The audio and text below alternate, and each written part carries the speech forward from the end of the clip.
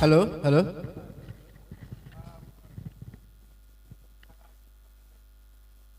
Hello. We're live. So Juliet, what? Juliet Ibrahim.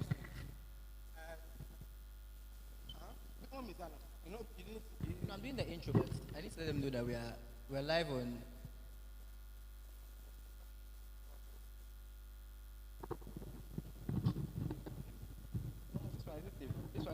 One, two, hey, two, two, two. Two. Hello, hello.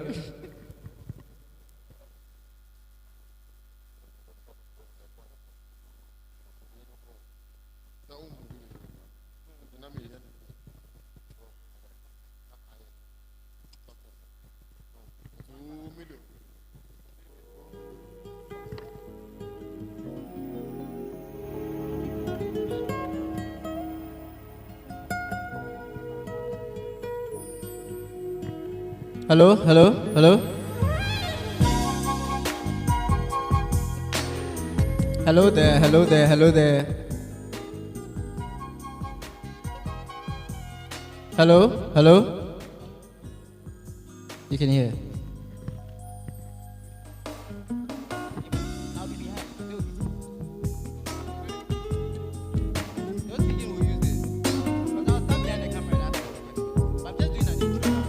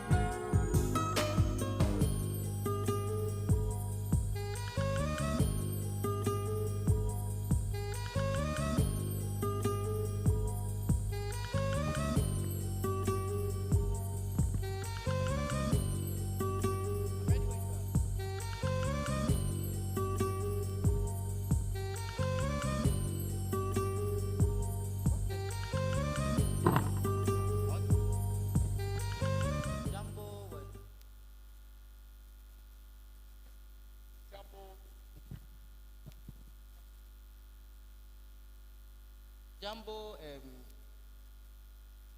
okay, Jumbo space. Yeah, so we're live. Inshallah.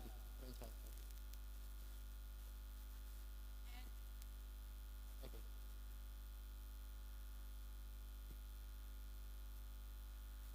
Live from the.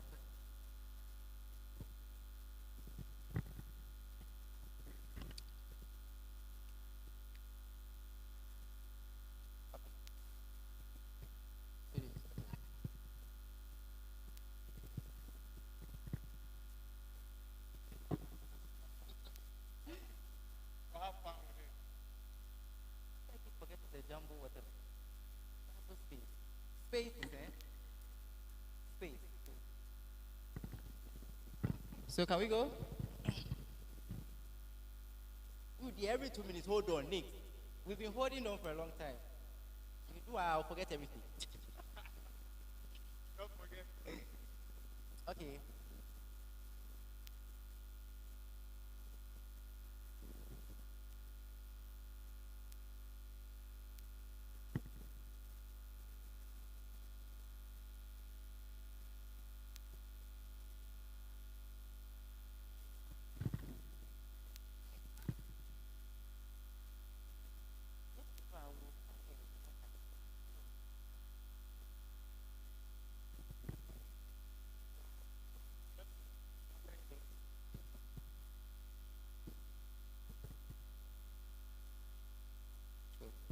Hello there, live from Jumbo Spaces.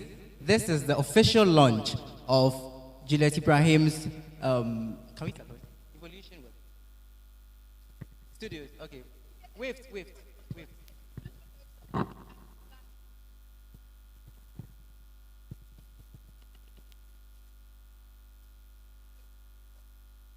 Okay. So I'm looking at you too. Okay. Hello there, live from Jumbo Spaces. This is the official launch of WIFT Ghana. I am Terry Deborah, your MC, broadcast journalist and TV producer at GH1 TV and Star 103.5 FM, affiliated with EIB Network. Today we're here to launch WIFT Ghana. So tell me how you feel about it. It's a great initiative anyways. And we'll be streaming live on Juliet Ibrahim Studios. So stay with us, and there's more coming up shortly. Do stay. Is it good?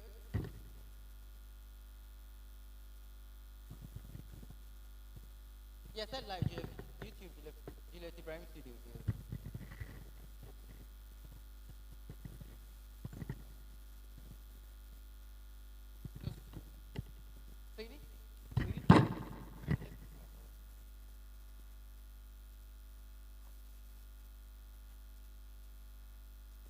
I'm introducing myself. So I'm adding my.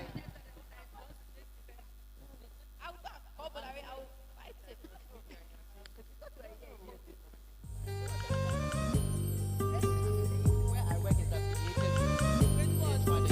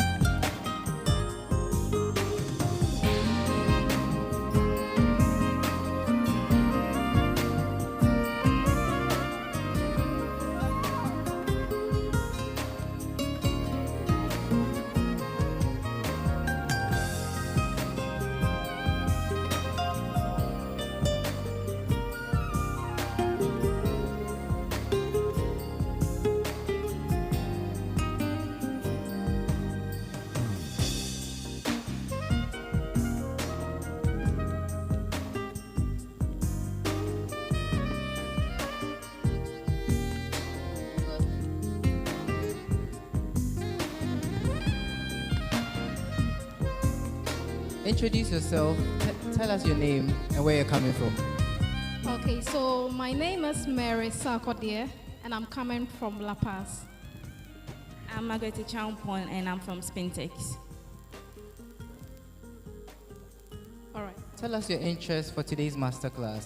Okay, so today being here, I'm here to acquire skills. I'm a professional photographer, and I'm here to have more knowledge, in-depth knowledge into this field. And I know I'm going to learn from experts. So that's the reason why I'm here. So I registered for all the courses, but I'm here specifically for content creation, and then to learn the art of storytelling as well. To add to my skills when it comes to editing, lighting, How do you feel about WIFT Ghana? Okay, Okay, so I think it's a great initiative because it's empowering women in the media and then, yeah, technology. So I think it's a great idea. Yeah, also, I also think it's a great, great initiative because today being International Women's Day, and we having this program to empower we women from our very own Madam Juliet Ibrahim is a great, great initiative, and I think that is going to help us. Thank you.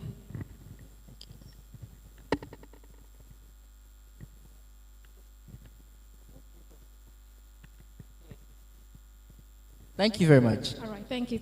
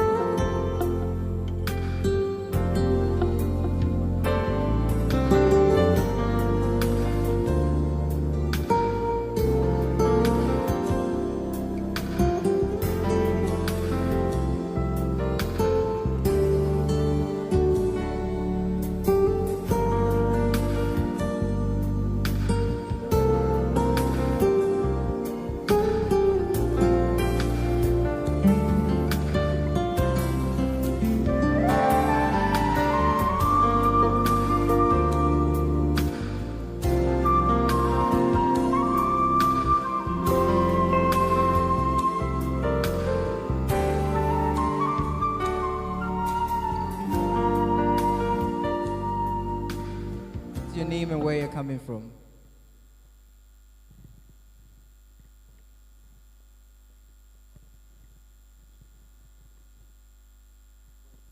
Hey, I'm Okera Mat, and I'm coming from La Paz.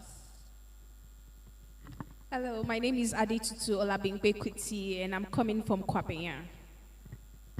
Tell us why you're here and which field you're looking at to learn your class. Oh, okay. I'm here because of this great initiative. I'm here to learn. I'm here to know more, and I registered for the cinematography and photography class. Okay, I'm also here to learn, and I applied for like the branding and then the cinematography class as well. How do you feel about WIFT Ghana, the entire evolution workshop and Juliet's great initiative, trying to like improve and build new talents in the industry? First of all, I just want to say it's a very intentional event because it actually falls on like the International Women's Day. So it's a very great initiative, and I'm so glad I applied and I'm here. And I think it's a very great program where she's trying to empower like young women, grown women, and everything. Women are great, and I'm just so glad that she did this for us. Oh, I think WIFT Ghana is an awesome initiative. This is women empowering women, women supporting women, and especially coming from an icon in the industry, teaching the young girls the ropes, what to do, what not to do, how to go about things. It's a very awesome initiative. Today marks World International Women's Day. What would you have to say to your fellow women out there? Keep living, keep creating. Things might get tough. It's not it's so much strong word for women, but you have to keep showing up because that's who you are. You are strong, you're beautiful, and you're resilient. So keep showing up. I would say that women are great. We are very, very powerful, and just keep being you. It's going to be very tough out there because the world is not smiling to anybody, especially women. So I just feel like just do you, but like do it in the right way. Thank you very much. Thank you.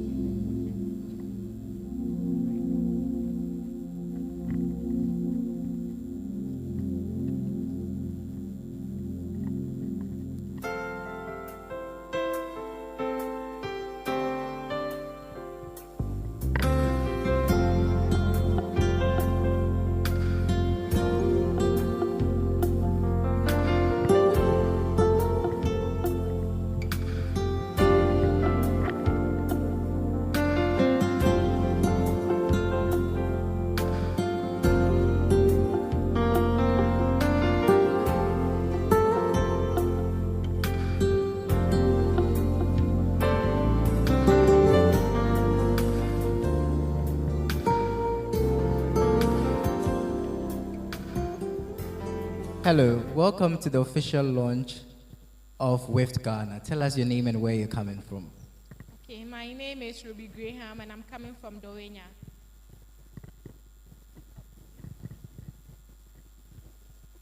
Okay. My name is Ruby Graham and I'm coming from Dowenya.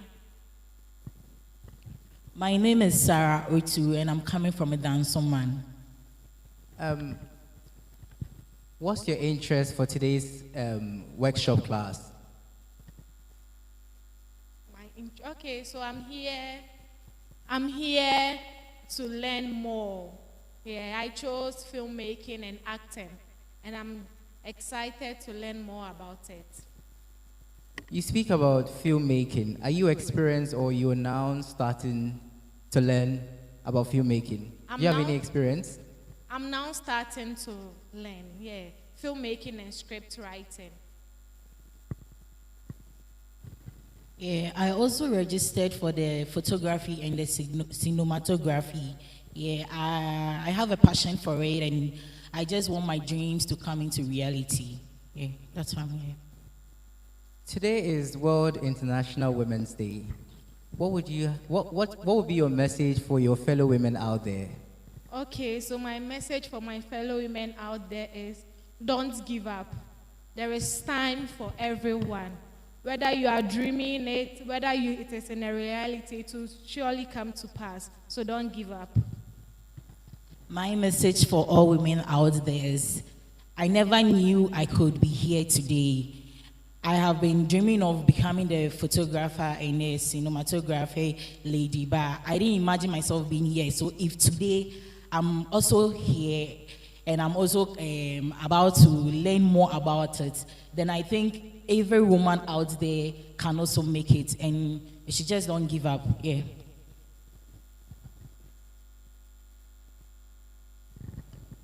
How do you understand WIFT Ghana? What WIFT Ghana is all about?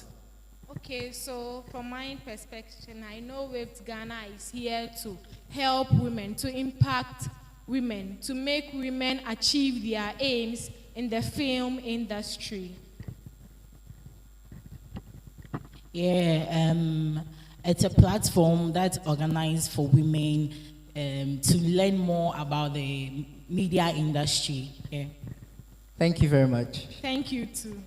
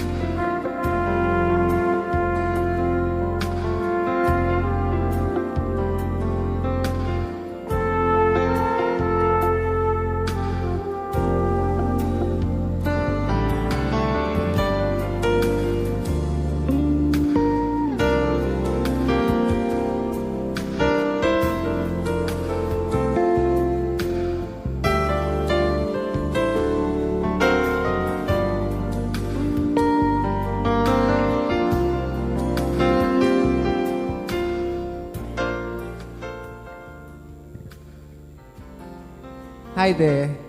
Tell us your name and where you're coming from and your interest in today's workshop.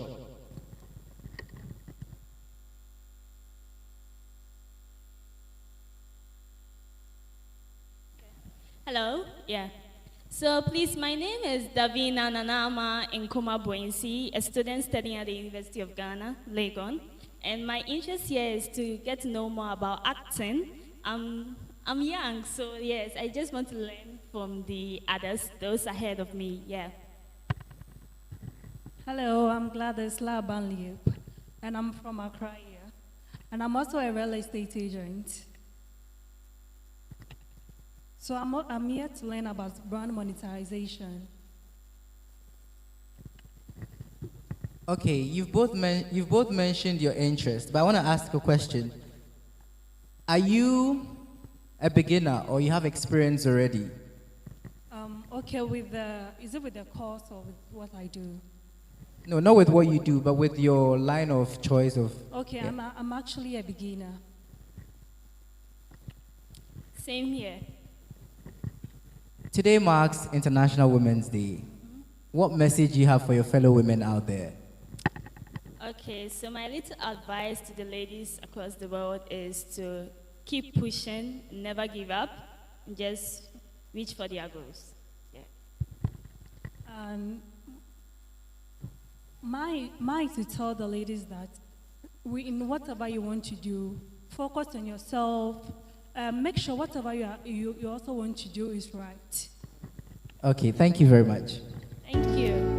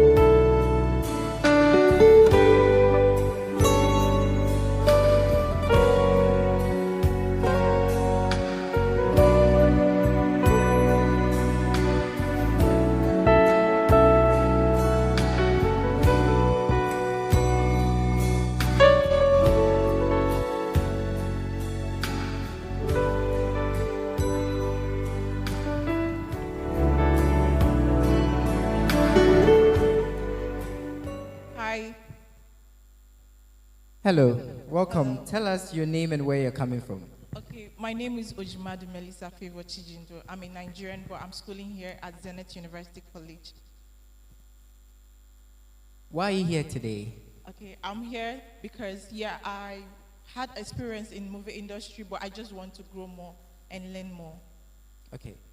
Today marks International Women's Day. What do you have out there to tell your fellow women? Okay, yes, to my fellow women, I want you to know you are a strong woman. We are all strong together when we gather to empower our fellow women, especially we blacks. Can you briefly tell me what With Ghana is all about? Okay, with Ghana, it's an industry, or to me, it's an industry that empowers women in the movie industry, not just about movies, it's also about how to grow up in the movie industry all along. Thank you.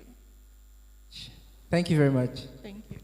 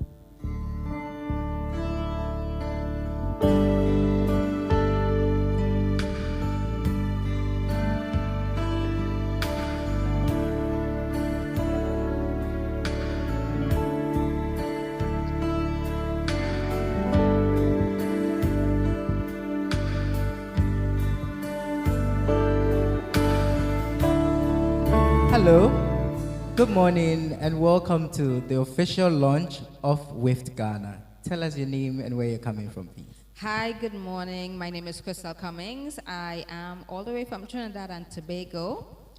And yeah, it's a wonderful, it's a pleasure to be here, really, honestly. What masterclass would you be teaching today? So the masterclass I'm teaching is about AI, AI in the creative industry and using AI for personal life and business. Today is International Women's Day. Tell us your warm wishes you have out there for your fellow women. One wish I have for my fellow women is that they are able to uplift themselves, take advantage of the opportunities out there that are available for women so that you can advance in not just your career but your personal life and in anything that you would like to do. A lot of women tend to give up on their dreams and aspirations very young in life. So my desire is that they can find that spark again and to continue to pursue their dreams and never give up. In one sentence, tell us how WIFT Ghana is going to impact young ones coming up and who have interest in the media space. Yeah. I believe it will encourage young people, young women, to take advantage of the opportunity that is given to them so that they can grow and expand and explore the creative industry, because I feel like the industry definitely needs more women, more creative women who can add their style and their charisma and input into the industry. Thank you very much, Crystal. Welcome.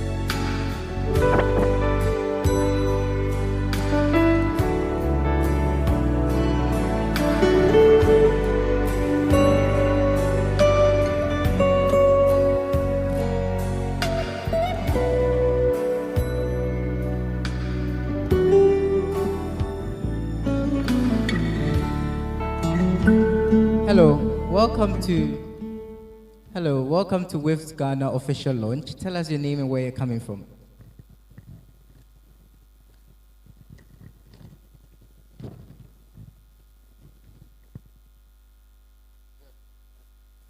Hello. My name is Kwame Michael Bracco from Braccoverse Media. I am from Accra and just here for the excitement and the training and the opportunity to hear what's going on. Can you briefly tell us what WIFT Ghana is all about? Yes, this is a creative hub here to inspire, train, and give the necessary skills to upcoming and as well as veteran creatives in being able to produce and create content visually and through using different mediums of technology. Today marks World International Day. I mean, you're a man, but yeah. can you give us your well wishes to your fellow women out there? Absolutely. I'd like to especially say, happy Women's International Month. Women are the backbone of what we do. A special happy birthday to Juliet Ibrahim as well. Fantastic what the women are bringing to the table here in the creative scene, and I just really look forward to seeing what happens in the near future working with our women. Thank you very much.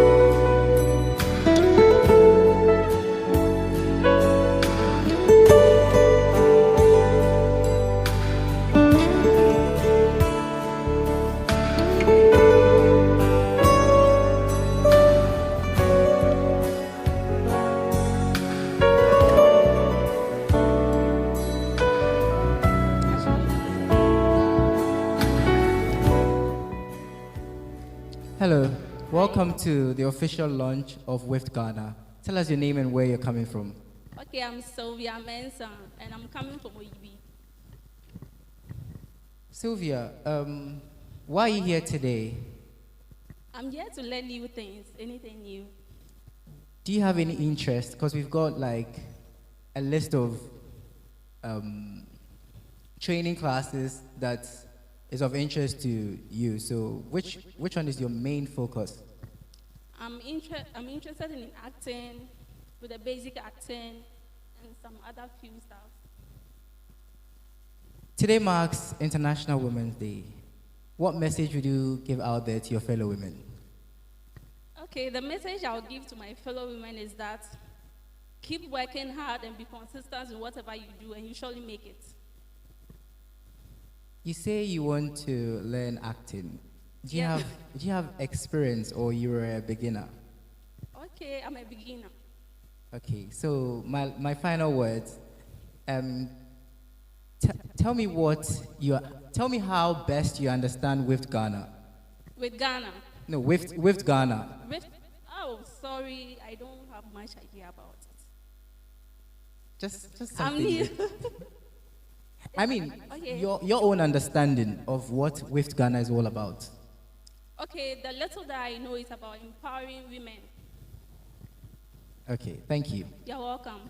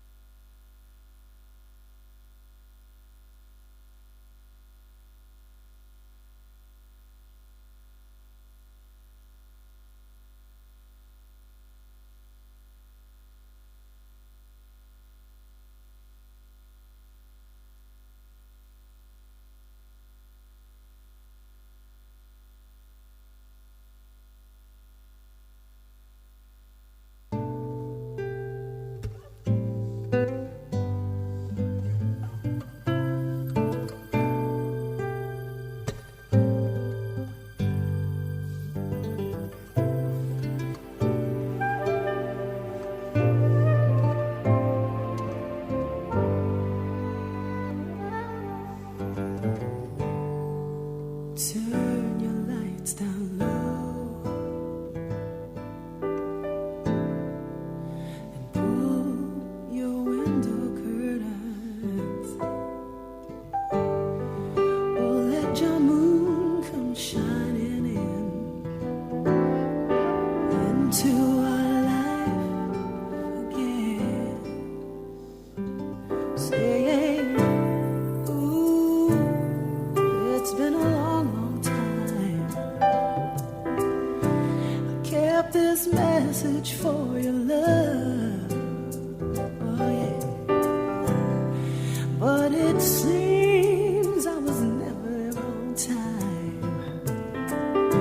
Still I wanna get through to you, boy, on time, on time. I wanna give you some love. I wanna give you some good, good loving. Oh, I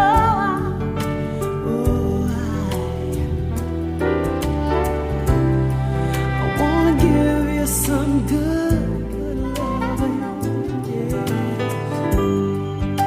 So turn your lights down low, oh yeah. 'Cause I can't resist you now. Oh, I wanna feel your love come tumbling in me into my life again. Ooh, you know I love you, oh yeah, and I want you to know it right now. Ooh, you know I love you.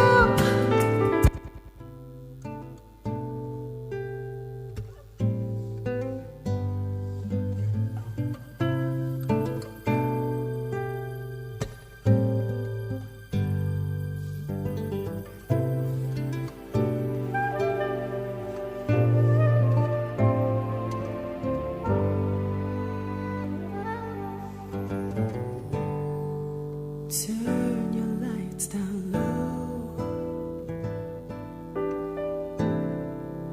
and pull your window curtains. Oh, let your moon come shining into our life again, saying, ooh, it's been a long, long time. I kept this message for your love, oh yeah, but it seems I was never on time. Still I wanna get through to you, boy, on time, on time. I wanna give you some love. I wanna give you some good, good loving. Oh, I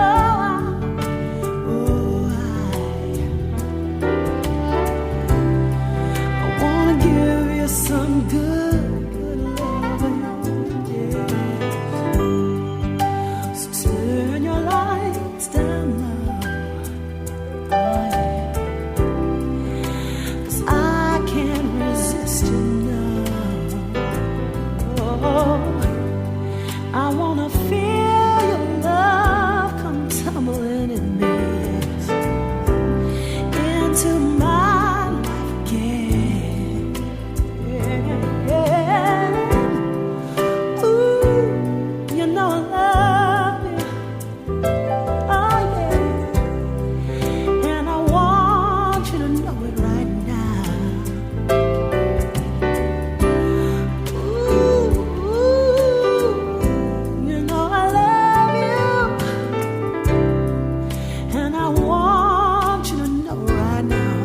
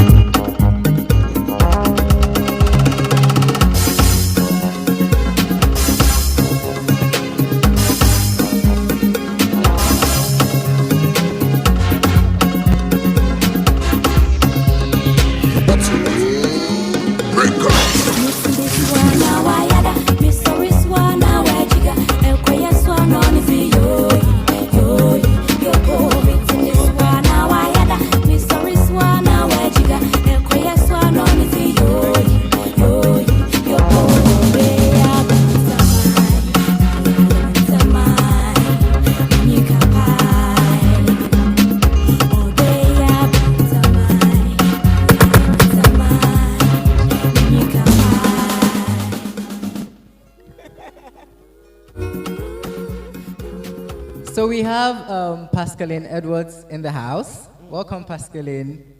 And kindly tell us why you're here. Well, as a patron of the With Ghana, I'm here to support, and I'm here to join my fellow women to help other women also grow in the industry.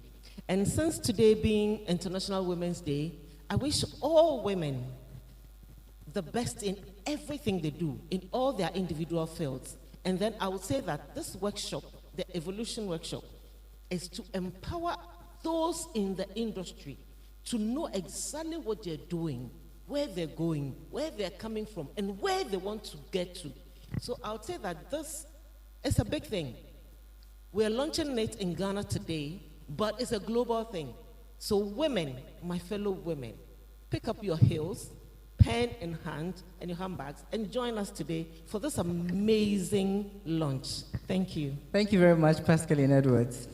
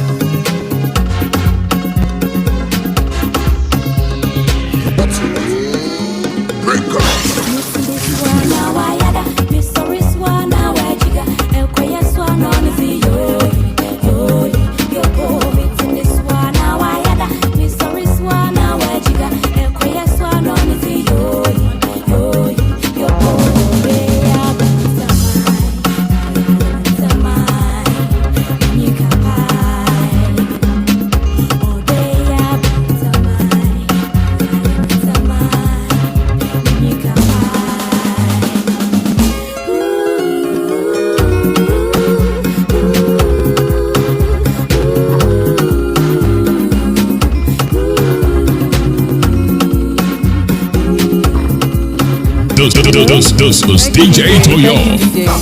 Thank you. So we have Miss Bill in the house. Hello, Miss Bill. Hello. How you doing? I'm doing great.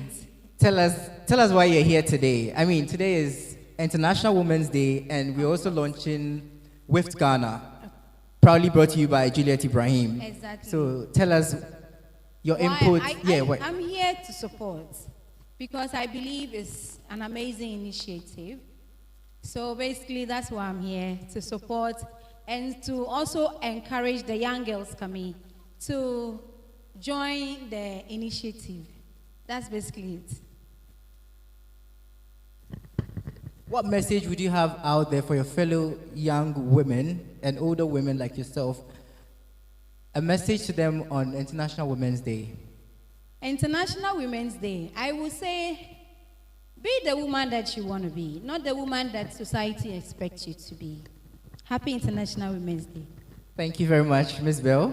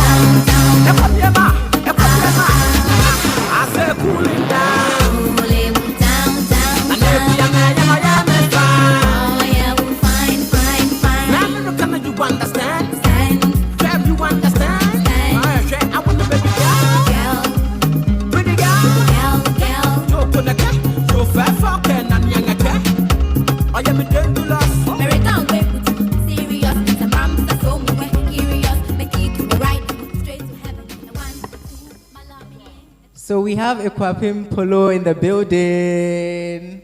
Welcome, and how are you doing? I'm doing good. Tell us why you're here today. All right. I'm here for my big sister, Madam Juliet Ibrahim, and it's all about the Wift Ghana. If I say I will explain the Wift Ghana, it's going to take a lot of space. But I know that W is women. So I'll pause here and then we continue. Okay, so today marks International Women's Day. Yeah. In one sentence, what message you have out there for your fellow women? International Day. Yes. National Women's Day. Yes. Okay, what I want to say to my fellow women and the young ladies out there is they should be vigilant. They should be hardworking. They should be prayerful. And they should never give up in life. And anything that they want to do, they should talk to Allah or God. I love them. Thank you very much, Ekwapim Polo. Thank you, too.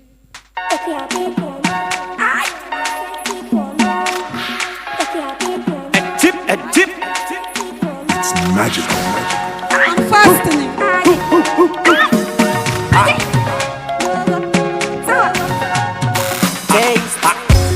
Tell me what you want, baby. Tell me what you want. I don't go give you up. Me, I don't go give you up. Anything you want, I go give. Anything you need, I go buy you. Anything you want, I go give. Anything you need, I go buy you. If you want some solo, I go give you. I go give you, yeah. Consult my love. What on the book with me, Sakata? I give you solo. I go give you. I go give you, yeah. Consult my love. Weku, weku,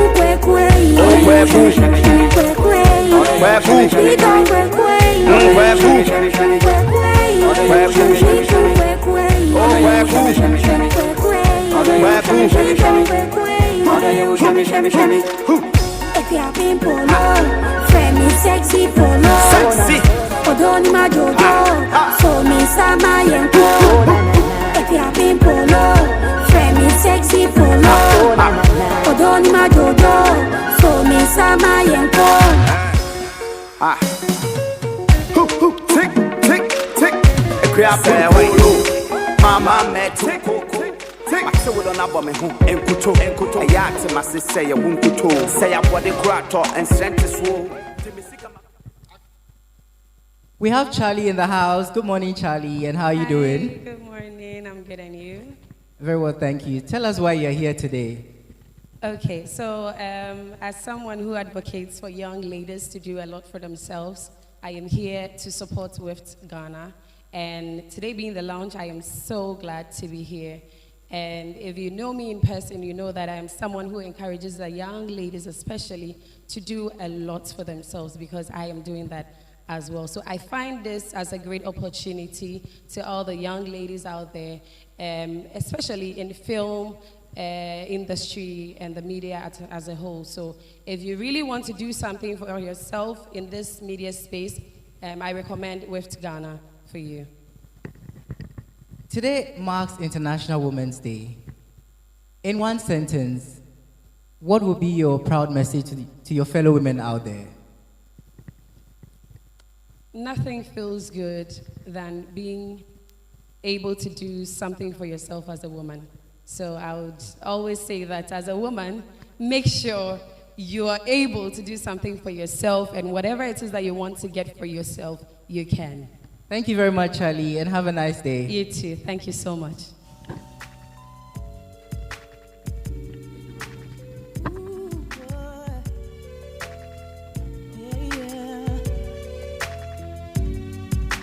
Baby, I know when we started out, there was things you didn't know.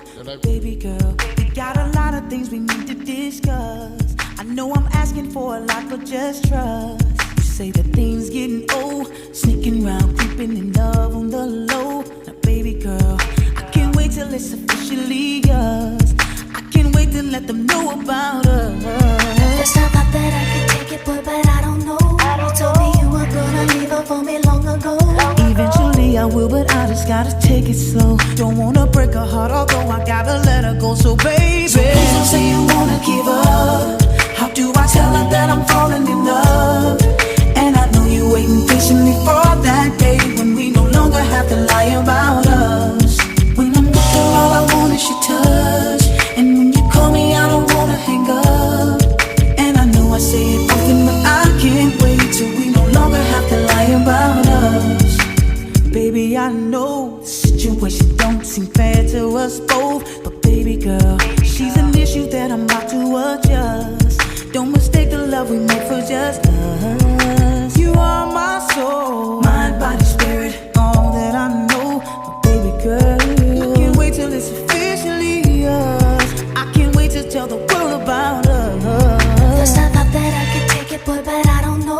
You told me you were gonna leave her for me long ago. Eventually I will, but I just gotta take it slow. Don't wanna break her heart, although I gotta let her go. So baby, so please don't say you wanna give up. Please don't say. How do I tell her that I'm falling in love? Ooh, and I know you're waiting patiently for that day when we no longer have to lie about us. Can we have everyone seated, please, so we start today's program?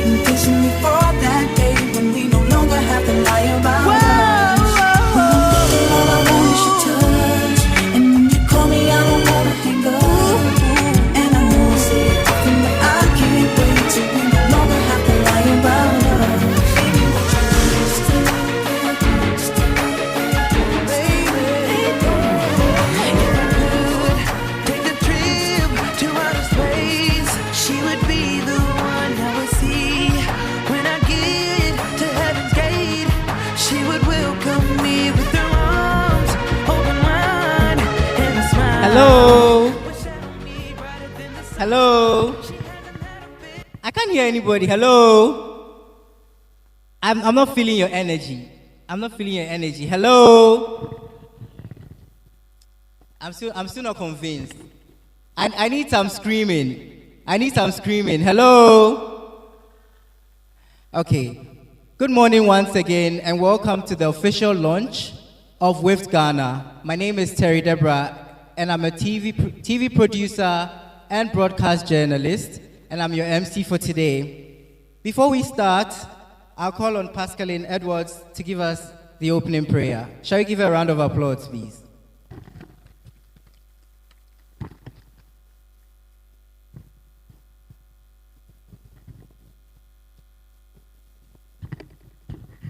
Hello, everyone. Please, if you can, close your eyes. If you can close your eyes, just bow your head in reverence to the universe. We thank God Almighty. We thank the universe. We thank our ancestors for bringing us up here today for this wonderful program. Those who are coming from far, we pray they come and they arrive peacefully. We pray the Almighty that whatever we are here to do today, may His mighty hand be in it, and everything that we plan to achieve, may it be fruitful. In the mighty name of God, amen. Thank you very much, Pascaline. Shall we give you a round of applause? So today we celebrate the launch of WIFT Ghana, the newest chapter contributing to this global and continental movement. WIFT Ghana will serve many young women in the likes of film, journalism, photography, acting, storytelling, producing. But before I introduce our president and the lady behind WIFT Ghana, I would like to appreciate our sponsors. So, to our partners, Jumbo Spaces, Hair Steam Initiative, the Northern Bazaar, the Creative Studio Academy, the National Film Authority, Juliet Ibrahim Studios, Pixie Events, Annex Studios, Verna Water, and Twelium. And to our media partners, TV3, GH1, Ovation, Inkonkonsa, Yemi Baba, Ronnie is Everywhere, More Money Studios, Nick Studios, and Cyprus, Ghana.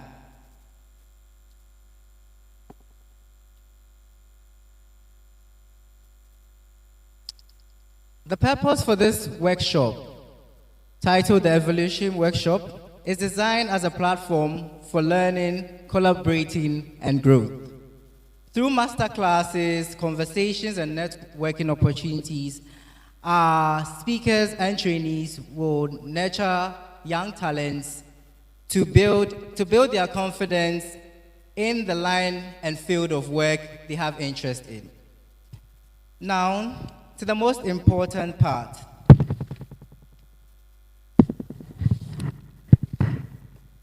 The introduction of our president and the lady behind WIFT Ghana Global.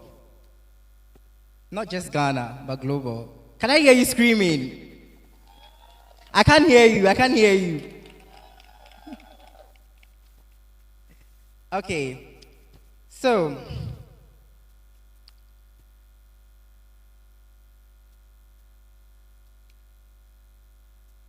she is a loving woman, very hardworking, a woman who has worked in leadership and inspired many across Africa and beyond. She's an award-winning actress, filmmaker, director, author, and humanitarian. And today, she stands before us as the president of the Women in Film, Television, and Media Ghana. A celebrated actress, filmmaker, director, author, and advocate for women in the creative industry. Ladies and gentlemen, without much ado, let's welcome Juliet Ibrahim on stage, founder and president of WIFT Ghana. Can we give her a round of applause, please? Stars Factory. Be careful what you want. You said you'd be there for me, love me, take care of me. Good morning, everyone. Thank you all for being here today, and happy International Women's Day. I can hear you, ladies. It's Women's Day. And we're here looking all gorgeous and embracing our femininity, and that's all that matters. I love celebrating women. Today is the official launch of WIFT Ghana, happening live in Accra at Jumbo Spaces. And I'll be reading a short speech. I promise it won't be too long. All protocols observed. It is truly an honor to stand here today as the president of Women in Film, TV, and Media Ghana, as we officially launch this important chapter during the Evolution Workshop. Today marks a crucial step forward for women in Ghana's film, television, and media industries. Women in Film and TV, WIFT, is a respected global network with chapters in over 50 countries dedicated to advancing the voices, careers, and leadership of women working across film, TV, and digital media, with their headquarters in Los Angeles, USA. This global community exists to ensure that women are heard, supported, and empowered to lead. Today, Ghana proudly joins that international movement. A round of applause for Ghana. WIFT Ghana is more than just an organization. It is a community, a platform, and a support system for women across every part of the screen industry. From actors, producers, editors, directors, writers, cinematographers, journalists, content creators, and young women who are just beginning to dream about a career in storytelling. Our vision also aligns with the broader mission of WIFT Africa, which focuses on strengthening collaboration across the continent, amplifying African women's voices in global storytelling, and creating opportunities for mentorship, training, funding access, and industry visibility. Because the truth is, African women have always had powerful stories to tell, but too often those stories have been underfunded, underrepresented, or overlooked. Through WIFT Ghana, we want to change that. Our mission is to support, elevate, and connect women in film, television, and media while creating real pathways for growth through mentorship, masterclasses, networking, and global partnerships. We want to see more women behind the camera, in leadership roles, owning production companies, directing major projects out of Ghana, having access to global opportunities, accessing funds, and shaping the narratives that define our Ghanaian culture. And that is why initiatives like the Evolution Workshop are so important, because growth happens when women come together to share knowledge, build skills, and support one another. But a movement like this can only grow when women choose to be part of it. So today, I invite every woman here, watching from home, whether you are an industry professional already, a student, a creative entrepreneur, or someone with a dream to work in the film, TV, and media, to join the WIFT Ghana community. Let us build a network where women support women. African storytellers can rise with confidence and opportunity if we do stuff together by collaborating. Before we move forward, I would like to take a moment to acknowledge the incredible group of women who have been working tirelessly behind the scenes to make the launch of WIFT Ghana possible. The executive leadership team of WIFT Ghana has dedicated their time, passion, and expertise to building the foundation of this community and helping bring this vision to life. I would like to officially introduce to you the leadership team in no particular order. So please welcome on stage, when you hear your name, our Vice President, who is running late, Gloria Safo. Our Secretary, Beverly Afaglo, who is currently not in the country. Our Treasurer, Sonia Ibrahim. With Ghana's Head of Sponsorship and Fundraising, Michelle Atto. She's somewhere collaborating in Togo. With Ghana's Head of Events, Sonia Ibrahim. She put this all together. Administrative Assistant, Rejoice Ajifor. Administrative Assistant, Michael Tesha. I know we have some men who support women, so you'll see some of them coming up on stage. We also have the Head of Publicity and Media, Bumi Odunowo, who's in Canada, and Chris Sowa of Cyprus, Ghana. And we have one of our matrons here in the house, Pascaline Edwards. And then we have some of our members that you all know who are professionals, and they are also in the house. I would like for Miss Bell to join, Charlotte Deban, and my lovely Rosamond Brown, because they are all women in film and TV professionals. So their commitment reflects what WIFT Ghana truly stands for: collaboration, empowerment, and women supporting women. I am honored to work alongside such inspiring leaders in each of their own field. So, ladies and gentlemen, today we launch WIFT Ghana, and this is not just the beginning of WIFT Ghana, but the beginning of a movement. What we are really launching today is the future of women in African storytelling. Because together we are not just telling stories, we are shaping the future of African storytelling. And before I leave the stage with my compatriots, I would love for us to just pay attention to the screen, and a short video message from the WIFT Africa President, Dr. Inya Lawal, will be shared. Thank you so much for joining us. When we are done with this launch, we're going to go inside and start with the master classes. Thank you, my ladies. I appreciate you all. Thank you. Thank you very much, Juliet Ibrahim. Can we give a round of applause once again? But before we go in, I'd like to introduce our speakers. A quick bio of our speakers before we enter the masterclass. Okay, the video first. So after the video, okay, so we have Kwame A.A. Opoku. He is a futuristic institution builder and strategic advisor working at the intersection of technology, governance, and Africa's future. He is the founder and executive director of the African AI Governance Index, a 5-time TEDx speaker and author.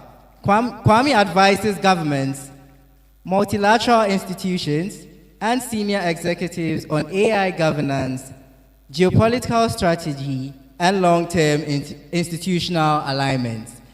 Welcome, Kwame A.A. Opoku. We also have Godwin Namba. Is a trained actor, on-air personality, development communication consultant, and an entrepreneur. A theater arts graduate from the School of Performing Arts, University of Ghana, with over a decade of working experience in performing arts. He has been on stage, on screen, in studio, behind a radio console, and is currently the co-host of the afternoon show and mentor on TV3. Godwin founded Hopman Academy, an acting and public speaking school for kids and teenagers. His passion for literature, fitness, fashion, food, and hospitality, combined with his theater training, makes him an emerging face and force. Godwin's aim is to project progressive African narratives to the best of his abilities. Our next speaker is Sonia Ibrahim, who is a writer, author, licensed therapist, entrepreneur, actress, and passionate mental health advocate. She is deeply committed to helping women and children and young men heal, grow, and thrive, especially those navigating the challenge of work, motherhood, and personal transformation. Through her work, she creates safe, empowering spaces where every story matters. Can we give her a round of applause, please? Welcome, Sonia. Our next speaker is Pascal Aka. Has a BA degree in film studies from Carleton University, Ottawa, Canada, my alma mater. I also studied at Carleton University, yes. So I'm alumni of Carleton University. So welcome, Pascal Aka. He is former Vice President and Directors General of Independent Filmmakers Corporate of Ottawa. In his 7 years directing in Canada, his works have been showcased on CNN, CTV, CBC, Match Music, and more. Celebrating his 10th year anniversary as a director in Ghana, he has won Best Directing Awards at the 2016 AFRIMA 2019 Ghana Movie Awards and nominated for Best African Director at the 2020 Africa Movie Academy Awards. You're welcome, Pascal Aka. Our next speaker, Crystal Cummins, is an international tourism and hospitality professional from Trinidad and Tobago, with over 15 years of experience working across Africa and the Caribbean. She is a professional speaker and business consultant, known for building partnership, the connect tourism, culture, and the African diaspora. Crystal is also an advocate for the practical use of artificial intelligence, where she teaches professionals how to use AI tools to enhance creativity, productivity, and innovation without replacing human ideas and critical thinking. Her work focuses on helping individuals. To the last but not the least, Jonathan Ade. Jonathan Ade is a landscape and travel cinematographer and general manager for a Japanese NGO. Passionate about telling compelling stories through his lines, his work has taken him around the world, collaborating with organizations such as JICA, UNICEF, UNIDO, Mitsubishi, the Ghana Embassy in Japan, Disney, Coca-Cola Ghana, Sora Technology, and Cloudy Foundation to document impactful field activities and humans. He also runs a creative academy that has trained over 70 students and continues to push creative boundaries while exploring new perspectives through visual storytelling. Ladies and gentlemen, our guest, and the last but not the least, Jonathan Ade. Welcome. Can we give him a round of applause, please? Is our video ready now? Okay. So now, the video you see on the screen will be playing now. And then right after that, we'll move to our master class. But I want to remind you that it's a 15 minutes master class. 50. Okay, sorry. So it's a 50, I beg your pardon. It's a 15 minutes master class. So we'll be timing all of you, so that we make sure you abide by the time. Okay, and also there'll be water advantage places so that you won't have to move around when you're feeling thirsty. So now we can play the video.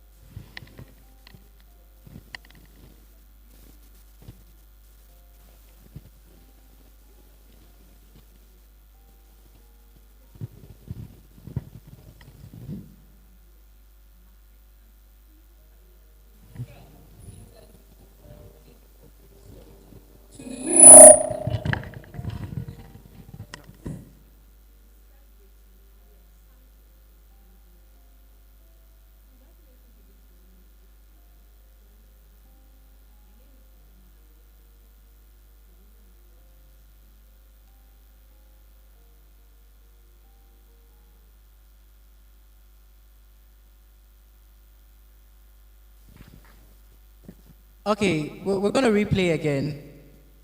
We're going to replay the video again. But before that, we'll call on Juliet Ibrahim to give her citations. But before Juliet comes on stage, I want to remind you guys that this initiative would not be possible without the partnership of her STEAM initiative, Jumbo Spaces, and the executive leadership team of WIFT Ghana, who have been working tirelessly behind the scenes to make this great event today be a success. Shall we welcome Juliet on stage? And then WIFT Africa as well. So before we just go inside to start, I just decided to do the citations presentation, and this is to honor every speaker that decided to join us on this first initiative to support us. So I wanted to call each person, one after the other, to come up and receive their special recognition from WIFT Ghana and her STEAM initiative. We would like to call up Crystal Cummins. She's a guest speaker and industry mentor, and this is in recognition of your outstanding contribution as a speaker and industry mentor at the Evolution Workshop. Your expertise, insight, and commitment to empowering the next generation of creatives have contributed significantly to advancing knowledge and excellence within the African film and creative industries.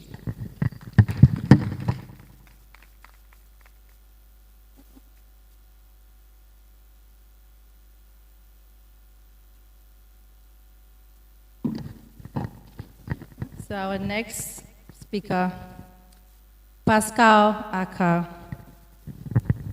Your expertise, insight, and commitment to empowering the next generation of creatives have contributed significantly to advancing knowledge and excellence within the African film and creative industries. We appreciate you for everything you do. Thank you.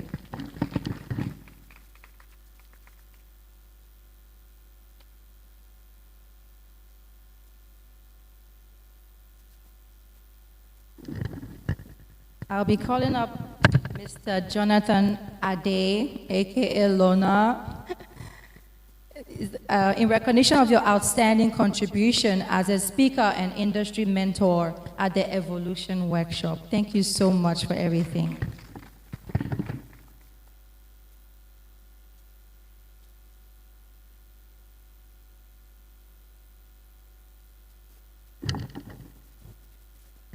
And I'll be calling up Mr. Kwame A.A. Opoku. Your expertise, insight, and commitment to empowering the next generation of creatives have contributed significantly to advancing knowledge and excellence within the African film and creative industries. We appreciate you, Kwame.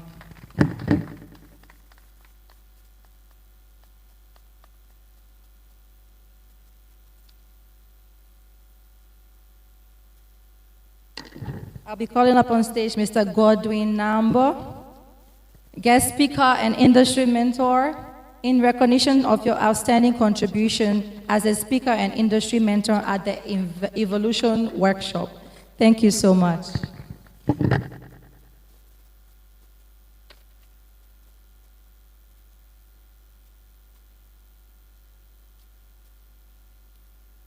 So we would like to just celebrate our partners that help us make this event possible. I would like to call Anac Studios to come up and receive a citation of partnership that we're actually streaming live right now, and it's all thanks to Anac Studio. They made it happen. In recognition of your valued partnership and your outstanding collaboration and support of the Evolution Workshop.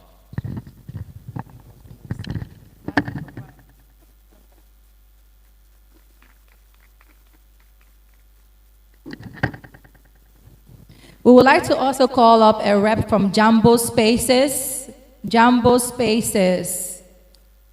We're using this beautiful place. This facility is Jumbo Spaces, and they've been extremely supportive by opening their arms wide for WIFT Ghana.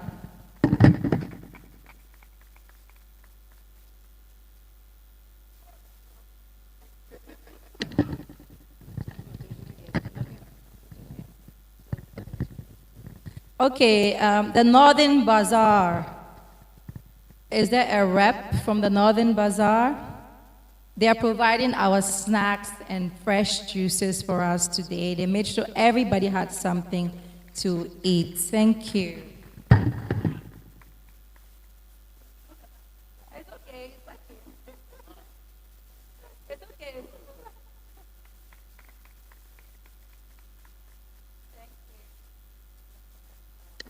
Thank you all. So, all right. Can we give Juliet a round of applause, please? And congratulations to all of you. But before we go, I've been mentioning Jumbo Spaces, but I haven't told you what exactly Jumbo Spaces does. So they are creating a hub with a combination of different spaces. They have a co-working space, a music recording studio, podcast studios, and spaces for events and workshops. Just like as Juliet is using the space for her workshop. So for further inquiries, you can call them on 059-8942-731. Again, 059-8942-731 for all further inquiries. And then may I remind you that we are streaming live on YouTube at Juliet Ibrahim Studios. So the workshop is going to be grouped in two parts. We're going to group it in two parts. And you'll move to your line of interest, whether it's photography, acting, filmmaking, and others. So we'll do that now. We'll do that now. So can we head to the studio and start the master class? Thank you.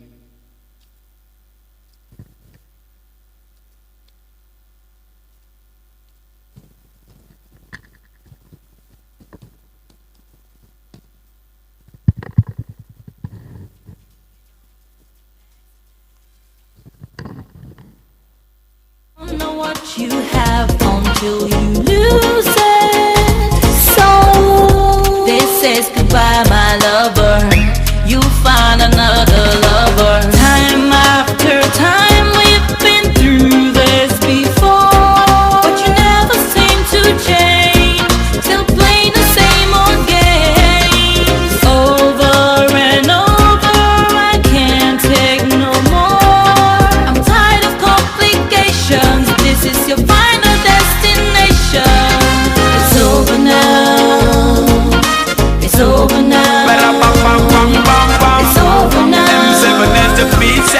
over now. It's over now. It's over now. Tell me it's over now, yeah. It's over now. Listen up, baby girl, me I tell you. It's over now. Oche, yo. It's over now. Yo, yo, Oche. I know that you got to go, but that don't make it easier to bear. You wanna go and eat the dough, but at least, baby girl, we can still be friends. Be careful what you want. You never find another guy like me. I'm not for night, you know me gonna. Me I forget you everything you need, girl. I cannot hesitate. I'm tired of the games that you play. The coach has just left your team. Oh, boy, you're replaceable. Boy, you're replaceable. The taxi's waiting outside the door. My bags are packed, I got to go. This says goodbye, my lover. You find another lover. Time after time, we've been through this before, but you never seem to change. Still playing the same old games over and over. I can't take no more. I'm tired of complications. This is your final destination. It's over now. It's over now. It's over now. It's over now. It's over now. It's over. Stars Factory. Be careful what you want. You said you'd be there for take care of me. You never did, you never will. The same old I'm done with this, I'm moving on. My bags are packed, I'm out the door. No more to you don't know what you have until you lose it. So this is goodbye, my lover. You'll find another lover. Time after time, we've been through this before. So we have Godwin Nambo in the house. Welcome, Godwin. Tell us why you're here.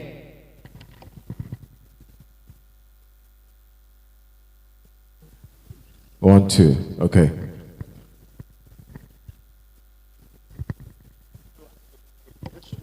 Which one? Hello, Godwin. Welcome. That's the main camera, okay.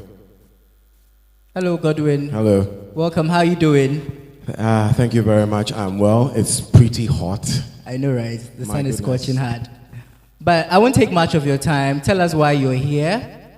Well, it's International Women's Day, and it's so lovely to know that someone like Juliet Ibrahim, who has been in this industry for a long time, has decided to put up an initiative like this, Women in Film initiative. I think it's brilliant, and I'm here to contribute to my quota. You know, when you're starting out as an actor, you need opportunities, and for me, one of those people who gave me those opportunities to be seen and heard was Juliet Ibrahim. So I find it, I deem it a privilege to be part of such an initiative, and especially empowering women to do well in film. Okay, you speak about empower women, and you, in your daily activities, you work with women. How do you feel about it? How do you relate with them in terms of, how do you relate to women? You know? How do I relate with women? Yeah, how do you relate with women? How I'm supposed to relate with women? I think that, and my traditional ideologies will come into this, but I think that men are supposed to respect, protect, and honor women. I think it's fundamental and it's innate for us to do so. So in my everyday life, with my work, my colleagues, I make sure that that is reflected in our work. What would you advise the young and upcoming who want to join the film industry about Wift Ghana, the impact of Wift Ghana? This is the first initiative. We're hoping that this will transcend over the years and have a lot of people who partake in this become beacons of hope in this industry. Make sure that we are raising not necessarily the next generation, but we are raising people who are astute and disciplined in the area of film, especially for the women. Okay. Today marks International Women's Day. What will be your final words to your fellow women out there? Well, at the risk of sounding like a simp, I'll say what Dr. Kweji Agri said, that if you educate a man, you educate one person, but if you educate a woman, you know, you educate a nation. So, power to the women. Thank you very much, Godwin. And see you inside the masterclass. Sure.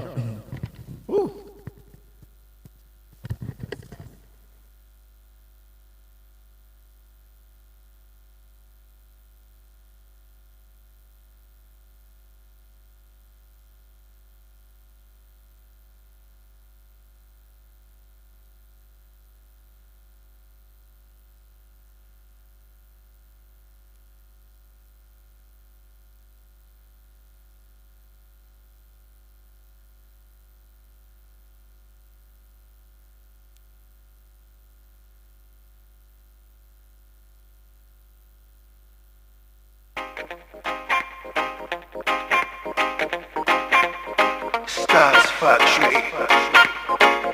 Be careful what you want.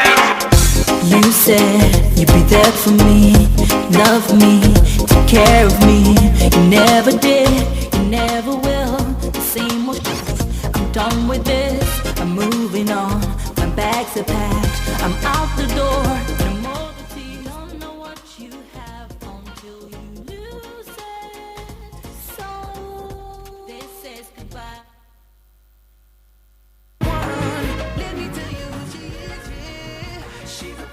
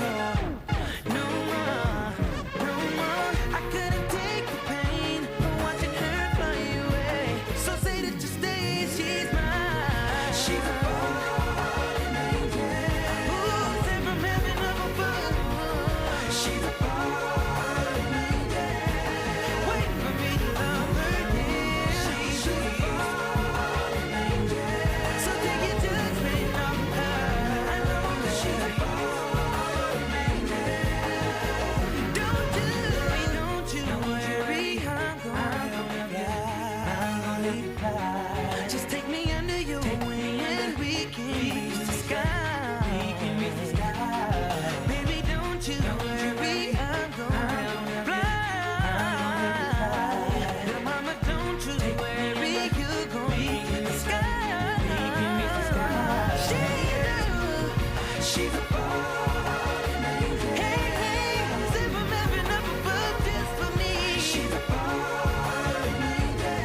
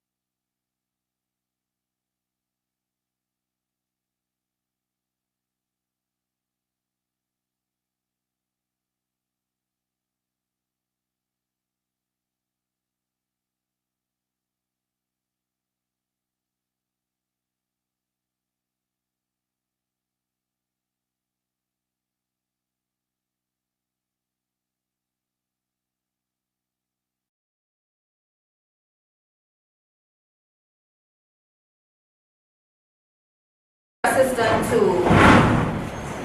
go in the kitchen and cook. Yes, there's ingredients in the kitchen, there's pots, there's pans, there's the stove. You don't tell her what to cook. So she will make whatever she feels like making.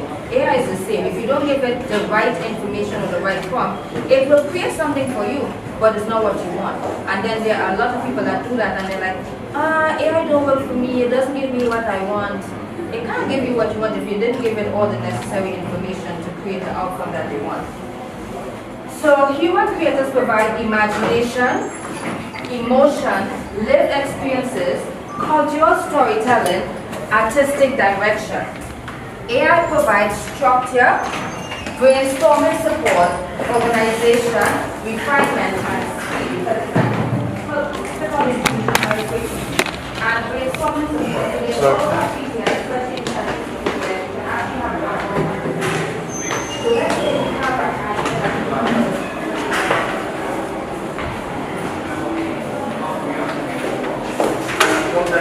So I have money.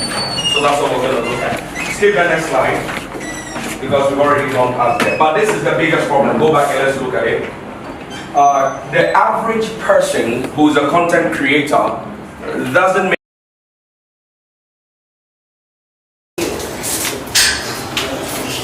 A healthy creative workflow using AI. Your simple workflow creators can follow. Number one, Start with your own idea. Number 2, explain your vision clearly to the AI. You have to be very clear how you explain it to the AI. Sometimes it will generate something and then you're like, okay, it's missing certain parts, and then you have to go and tell it, okay, this is good, but I need you to add X, Y, Z and add more information. It's like, okay, you add more salt, you add more this based on what it gives you. So not always the first outcome that AI gives you, just one with that. Sometimes you have to tweak it a little bit until you get that perfect finished product. Allow AI to organize, expand, and structure the idea. 4, review, adjust, and improve the output. Exactly what I just said. You look at it, you see, okay, where can I change, where can I tweak, can I remove, can I add, etc. Continue refining until the result reflects your vision.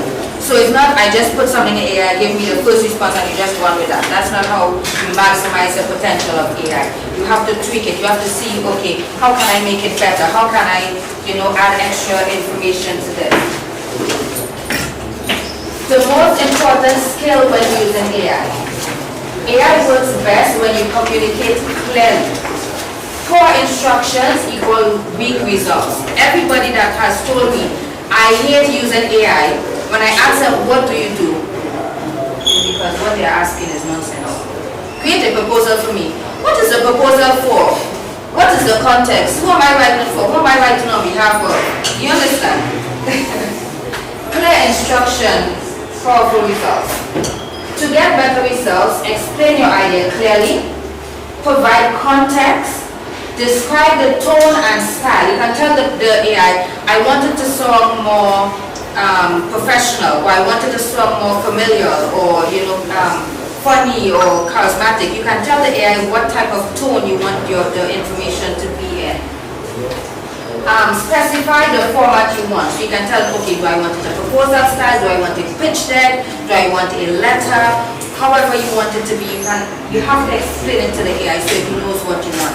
Because if you don't be clear and specific, the AI is just going to generate anything. It thinks you want because you didn't tell it exactly what it is you want. Sometimes because AI has gotten better, now it asks you follow-up questions.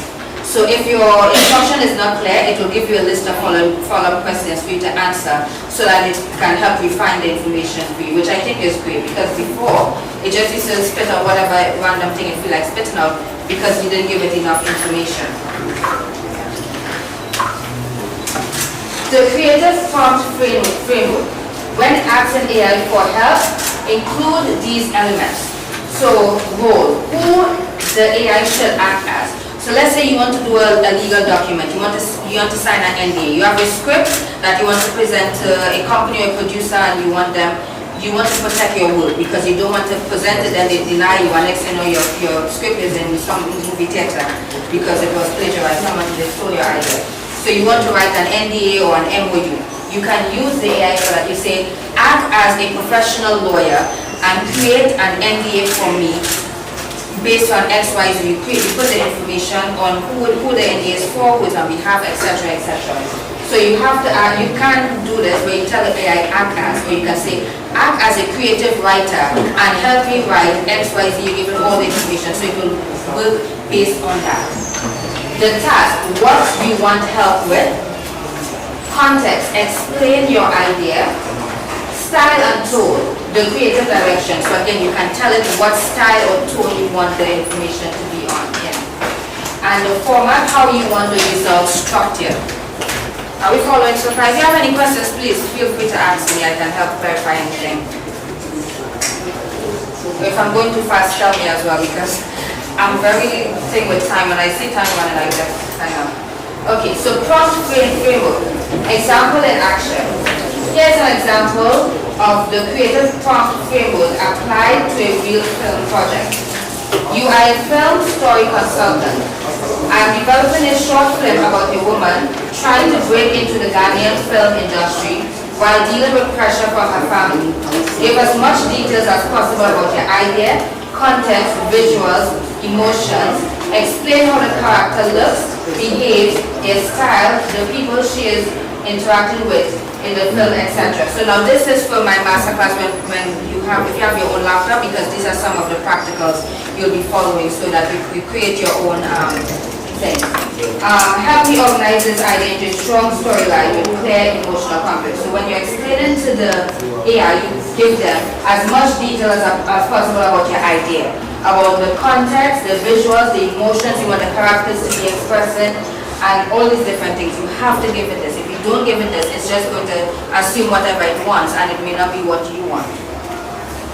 So the role film story consultant, you tell AI, act as a film story consultant. The context, a woman breaking into the Ghanaian film industry under family pressure, and the task organize the idea into a strong story outline with clear emotional conflict. So this is just an explanation of example. If you had your computers and we were all working together on the AI project. Right. Using AI to develop story ideas. AI is useful for expanding ideas you already have. Example prompt, I'm developing a film idea about a young filmmaker who struggles to be taken seriously in the industry. The story should feel emotional and realistic. Help me explore possible themes and character conflicts that will strengthen your story. So sometimes you might have an idea, but you want to flesh out more ideas from the AI. You can't do that because it's pulling from all different resources online and other information that they have. So you can say, what type of scenario can I put in my story, and it will give you different scenarios, and then you'll be like, okay, this one sounds good. So this is where brainstorming with AI comes in. Central theme. The core ideas and message your story explores. So AI can help you identify. So you give the AI this, you're like, okay, I want to brainstorm on some ideas. The core ideas and messages your story explores. Emotional states, what the character stands to lose or gain. Possible story directions, different path and narrative could take. So you can ask the AI, okay, like what type of scenarios could this play out in? Like give me ideas, because maybe you have limited ideas and you want to think outside the box. You can definitely use AI to brainstorm outside of the box and ask the AI to give you more details.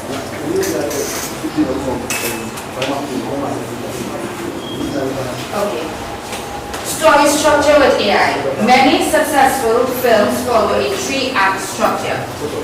Now, this is based on general creative terms. I'm not a creative, I'm just teaching creatives how to use AI to their potential. So, Act 1, setup. Introduce the characters and central conflicts. So, the characters come in, let's say you're doing a short film, maybe a 5-10 minutes long thing. And the setting might be either office setting, a bedroom setting, or whatever the setting is. You introduce the characters. Who are the main characters? What are they bringing to the table? Things like that. Act 2, confrontation. The main character faces challenges and obstacles. Let's say in a scenario where one of the characters is complaining that her boyfriend cheated on her, the other one is telling her, you should leave that guy, or you should go and find $1 billionaire somewhere. I don't know, I'm just making things up. And the resolution, the conflict reaches a climax and resolution. So that's basic 1 to 3 of filmmaking, beginner friendly. So an example prompt, help me organize my film idea into 3 clear act structure.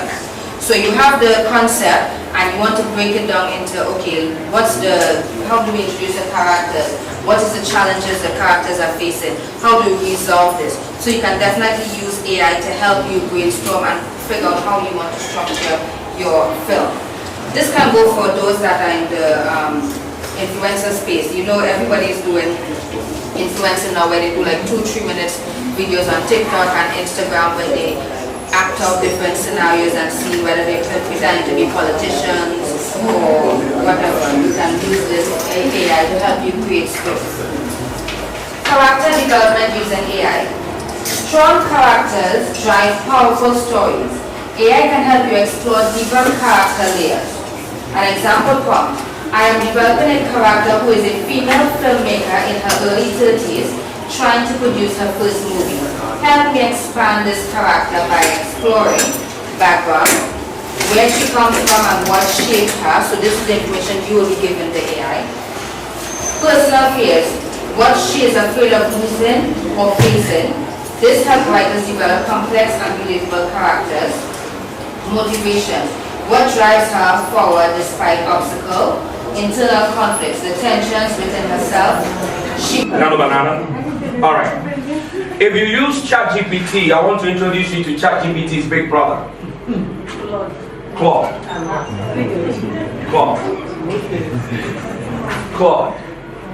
I've tested every single LLM model, which is the large language models that we use for chat, so that they give us answers. C-L-A-U-D-E. Claude, yes, that's the guy. So I've tested everyone. I've tested Grok, I've tested Claude, I've tested Perplexity, I've tested Perplexity Council, I've tested DeepSeek, I've tested every single one of them. Claude by far is the best guy to do brainstorming and thinking and research with. That's the guy you want to do that work with. So here is how every single creator should find audience intelligence. Audience intelligence. So go to your ChatGPT and then put in the prompt that we have here. We're trying to ask a very simple question. What do I have that people are willing to pay for? And because these models have been trained on a lot of data that is concerning us, they have more information than you can ever have. So introduce yourself. I am a niche creator. Put whatever niche you are in. My audience is, and tell them if you're targeting young people, if you're targeting women, if you're targeting people between the ages of 25 to 45, your target niche. And then tell it to identify their top 3 pain points that they will pay $50 to $500 to solve. For each, let them explain why it is painful, what a solution looks like, and what format, a course, a template, or coaching will best deliver that solution. So try and put that in, and let's see what comes out.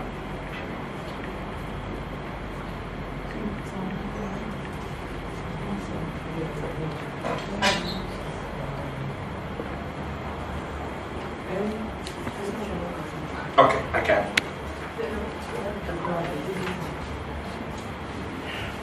Yes, that's the guy.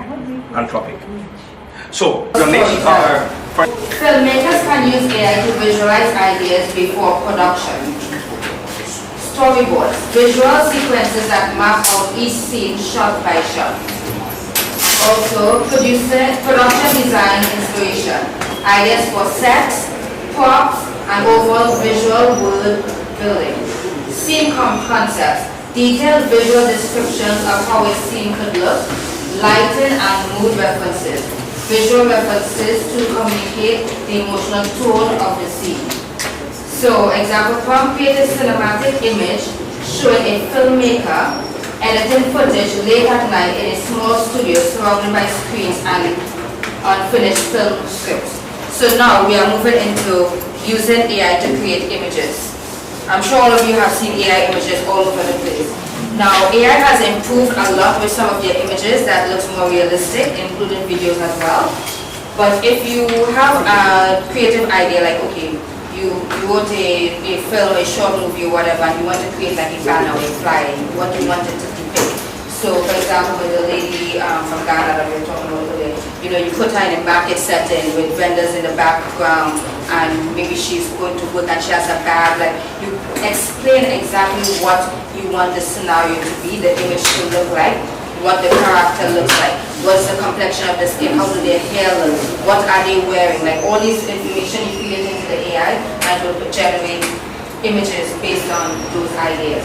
Now, one thing that, if you have the paid version for some of these apps, you will get a lot better results. But if you're using the free version, which I recommend for beginners who are not savvy, utilize the free one. Once you have excelled at it, then you start using the paid version. Because if you pay for a paid version, which is expensive, and you don't know how to use it, you are just wasting your money and your time. So, in terms of editing pictures, what I have learned from my experience, especially with ChatGPT and Gemini, it creates an image and it's like, okay, this is perfect, but I need one tweak. The minute you start on it, change X, Y, Z, it will just turn the whole thing upside down. So with the latest update with ChatGPT, what you can do instead is save the original image, then re-upload it and say, keep everything as is, only change one thing. And it will do a much better job instead of you trying to edit, and keep giving you nonsense. That's the fastest and best way to get past that hurdle. AI for mood boards and visual development. Directors often create mood boards to define visual tone. AI can generate visuals that help communicate color palettes, the dominant hues and tones that define the film visual identity.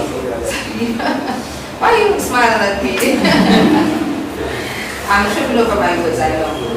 Light and style. So what type of light and style do you want? Do you want it to be cool tone? Do you want it to be dark setting? Maybe it's nighttime, is it daytime, is it sunrise? You can choose the different lighting. What is the atmosphere? Do you want the atmosphere to be calm? Do you want it to be noisy? Or however you want the atmosphere to look? Cinematography references. Visual examples like guides, camera angles, and composition. So you can say, I want you to create this image, but I want the camera angle to be slightly to the left, and you're showing one half of the person's face, and the other half is illuminated or whatever, however direction you want it to be. You can actually use that. So an example prompt, generate cinematic visuals showing a dynamic nighttime city scene with strong neon lighting and reflective streets. So that's just a generic prompt, but it's an example of how you can use AI to give you exactly what you want. Right, AI for film proposals and pitch deck. Now I don't know if I put this in this presentation, but how many of you have heard of GAMMA? G-A-M-M-A. Okay, so a few of you haven't heard of it. If you are doing pitch deck, like you want to present a pitch deck for a script or whatever it is you want to do, a business or whatever, I personally use ChatGPT to help me create the pitch deck. Then I go to the GAMMA app, and then in GAMMA you paste your pitch deck, you preserve the context so it doesn't change it. You choose a theme that with different colors and styles, and then it generates a pitch deck. You can export it as PDF or PowerPoint presentation, and it actually creates images into your pitch deck. Now this pitch deck, obviously I didn't put any images intentionally, but you can choose the different themes that has images. You can also edit the images to make it more reflective of what story you're trying to tell in your pitch deck. So for those of you who have not used GAMMA before, you should try it out. I think it's G-A-M-M-A, GAMMA.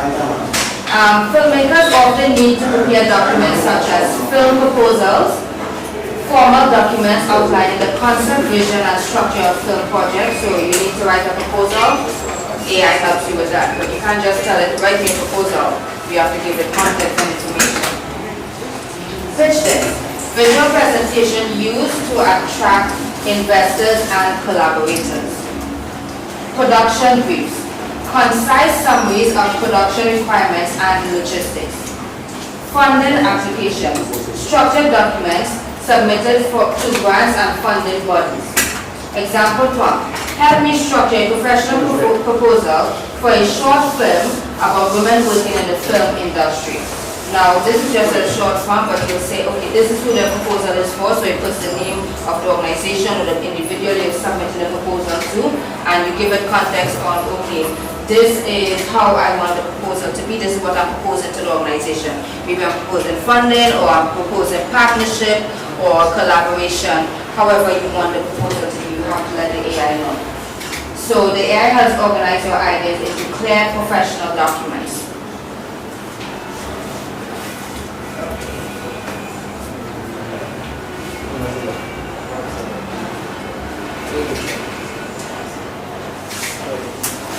Okay, AI for film marketing. After production, creators must promote their work. AI can help create social media campaigns. So you can actually use it for social media, engaging copy tailored for different platforms and audiences. So you can create one. It got into fame very early. If anybody is better suited to talk to you about the journey of fame, what the spotlight comes with, how to manage yourself as a young person looking to come into fame, how to manage all of the tops and downs and ups and downs that it comes with, Miss Bell is the person that can tell me that. If Miss Bell did a course on managing fame as a young person in the industry, am I opting for $15?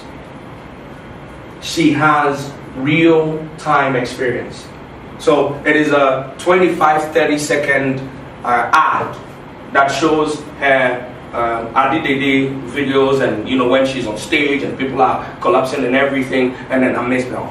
I saw fame way before you did, and I'm better positioned to tell you about it. If you're a content creator, you're a young person in media, I have a course that will walk you through everything I learned so that you don't repeat my mistakes and you make all of the right decisions from the beginning.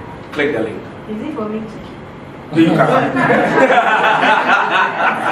That's what this master class is for. It's my own. Easy. Right? It's $15. I have it. I recorded it. Yes, it's $15.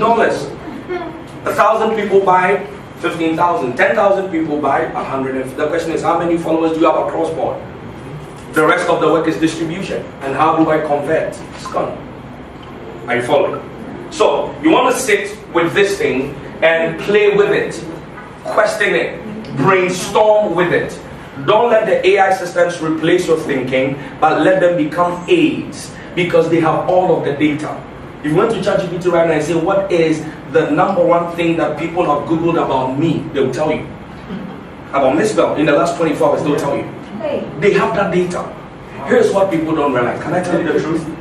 Can I make Juliet feed me to the hair? Can I give you real value? Alright, listen. Google, Facebook. You used to remember the days where they used to tell us they're stealing our data, they're selling it to people. Finally, we have an in to the room.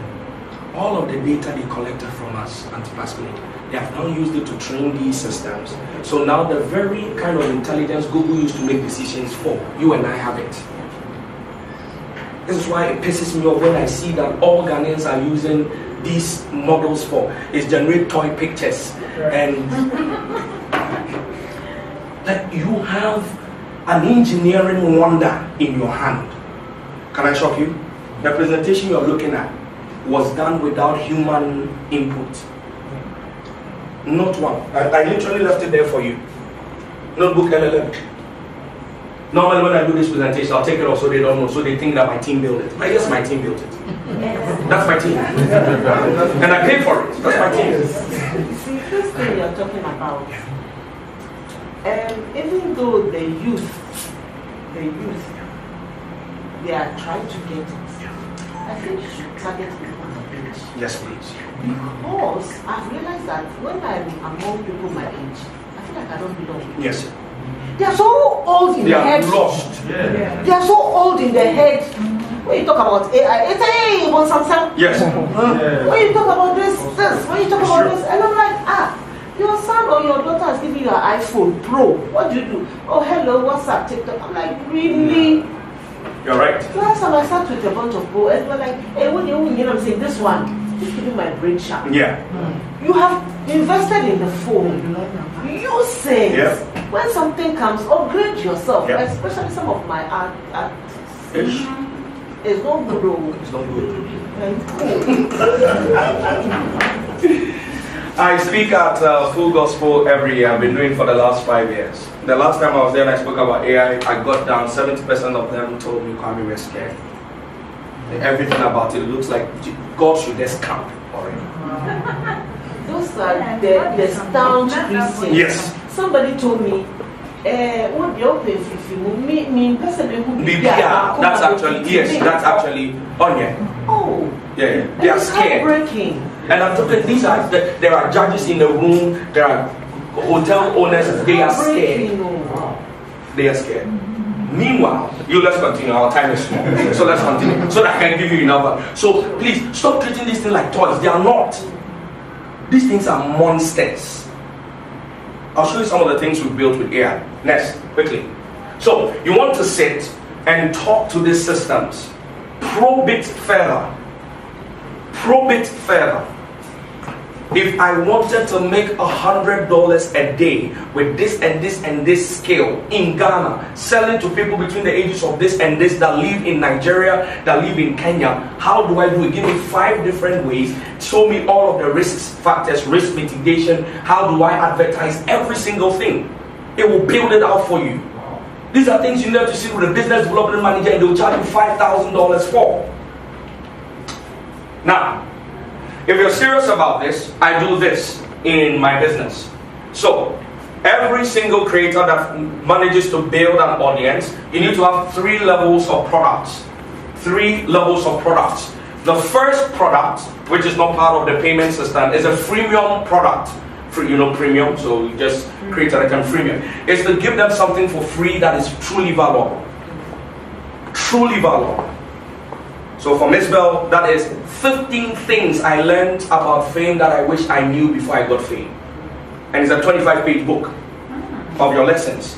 Just record 10 minutes of your experiences, give it to ChatGPT or Claude. We'll write it out for you. And let that be a free product. And then plug it into missbell.com and then run a $100 ad against that. 50,000 eyeballs.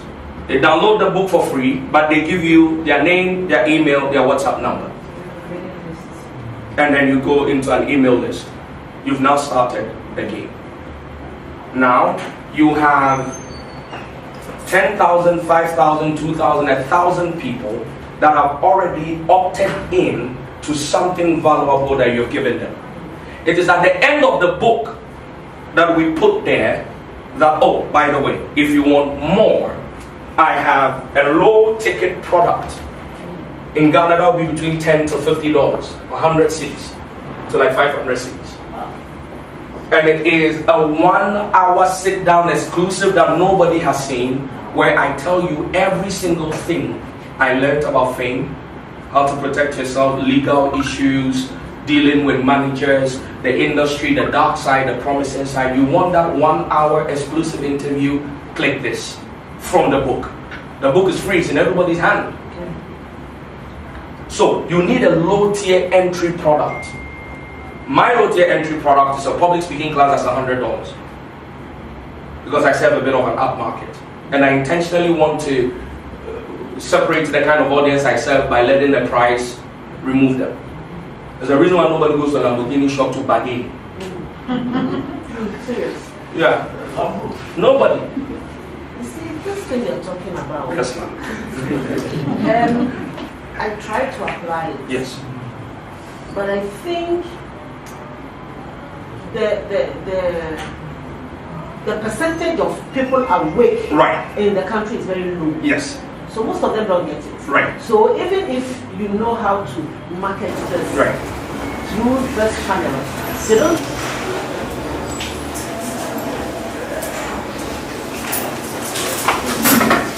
Take your time, don't worry.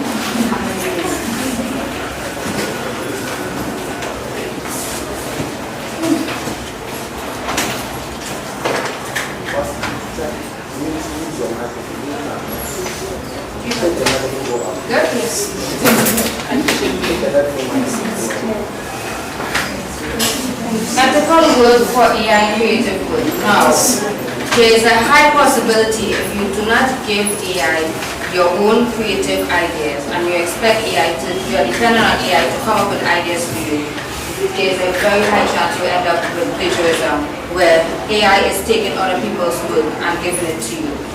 Because AI takes information from all over the internet. So you might think that, oh, this is an original thing that I created using my own personal ChatGPT. No, he stole it from someone and gave it to you because you were too lazy to give it your own ideas. Respect intellectual properties.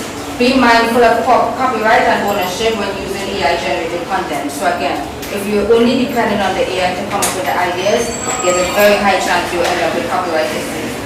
Avoid plagiarism. Ensure AI output is original and does not reproduce work. Always review AI output. Never publish or submit AI-generated content without careful human review. So even when you produce your content, your script or whatever, someone have a look at it, have a read, give you your feedback and stuff like that. Maintain your original creative voice. Use AI as a tool, but ensure the final work reflects your unique perspective. AI should assist you creatively, not replace it. The future of AI in creative industries. AI will continue transforming creative industries. Creators who use AI will be able to experiment more, develop ideas faster, visualize concepts easily, work more efficiently. Creativity plus technology equals new possibilities. So, what's the time? It's 12:37. So, right. So this is done. I'm going to add a bonus AI, which is how to build apps and websites using AI. So you're building prototypes from scratch. Yes, go ahead. So please, my question is, how do you know what AI has provided you the answers? How do you know it's someone's work? So if you ask it to just create something without telling it exactly what it is you want and your own creative imagination, then it's going to create something based on what it sees online. So if you have your creative mind, if I sit down and I come up with a concept or an idea in my head, I can guarantee there's nobody else with that idea. So if I tell the ChatGPT or the thing, this is my idea, this is what I want, and help you refine it and put it into a script, you know it's your own idea. But what you can also do is, you can take your idea and say, ChatGPT or Gemini, help me search online to see if there's any similar concept already available out there. I will tell you, oh, someone wrote a script or wrote a movie based on something very similar, and then you can go and have a look at that person's work and see if it's too close to yours or if their concept is different, so you decide whether to go forward or not. So you use it for research purposes like that. Now, I want to, that be my final message. AI should never replace your creative voice, it should amplify it. Your imagination will always remain the most powerful creative tools. So the reason why the creative industry has been so successful over decades, centuries, is because what is in here cannot be duplicated or replicated. So you are not using AI to think for you, you are thinking for the AI, and the AI is helping you make it seamless. So there's, I think I'm going to need the Wi-Fi for this. Can I get this Wi-Fi? So there's this website called Google Drive. How many of you have heard of Google Drive? When it's just there, familiarity breeds contempt. So part of acting, yes. It breeds words. Okay. So when you want to architect a brand that has value, you need to be intentional. Absolutely intentional. I'm in love. Me too. Right. So we're not thinking Ghana, we're thinking people that need what we have. So you need a low tier offer that brings people in. That's your bottom. That's the bottom of the pyramid. It's a $15 product, it's a $10 product. That's the bottom of the pyramid. That's for somebody like Pascal, directing 101. How to direct a 5 to 10 minute clip, even if you've never been to film school. That's a $15 product. So 1 hour video shoot, where he's just telling you the basics. Understand creativity, understand imagination, understand this, understand that, and that's low tier.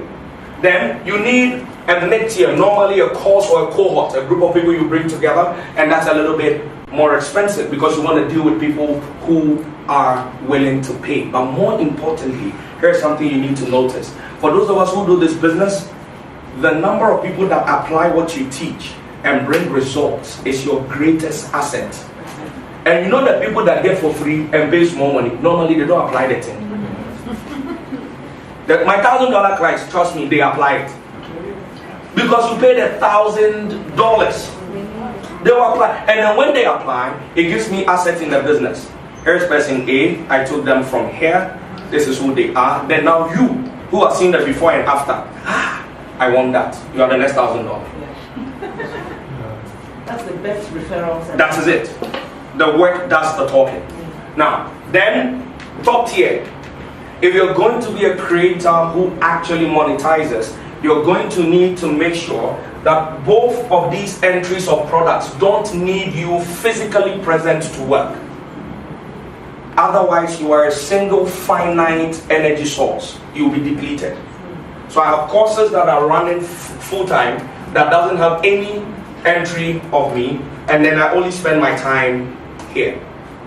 If you want my full presence time, you pay top dollar for that. Please check beforetheheadline.com or .org, one of those. Before the headline. Let me see if I can show it on the screen for you real quick. And then we wrap up in about 15 minutes. I just want to connect the internet and show them something.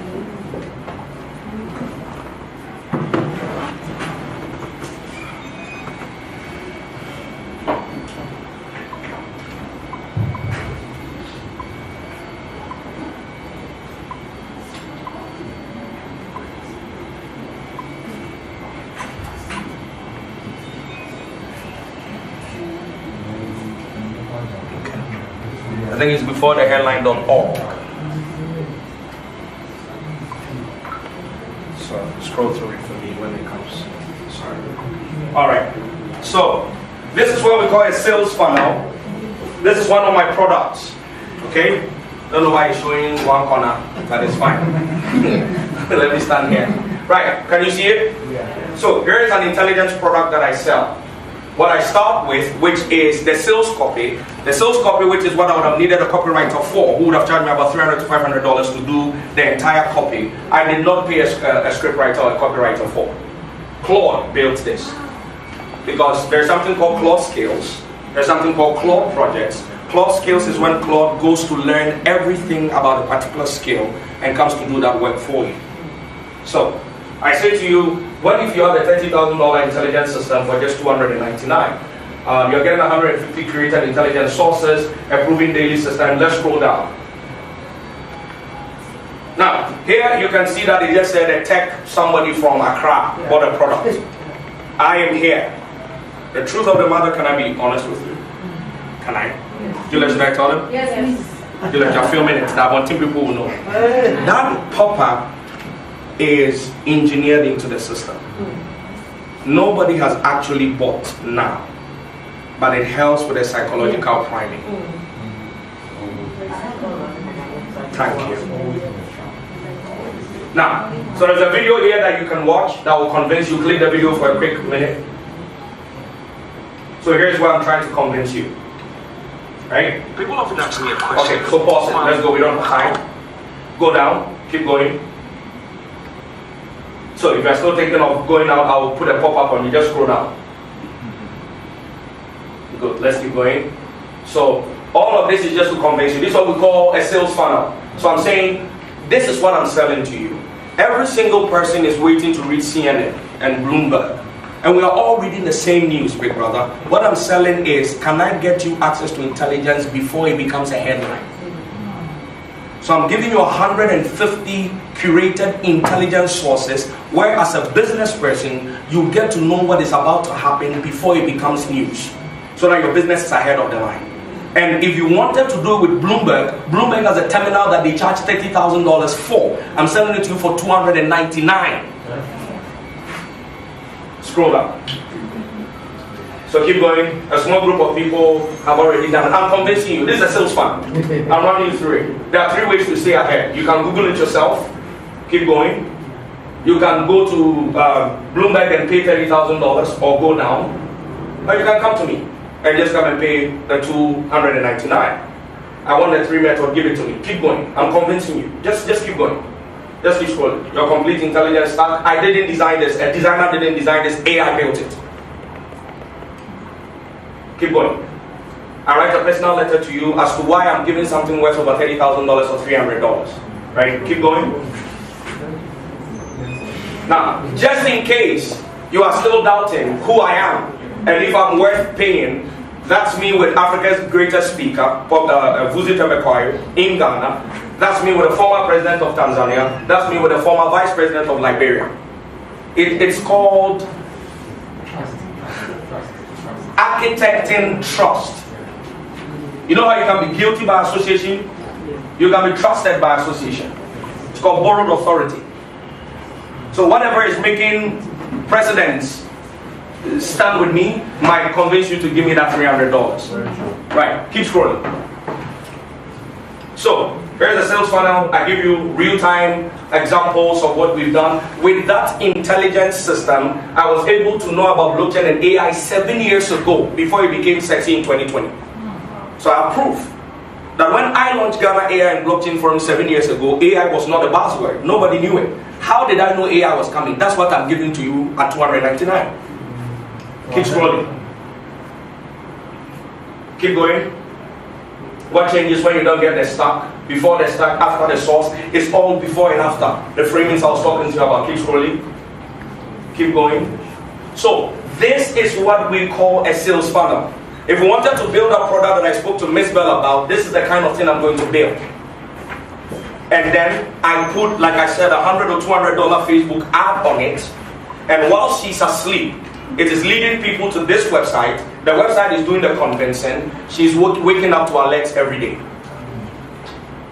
Keep going all the way down. Keep going. Put it all together. I want it. Here are real reactions from leaders. All of this is to convince you to take your $300. It's worth it. Can I purchase mine now? You can. Keep going. Right, all the way. The stack is for you if you're a consultant, if you're this, if you're that. I'm answering every single question. In fact, I get to the place where I tell you, I'll give you a 30-day guaranteed money back if you don't get value from what I'm giving you. That's it. What?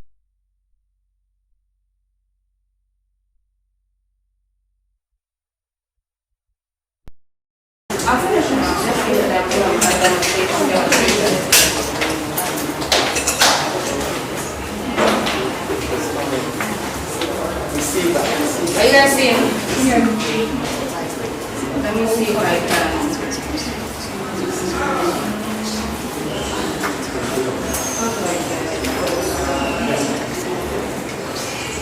Right, so African fashion shop by country, women, men, etc. So this is just based on what we told it initially. This is your idea of, are you seeing what has come up on the screen? So is Google Vibe just like specifically for creating prototypes? There's so many different parts to it, but this one is for the prototypes. So as you guys can see, it has the shop collection, explore countries. So let's just go down and see. Shop by country. So we have Nigeria, Ghana, Kenya, Africa, Ethiopia, Morocco, Senegal, new arrivals. Now these are just placeholder images. So when you actually take this to a developer, they will put the real images. So you see how it built a proper website. Like, do you see all the information that's on here? From just that one form that I used from ChatGPT and I pasted it into the Google Vibe. You see how it was able to do. So let's see. Okay, so for Ghana, we have heritage and style, painting, Ghana. So just so that you guys have an idea of what it is.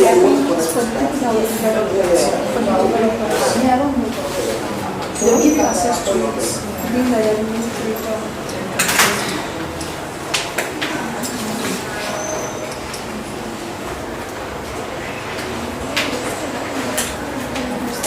Okay, they even have an option to explore designers.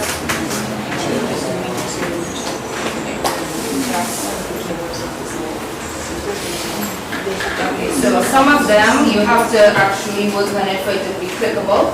So let's say you want to build this out as a pop-out website and you want to take it to a website developer. You then go in and you tweak it.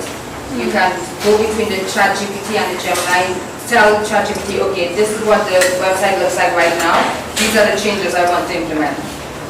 Or for example, if there's something that is not clickable, like right now I can't click on these options, it will take me to the next page. You can tell the ChatGPT, okay, these are the placeholders that I needed to be clickable, so it can take me to the next site, so I can develop the back end and the different parts of the whole website. So, for example, you created a whole about section. We didn't tell it what to put. Yeah. You see how powerful AI is. So this is just so you have an idea. So whether you have a website that you want to build from scratch, you have an app idea, you use Google Vibes, you use the ChatGPT to help you create the prompt, but you have to give it the concept. So you saw when she was telling me her idea, I spoke into the ChatGPT, it created the prompt, and out of that one prompt, I got all of this. So, yeah, that's it for the class. Any questions? Nobody have any questions for me? Yeah? The market is not waiting for you, and it's getting choked. Okay, so let me come up with the longest I've taken it over you.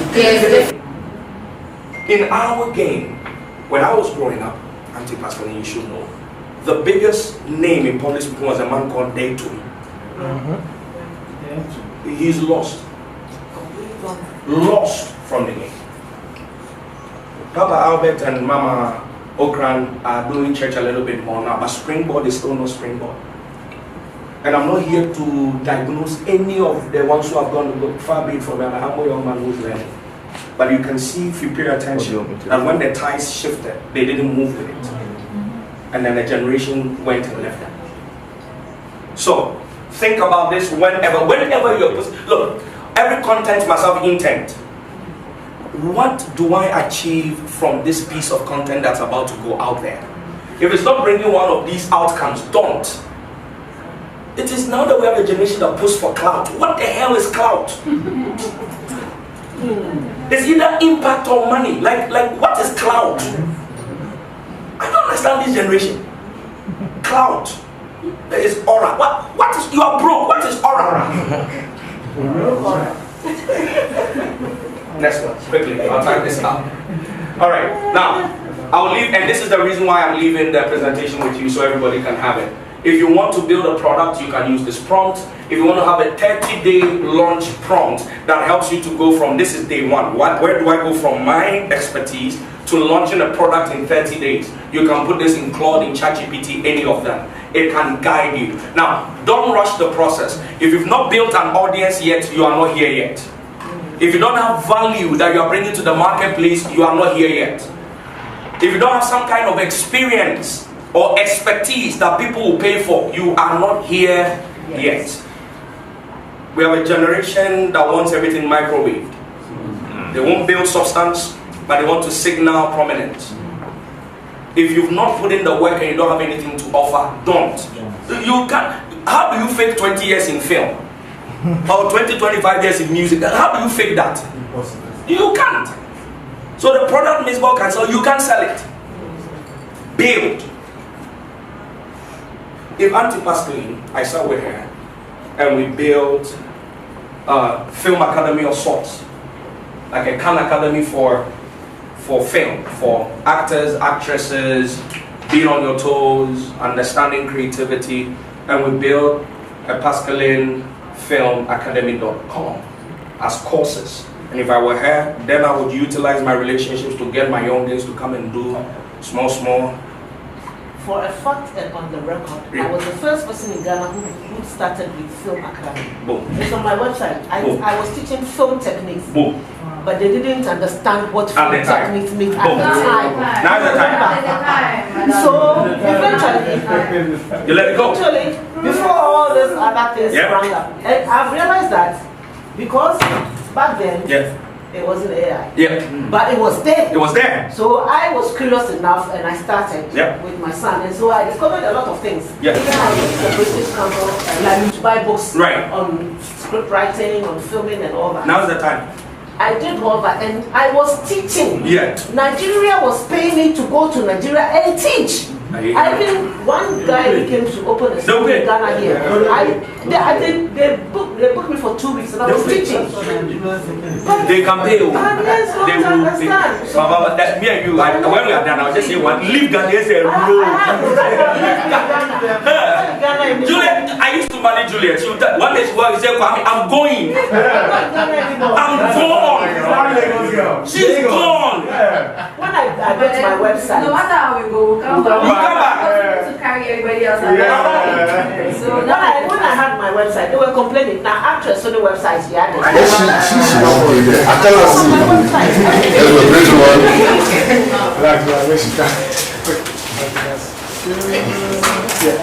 Okay, are you ready?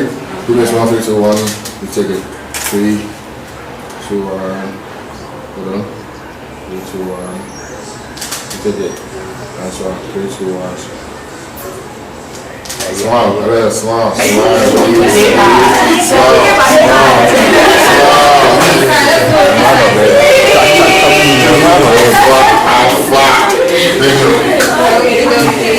Finish with just do your passion stuff like this. So there will be one happening down here and then another one upstairs. It's as simple as that. So, here are final things I want to say to you. Use social media as content pipelines to build your own systems of distribution. This is rented land, email list, and landing pages like the one I showed you, my sales funnel. Those are your own stuff. They are working real time, 24 hours. They are optimized to bring you audiences and bring you lead generations, bring you lead funnel, build lead funnels that brings you leads, that helps you optimize. So always build content on rented land to the end that you are bringing them to your own land. If you're here and you have 100,000 followers on Instagram, but you don't have a 10,000 email list, you are in trouble. Because the day Mark Zuckerberg shuts down his servers, poof, ground zero. Yes, it happens a couple of times. The servers went off. That's why if you hear people like you, please build that WhatsApp group that thousands can follow. Build that Telegram page. WhatsApp is belongs to Mark Zuckerberg. As well. But at least you have. What I do with my WhatsApp group is I collect the data at the back end. I collect the data at the back end. But talk to me. I have a WhatsApp broadcast list. Yes. Almost 5,000. That's money. Yeah, recently I realized that when I'm sending broadcasts, WhatsApp is asking me to pay. Okay, that's money. But I build the audience. And so it's money for you. But now they're going to charge you for that amount. So now the question is, how is it that they are charging you for having 5,000 people, but you have not made money off those 5,000 people? That's what I'm asking. Yeah? My own audience. That's money for you. That's money for you. They are charging me to send messages to my own content. Yeah? It's allowed? It's allowed. It's a platform. Is it that or you pack your people? Whether you hang on the roof, they are taking their. That's it. So now you need to ask yourself, how am I monetizing 5,000 people? Yes. Always think about revenue. Yes, sir. Revenue. All right. Final slide. My time is up. So the way it works is you build your pascalinvest.com, your website, and then I told you the freemium. You give them a free resource, and then an email follows because now you've collected their email, and then you make them an offer. Offering is how you eat. Making offers is how you eat. Since I've been here, I've made about 4 offers. None of you have paid attention yet, but it's in there. Told you about my public speaking 101. Miss Bell said, do you train kids? I've made about 4 offers already. Offers is how you eat. Make offers. Final slide, I think. Now, here's where the magic happens with AI. If I didn't give you this, I will hurt you. Take your ChatGPT, record 10 minutes, 5 minutes, 3 minutes of your thoughts on anything, and give this prompt to it. It can take that voice note, turn it into a LinkedIn page, a LinkedIn post, a Twitter thread, an email newsletter, an IG caption, and a short form script for you to record a video. Use these platforms. Let them work for you. All right? Final one, I guess. Now, here are a few problems you might find on your way. Oftentimes, you might be overthinking the product. Will they buy, will they not buy? Let the market decide. Ship it. And then look at the feedback from the market and optimize. Do you remember the first view of Facebook that we had? That mechanical box. It was a mess. But they launched V1. This is why apps are updating every single 24, 48 hours. Ship. The overthinking doesn't help anybody. Number 2, underpricing. Am I underpricing? Is it too much? Price based on the problem's cost. What are people willing to pay to solve this problem? That's where you price. How much would somebody be willing to pay so that their communication is effective, so that they get the promotion they need in the bank? That's how I charge my one-on-one. I'm not looking at your pocket. It's the problem I'm solving. When cancer, I told you, when someone says $30,000 for cancer surgery, you don't bargain. Because the problem is not something to, do you understand? Never launching. This is the problem. Go to your audience and say, by the end of May, I'll be launching a course, and let that hold you responsible. Otherwise, some of us, right before the day, we will start panicking. Oh my God, Ghanaians will, and then you will launch. And then finally, stop posting content without any call to action. How has the full video played? And I don't have at the end of the video your website that says follow my YouTube for more, check the website out, download my free ebook. How? So always make sure your content has a call to action, a CTA. Is there any more? And so this is everything I presented to you. Audience intelligence, how you make your offers, how you build products, how you use 30 days to launch, how you can make more content out there, and all of this will be sitting in the AI system that helps you to build. My name is Kwame Ebuku. Thank you so much.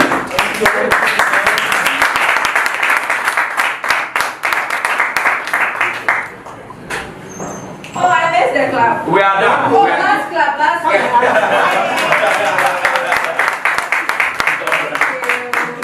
Thank you. So we are doing a group photo. Yeah, please, I will sit Just down. here. Okay.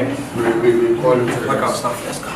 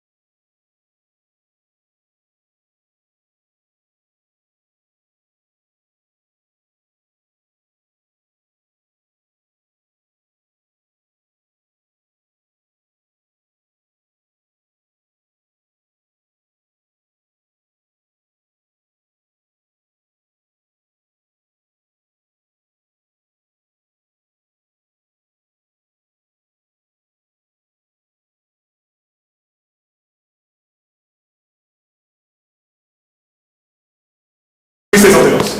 Yeah, it's fine. Okay. I should try one.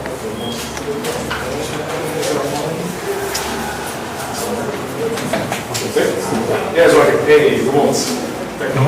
Technology. Okay, so I just want to quickly introduce myself. Again, my name is Pastor Aka. I'm a film director and I've been directing for 20 years. 7 years I've directed in Canada and 14 years I've been here in GH. As a director. I went back and forth directing between music videos and movies, but for the past 8 years I retired from music videos and I've been making movies ever since. And I'm also an actor as well, so today we'll be talking about acting, the business of acting, and I'll be giving you some secrets that directors won't tell you, but because I'm a director and an actor, you can't even you're far too kind. Okay, so a little bit more about me. When I was 16, I wanted to become an actor, and I told my parents I wanted to be an actor. And then my father convinced me to use my education to pursue filmmaking. So I went to Canada and I got my degree in film studies. And my second year I started directing. And it was a genius idea because as I'm directing movies, I can also do anything else. I can still act, which I do.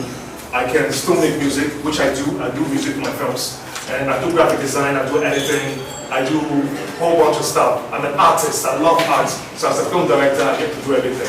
But today we're going to talk about the business of acting. So let's begin. Bill? Okay. So before I even talk, I want to get to know who is here. Okay? That way I know how to speak and create this little thing. So we'll start with Living Dream. Hi. Excuse me. Hi. I think each person, the thing was small group, we'll each introduce ourselves. Let me get to know exactly what you are, what you're going to be doing, especially when it comes to acting. Okay? Please introduce yourself. Okay, so my name is Charlotte. Charlotte. Yes, I'm an actress and an entrepreneur. Okay, great. Okay, what are your plans? My plan is to be a director and an editor. Okay. You should have been to my masterclass, my film masterclass last week. But anyways, that's good. Yes, right. I'm so glad to be here. Nice. Yes, I'm Rosemary Brown. I'm a street helper and actress. I help in the street. I solve your money in the street. Okay. And a young actress. Nice, thank you. Please. I'm Sylvia. I'm a supervisor for the NGO, and I'm new into acting. This is my first time. So, Great, okay. Thank you. Bunbenheng, actor, and I'm Mary Sapage. I'm a photographer. Nice. Okay. In relation to acting, what are your plans with acting? Yeah, I hope to become a director. Director, but acting is not home. Oh, Okay, don't worry, let's assume. yeah, I'm Karen. I'm Musa. Okay, but you're interested in moving forward? Yeah. Excuse me, please. Sorry, not to cut you off, sorry. I know some people said we're here for basics of acting, how to start acting. So you are your basics, and please go upstairs, sorry, I said that earlier. This one is the business when you have entered. So if you want the basics, please go upstairs. Okay. Okay. Alright. Yeah? Alright, so, in that case, I'm going to you. Yeah, after. Yes. Okay. So please, I'm an upcoming content creator. Okay, great. Yes, and I love directing. Like I used to work as a production manager, obviously the marketing field and producing TVCs for clients and brands. But I'm interested in film directing and acting. Okay, cool. So who's next? So my name is Stella. I'm a student. Okay. Okay. So I'm going to be great at script writing and acting. Okay, nice. I'm Sarah. I'm a photographer. Okay. Are you shy behind the camera or in front of the camera? Either way, we'll talk about the business, very important.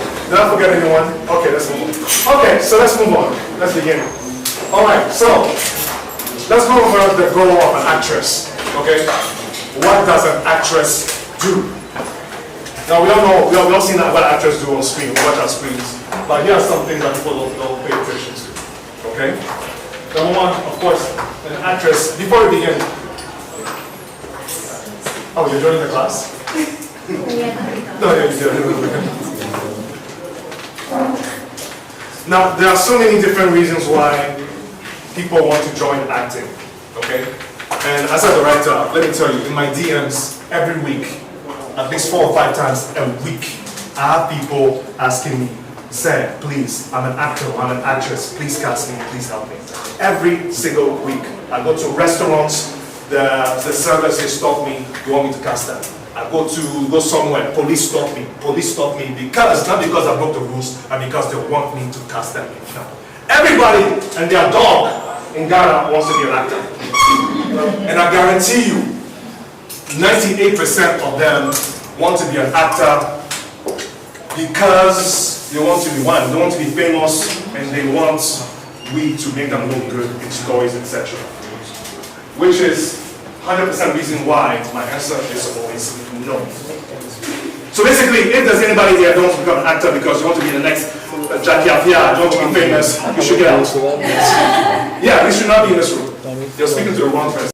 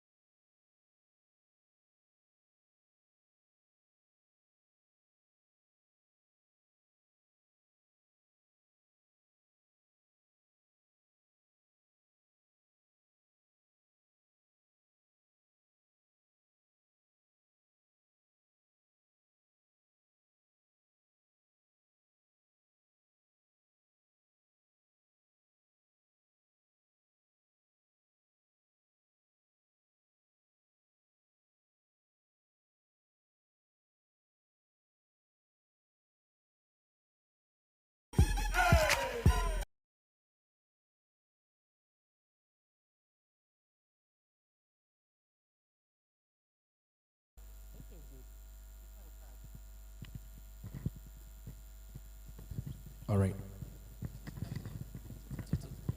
Okay, so I'm here with Kwame Opoku. Hello, Yes. Kwame. Hi. Good afternoon, and how are you doing? Good afternoon. I'm doing amazing, and you? Very well, thank you. Amazing. Tell us why you're here today. So I'm here to support Juliet Ibrahim. Amazing thing that she's doing. These evolution workshops, absolutely outstanding, and she needs all the support she can get. And secondly, of course, I'm facilitating an AI masterclass on the sovereign creator, how you can use AI for monetization in content. So that's basically why I'm here. Okay, you mentioned AI Yes. governance. Okay, so what impact does it give to the young generation coming up who are interested in AI? Because now AI is the ish, and moving forward to the years to come, it's going to be an artificial intelligence world. Yeah. And the young people out there are very skeptical and mind blown about it. Right. So what advice would you give to them concerning AI? Because some of them also misuse it just because it's much easier and flexible, so they're not able to think properly. Right. They're only based on AI. Right. Yeah. Right. So here is the middle ground. Number one, learn. Apply yourself. Look at how the systems work.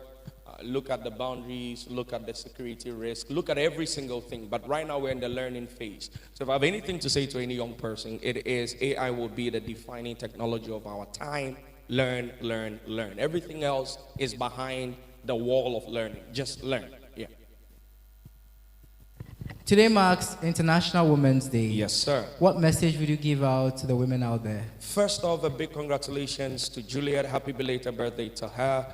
A lot of the times, birthdays are for personal celebration. She decided to extend it she decided to extend it way beyond herself and to use it as an avenue to help other young women, and that's phenomenal. And to all the women, our world goes around because of you. Keep being phenomenal, keep being amazing. We love you, we honor you, we respect you. Happy International Women's Day. Cheers, everyone. Thank you very much. Have a nice day, Kwame.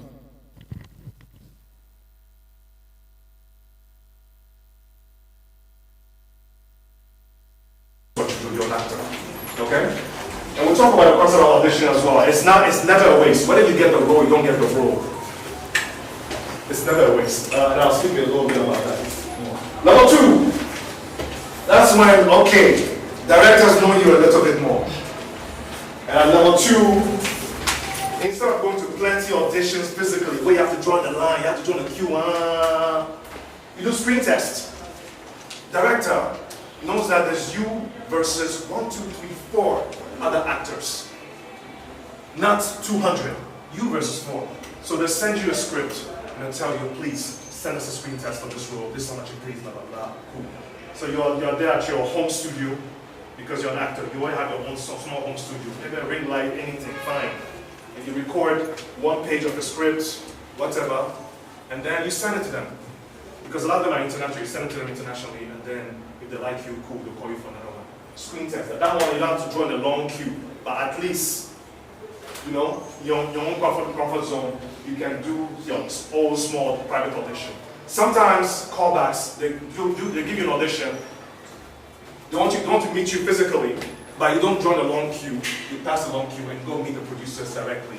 And then, and this me too as well. Like it's been a long time since I joined a long queue for an audition. At this point, as soon as I show up, that's kind of say, I bypass. Okay, but my own is a little bit different because I'm also a director. They also allow me to go. But you get the point. You get a bit more offers.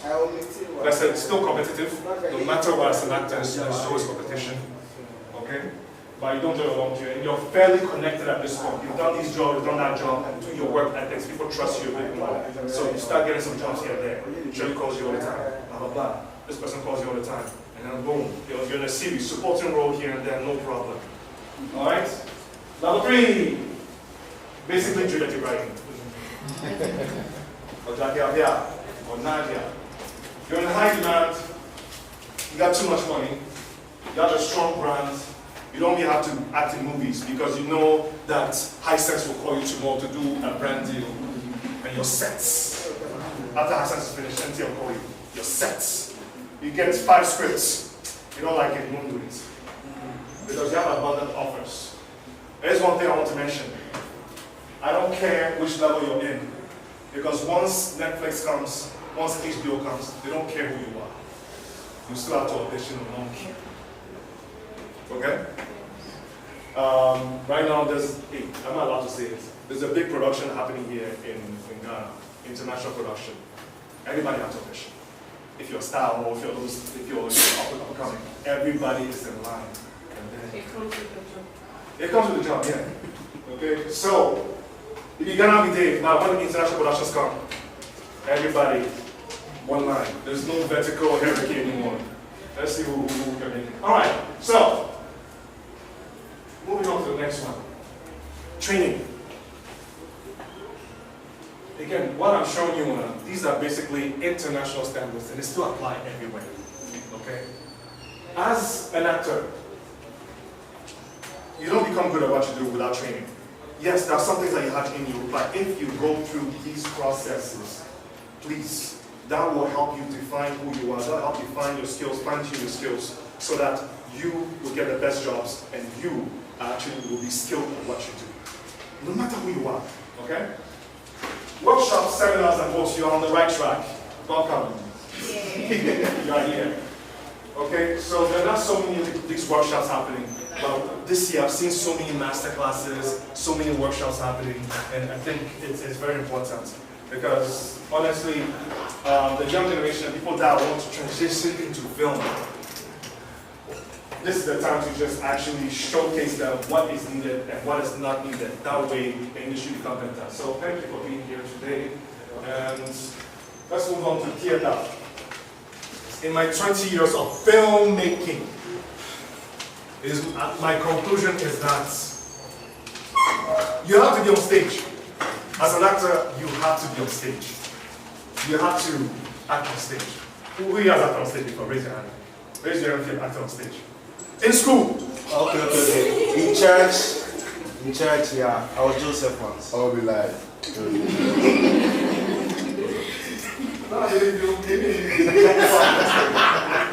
Now, the reason why I believe that stage makes a big difference, because on stage, you cannot fake the discipline. You can't fake discipline when you're on stage, because there's no, oh, I don't know about last. You're on stage. 400 people are sitting there looking at you. You can't fake. Okay? You can't say, oh, what time? Oh, it's 7 o'clock. What time you pass through? Massa! 7 o'clock is when the show starts. You understand? So rehearsals, showing up on rehearsals, and, acting to the top level as much as possible, projecting high, voice training, all those things come in the theater training, and every actor needs it. I respect actors that act on stage and transition to film more than people that just do film alone. Adetiana still acts on stage today. Adetiana has been acting on film for so many years, but he still goes to the stage. Why? It's to reset his discipline as an actor. Denzel Washington, still one of the greatest actors in the world because he still goes on stage. He even said it, I'm a stage actor who does film, not the other way around. You understand? So when it comes to acting performance, the stage is the real thing. I hate to say this, I'm a film guy, but I hate to say this, as an actor, the stage is the real discipline of acting. So if you want to be the best actor in the world, go on stage. That's it. Okay. Monologues. Now, this one's more controversial. Monologues are, what are monologues? Monologues are basically any script that you can find where a character is speaking for like a whole paragraph. Let's say 1 minute or so. You do that, you record it, and you post it. So many actors DM me, I'm an actor, blah, blah, blah. But there's some other actors DM me, blah, blah, blah, I'm an actor, blah, blah, blah, check out my monologue. At least you're not faking. At least you're showing me that, okay, you've done something. But here's the difference. I'm a music video director, also I'm a film director. As a music video director, I get artists say, hey Pascal, I'm an artist, I'll shoot my video. I'll click on the profile and I'll see music. Okay, you have plenty underground music, you're not lying. But as for the actors, I'm an actor, please help me. You click on the profile, you see Southeast. You see them at restaurants. You're not an actor. Block. Done. You're lying. You're faking. Okay? So, if you are serious as an actor, and I've seen some people in my DMs show me how serious they are, at least you have monologues on your pages, on your social media pages, that showcase your skills. Right now, there's this acting game that people are posting. I've seen Anthony Wood. You guys know Anthony Wood? Yeah. Raise your hand if you know Anthony Wood. Okay. Yeah, Anthony Wood, like, he pinned it because it actually went viral. Okay? It's a game where, like, he says the word no. He keeps saying the word no, no, no. And as he's saying no, no, he transitions from being angry to being happy to starting crying to boom. He did it so well and he pinned it. It went viral. Up to now, he gets jobs everywhere in Nigeria. Good. So basically, monologues is a good way to practice, a good way to showcase your skills to directors. When you deal with directors, at least send them something to showcase what you can do. Even if they ignore you, at least you're practicing. And I know for a fact, the more you practice, the more you do what you do, there's no way that the God, universe, the angels of acting business will not help you to where you need to go. Simple. I'll tell you a bit of my acting story when this one's small. Next one, educate and read. Know about the industry. Like, if you want to be part of the Ghana film industry, you should know what's going on in the Ghana film industry, period. Okay? So you can't just be part of a business where you don't know what's going on in the business at all. So please, always be abreast with the industry. No matter what you want to do, as a filmmaker, actor, you have to know what's going on. And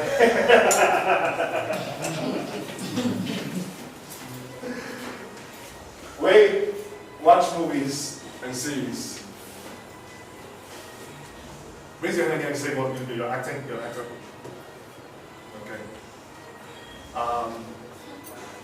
I won't put anyone on the spot, but like, if you're acting, you want to act in the Ghana film industry, you should watch films in the Ghana film industry. That's what I'm trying to say.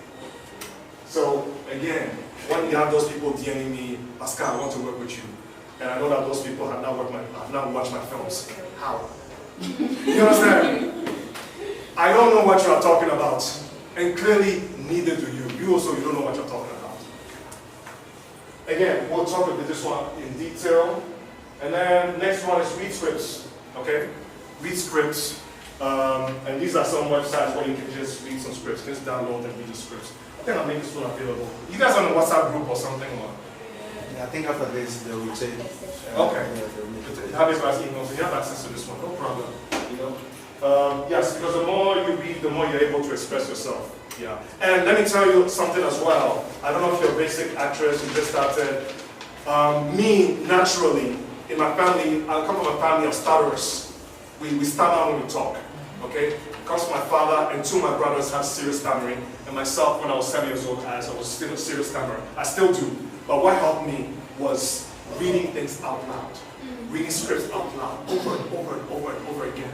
And through that, I became, very, very comfortable speaking in public, comfortable acting on stage. My slightly they come small. Come on. So people that knew me growing up, they're always surprised when I was speaking in public. So yes, always speak, express yourself. Next one. Okay, I want to talk about some things in detail before we move on. Now,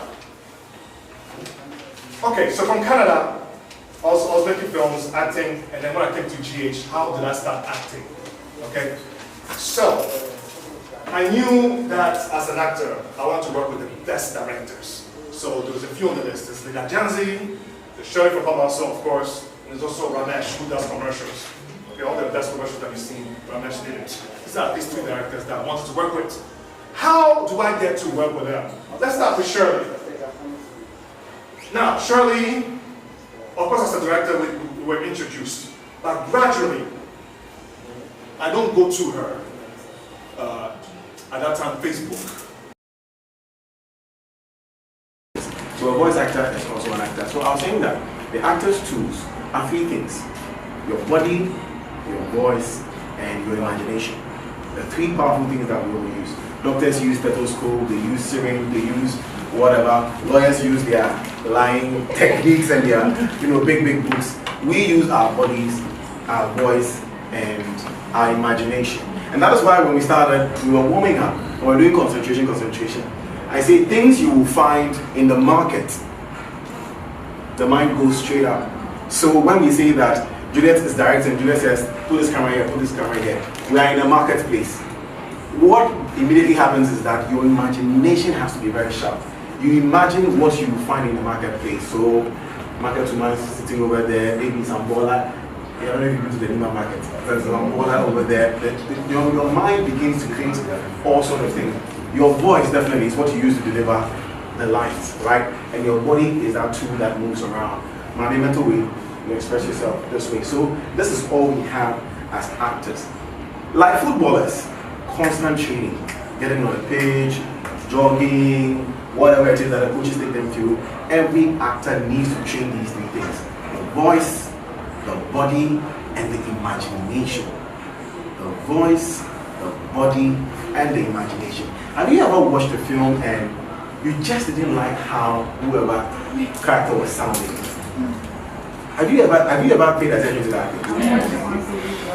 You're watching right now. Personal interest. I think I've seen it. I've seen it. I expected you to have a deeper. He doesn't look it. The voice. Does it deter you from the? I've stopped, so I've moved on to the mentalist. Wow. And the mentalist sounds so good, right? The actor, yes. It reminds me of what you call Sherlock Holmes. It's different, but it's right. So I've had mentalist today. I've had Northerners. I'm putting all down. I'm going to watch them. So a lot of actors in this part of the world, let's be honest, and Juliet is here, you know, as we're all learning. A lot of actors, as I observe as well, coming up, don't train these three things. I think we think that because our voice is our voice, we will sound the same way in every project. I mean, what are you going to do to your voice? But elsewhere in the world, you hear, I don't even know Daniel Day-Lewis. Who knows Daniel Day-Lewis? Okay. I don't know who to use the example to use. Because I didn't bring videos. Samuel L. Jackson. Denzel Washington. Do you know these people? Yeah. Yes. You watch them in one movie, they sound this way, the next movie. I think the Caucasians do better than us. Yes, they do, yeah. Because sometimes, I don't recognize Johnny Depp.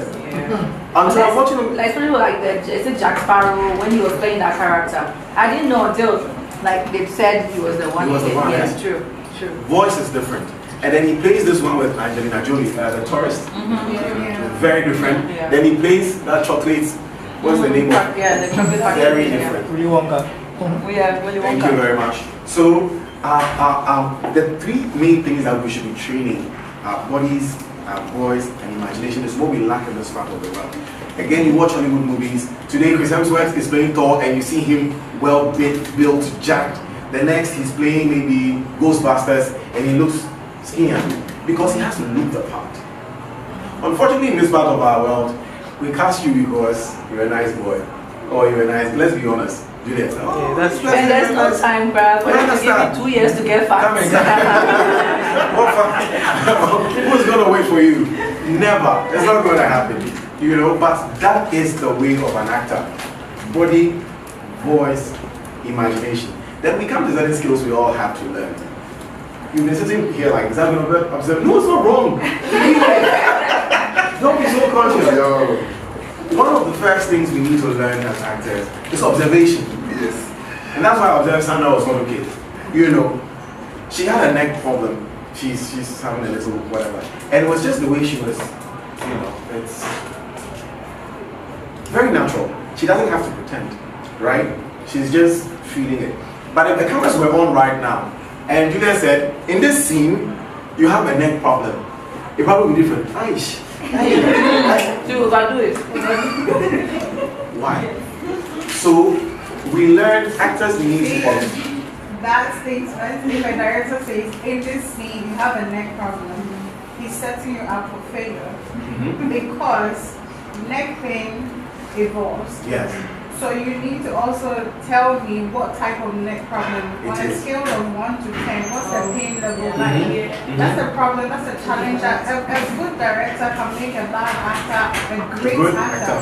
And vice versa. Like a great actor can be made a terrible actor by a bad director. So you can't just give what you call it. You can just give the narrative out. This is it. You need to let the actor understand what you mean. Like they will give you a script and say, oh, I remember just about some few months ago, I got a script and the director says, oh Sandra, I want you to just come and act like yourself. I said, what does that mean? What does that mean? And then he says, slavery. I said, oh, I don't slavery. Send me his number. What did you ask me? What did you say? I'll send people to him. I understand what you're saying perfectly, Sandra, but what I've also come to learn, that most directors do in this part of our world also. For instance, Juliet might get a script. Juliet gets a script writer to write a script. She loves the story and everything. You see, as actors, we are also interpreters of the script. We're interpreting the script. So sometimes a director might want an extreme form of whatever, but the way you interpret it could It's different. Okay, I think I like it this way. Why don't you? You understand what I'm saying? Yeah, but that's after you've read the script and understood your character. Yes, okay. And sometimes even when you understand the character, because maybe the scene before that, maybe the accident wasn't as severe. Let's just be kind of accident. But the director insists that this is how I want it to look like. So do it like that. And you see, when you persist, then you become a problematic actor. So then you just do what the director wants and go. I'm the type of actor that when I'm on set, if I have a rapport with her, even if I don't have it, there's always you have a rapport with some crew member on the set. So I'll go and talk to you and be like, can you tell the director that if I don't know the director. Because I'm very particular about what I'm putting out there. And that is as good as your last job. You understand? So it's everything. Even though you would learn all of that, you would wish that everything will work. And it's not just in Africa. I have to be honest with you. You know Marlon Brando? One of the greatest actors to work this head. Marlon Brando, Godfather. The guy who did Godfather. He was despised in Hollywood because of what you're saying. Marlon Brando is such, if you watch the Godfather series, you will understand what we're talking about. The gentleman was flawless. He was like a god on screen. And he knew better than directors and a lot of, he insisted. He will make sure that whatever it is that we're interpreting makes sense. It's believable, like we said. Because, like you said, he's as good as his last job. A director is telling you to do something, and the conversation has switched right now from acting to, but a director is telling you to do something, you know that, I will look, you discuss it. We discuss it, but like you said, in this part of our world, we don't talk because you don't want the director to hate you. You want her or him to be able to call you for your next job. But Honestly, I don't care about that. Because I already know that it's not professional, so I probably in my mind. No, but the thing is, with me, I've had an issue like that before. What I did was, my face, I can't lie, I can't pretend. So I told him, I said, what do you want me to do? You see it on the camera that I'm faking it. Yes. It won't be real. Yeah. So I had to tell him. And when we did it, he saw it like 3 times. That was easy. He saw it like 3 times. So the first time he said, okay, do what you want to do. And it came out good. Because I can't pretend my face. You see it on my face. You understand? And I told him, you see it. And he saw it on the camera. But when he finally said, okay, do what you want to do, he liked it. And he just said, okay, just tweak it a little bit like this. Which is, sometimes the one is like, I know what I do. Yes. But you need to do it in a way not too rude, because also that's their field. Yeah. Just do it in a nice way where it doesn't disrespect them too. And always before you get on set, you can pull them aside and talk to them. Not everybody. That's disrespectful. It's like you're coming on my set to disrespect me. Tell me what to do. I love that we're all chipping in because we're all learning. And I always liken what we do to football games all the time because there is a coach. And that's why Ronaldo has problems with so many of his coaches. Because he's good, just one knows he's good. And sometimes what the coach is telling him to do, it's not good. But that's another day conversation. And how to meander your way through such incidents. But for actors, the basics that we need to learn is observation. You need to observe life, how people behave naturally in real life, how you behave in real life. I love the way you're sitting. Very, how do you call it? Demure. Very real life. But as soon as cameras come on, you realize that you become very conscious. You're thinking, oh, where do this try to do that? No.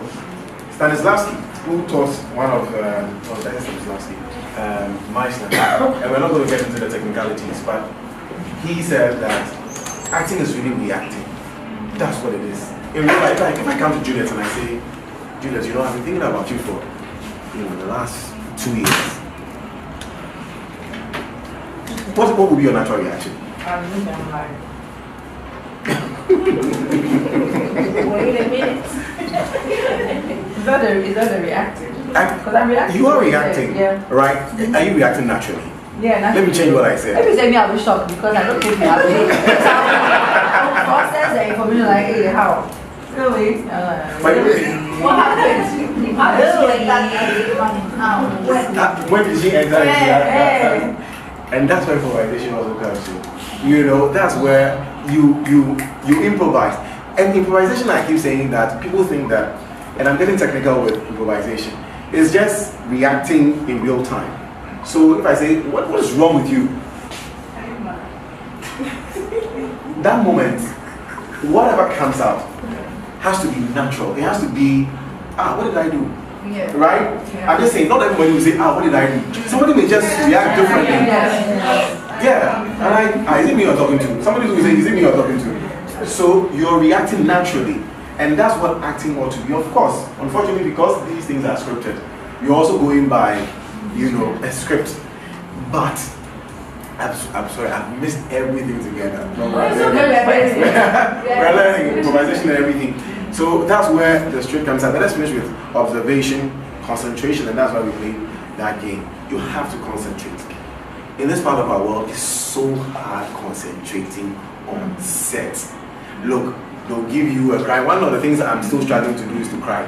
The tears, I will get the glassy eyes for it to drop. God have mercy.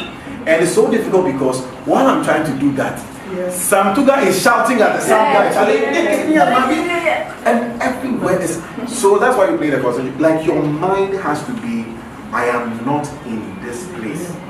I am this character. This is me.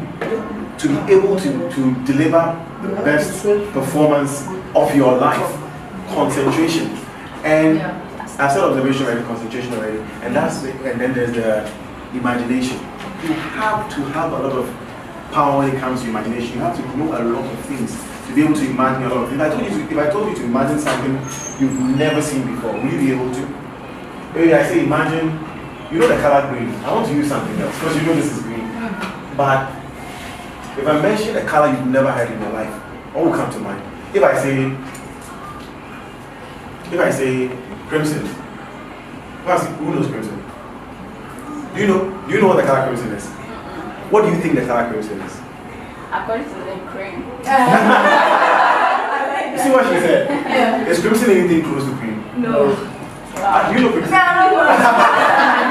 I wanted to hear it too. It's close to red. It's close to red. Yes. Crimson is almost like red.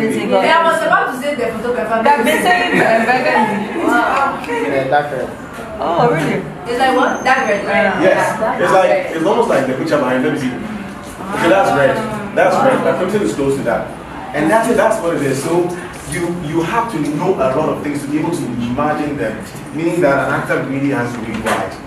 How many of you have books on acting? 5 minutes. 15. Hey, my time is almost up. How many of you have read books on acting? Sandra, those who want to be actors, do you have any books on acting at all? Now we can go online. Just learn about So many resources. So many resources. Since I have 15 minutes. Yes, AI. And we have learned a lot with the AI as well. Since we have 15 minutes, Yes, we go to our old school.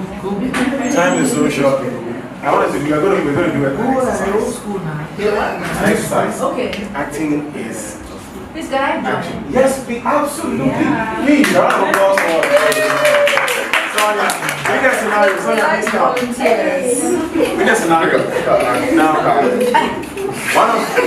one of my biggest, and maybe I'll leave you this. I'll leave you with this. One of my biggest problems when it comes to acting in this part of our world is the fact that we don't really spend time building our characters. We do not. Sometimes you get a script, somebody will call you and say, Charlie, what did you do on Friday? I guess on script you Charlie, read fast for people. What time are you going to really understand the character you're going to play? You know, so sometimes we just wing it. We all wing it. We just find a way. Charlie, I'm good at this. Let me just go and do it. But character building is so essential for every actor. Meaning that you have to know the character's backstory. If the script does not give you one, you discuss with the director, who is this person? Who is she? Is she a loud or quiet? Is she a fearful person or very bold? You ask all these questions to create that personality, that character in your mind. And when it comes to what we do, every character has 4 things. I will try to say 3 things. Number 1, who is the character? 2, what do they want? Because every character wants something. Go back to any movie you've ever watched in your life. From the villain to the protagonist, to everybody's looking for something. And something is always in someone's way. So in our typical African movies, you have the king and he has to choose between 2 women. That's what he wants. Or what's getting in his way? Maybe his father doesn't want him to be with this particular person. So there's always that. So who am I? What do I want?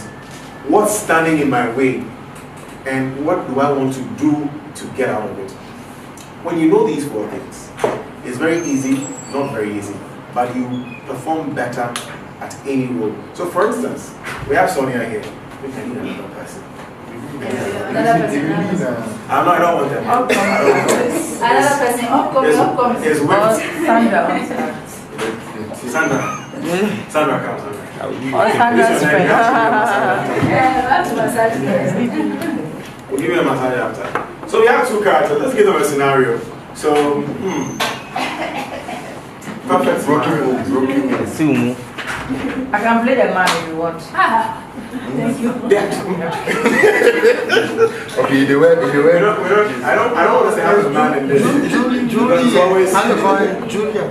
I have our own character, Julia, as a man. Our minds are always romantic, but I want a scenario where should it be a corporate setting?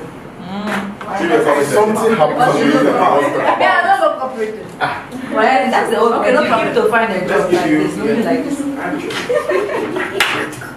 So that's your half sister.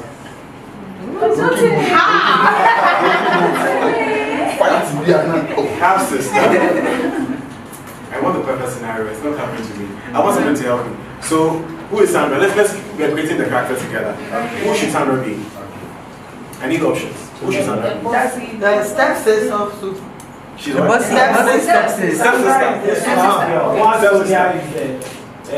Sanctimonious yet pretending kind. So Sonia is a snake and a grass. Yes. And she's from her looks, people think she's wild, but they are not beautiful. Why are they? What does okay? So they're by their sisters. Very good. Okay. What does Sandra want? Nice one. Sandra wants to be a come forward, so we can see you. What you see is not actually what you get. Okay. She's not. Then Sonia wants to please people. Okay. She's a people pleaser, so she's trying to make a rare character. Okay. So what's my real character? Your real character is that you are more bad. You are right.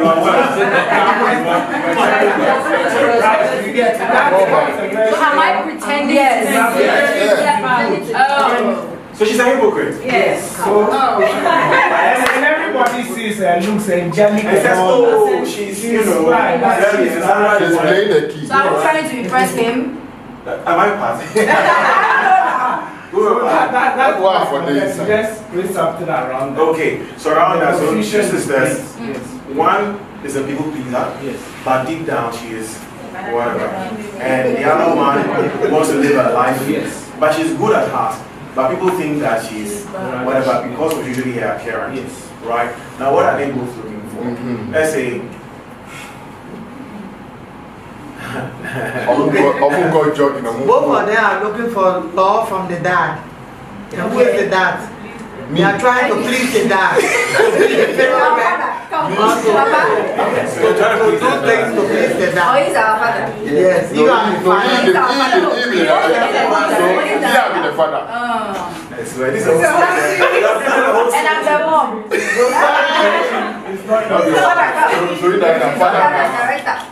Father,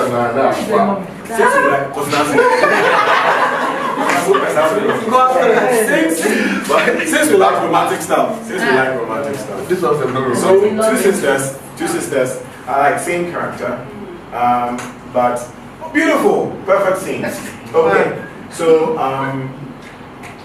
this is what's gonna happen. Or they can try to please a guy. That's what we're gonna do. So your sisters, you like each other, right? And Sandra sees, I want a guy now. Yeah. No. I want a guy.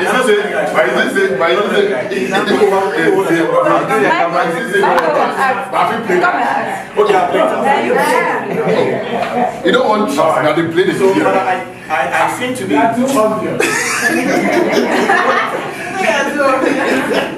I seem to be interested in. So Sandra likes me. She told her sister, and sister knows that she's crazy about this guy and all that. But for some reason, the guy took interest in Sonia Ibrahim.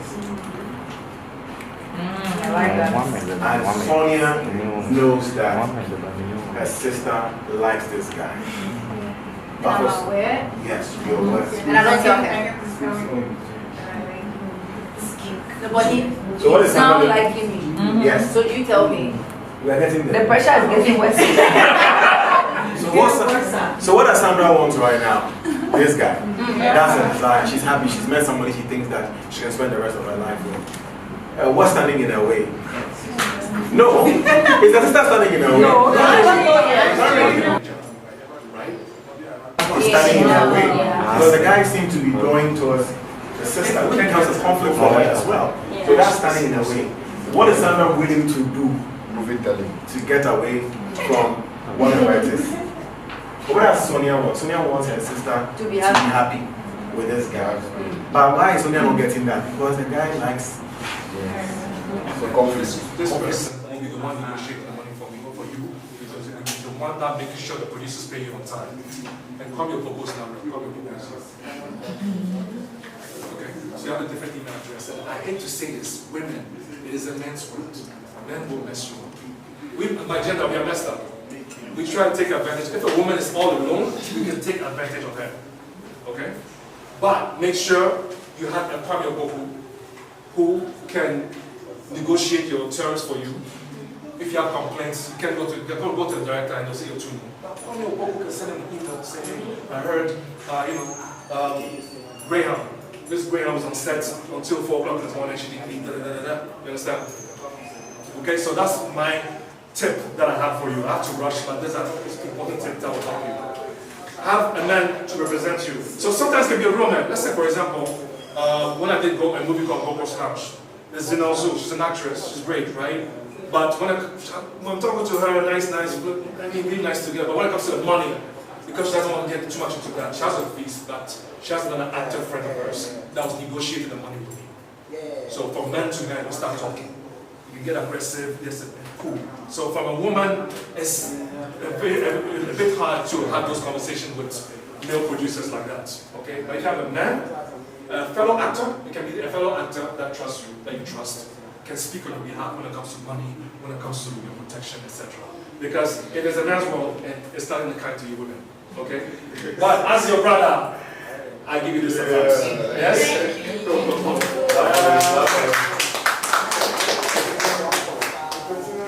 Yeah, I spoke about these things already. Okay, Funmi Network. Please, any film events, attend the movie premieres, go to award shows, when you audition, when you're on set, when you go to film festivals or workshops, network. Get to know people, that's how you get jobs, people. Okay? And then your photo shoots that I'll talk about, I beg. How many people did Independence Day photo shoots? You missed out. Whatever there's, even as small, when, what's it called? Fugu, yeah. Who did a photo shoot with Fugu? You see, these are campaigns that you should be doing all the time. all the time to actually build your brand all the time. Okay? Yes, so let's talk about the risk. I spoke about the money issue as well. You can get rejected, and it's normal. It's part of the actor's job. And remember, whenever you get rejected, it's redirection. Okay? And whenever you go to audition, whether you get the job or you don't get the job, at least you are there, you saw your face, and then it will get you ready for the next job. Alright. Scams, I don't see scams happening. Plenty works. This one's not nice. That's why you need quite your book. Okay? Sometimes you work on a project and you don't have access to it. They never release it, and they don't give you your scenes. You need to have all your scenes for your film so that you put it together, edit them together, and then send it to another director so that you can see all your works. Okay? Exploitation, yes, I'll talk about unfair contracts and money. How your book will help you. Body image pressure, I think that one is gone. Before people were saying, oh, they only cast fair girls, then you're worried. Check out just a big star, who cares? You know? So dark skin, light skin, it doesn't matter. Verbal sexual harassment, I'm sorry, you guys already know this one. But it's a bit less now. Because me, I joined the industry when it was dying. Because there were actresses giving me keys to their hotels so that I cast them and things like that. Right now, I think things have died down. And those things are not there as much. Okay? But I'm saying that risk that you should expect and should be ready for. You should have defenses for all these things. And then career stagnation, which you're not ready, you should have a side job, mental health issues. Okay? So same thing. And we are done. Okay?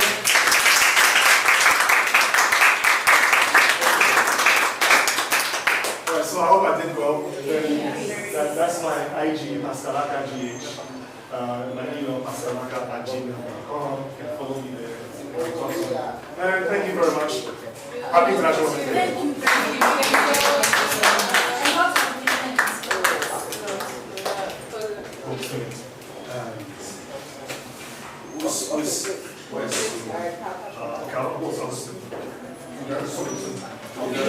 If anyone has any questions. Okay, so if you have questions, if anyone has questions, you can do them. Yeah, no.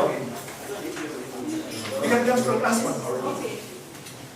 It's about, there are some famous actors. I will not mention them.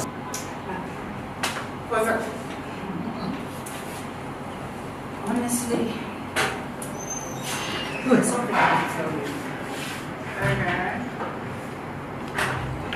Just know that it's not intentional. Okay? I don't want you to think that all of this was planned. I didn't plan it. I didn't even know that it was going to happen. Okay. Can you just go straight to the point? Because at this point, Okay. So, you remember the other day when we went to that the one in Osu, and then we were with Kofi and we were all out.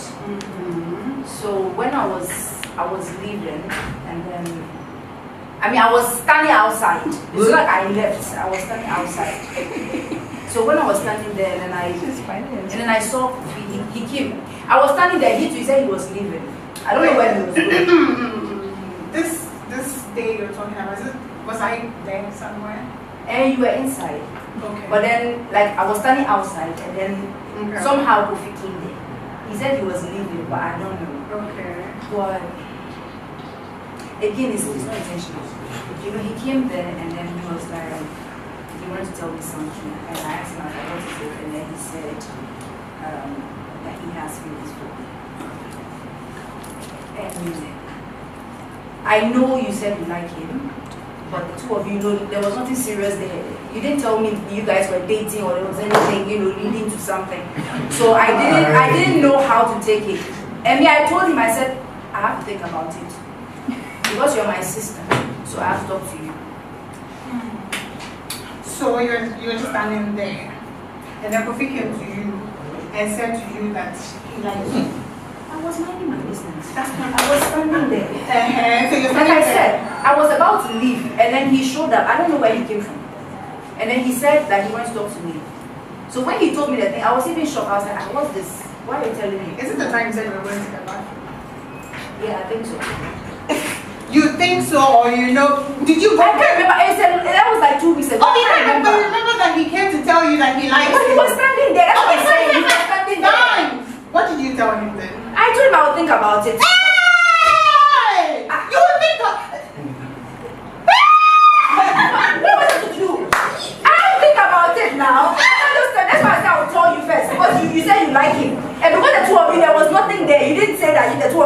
dancing or whatever was happening. I don't know. It just happened. Okay, you spent a whole lot of nothing. I told, how many times have I told you I like this guy? What do you say you like him? You say he didn't like you now. My sister, you were there when I went to the market. I did okra. I did palm soup. Yeah, and then get quiet! I'm not letting you know all the time you're saying that, but you will think about it. Okay.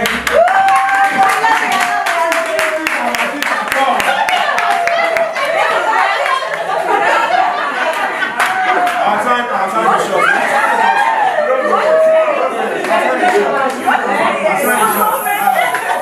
You guys are too excited. Observation. I want to hear a candid opinion of the scene. What is it? First, is it believable for you? It's believable for you? Okay, you find it very believable. Okay. What other things do you observe? Be honest. Be honest. I think okay, I want to hear. At the beginning, it wasn't really believable, but I think at the point where she started insisting on, he was standing there, he was staring at me, and then she was reacting to what she said. I think that was where I really did that, okay, this is getting somewhere. Okay. Did you get the impression that they were listening to each other? I feel like she was listening, but like she wanted to react quickly. Yeah. Like that was like the impression you got. Yeah, she was waiting for. She wanted premeditated rather than reacting based on what is being said. Okay. What other? Okay. She doesn't have interest in acting before. See you. I like the question. This Sonia acted very natural. She overreacted. Really? The other person over there. I wouldn't call it. We have me? No. Overreacting. Because like I would do the same thing even my sisters. I wouldn't even punching and that kind of thing. It would have gotten the outside of okra. Exactly. Okay. What about you? To me, I think it was really natural, and she was in love with the guy, but she didn't say. She was just. I did. She did. The guy. That's why I'm annoyed. She told me. She told her sister, but she was forcing herself to very feeling and all that. The guy was interested in the sister, so all the students are. That's all observation. All right. So all the children. Please come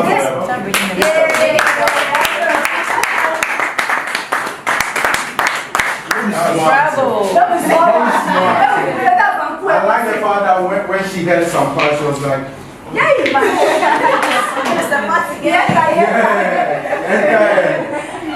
you know, acting again, we go back to it, is really reacting and is about being real in any circumstance.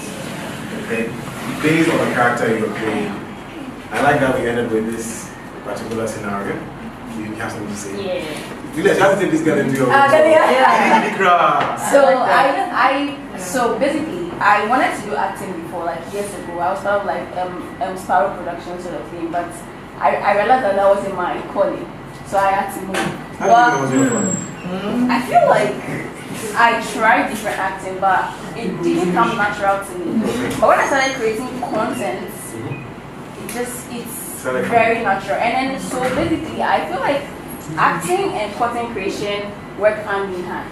Not fully, but it really does, because when you're given, let's say, and you want to let's say work with a brand and they give you a script, there's certain things they tell you to do or like to say or to like behave in, let's say, the scene. It feels like you're acting, but you're not like entirely acting, but you're acting. You know, so I feel like it works hand in hand, but just the acting is more broader than content creation. You're looking at acting as film.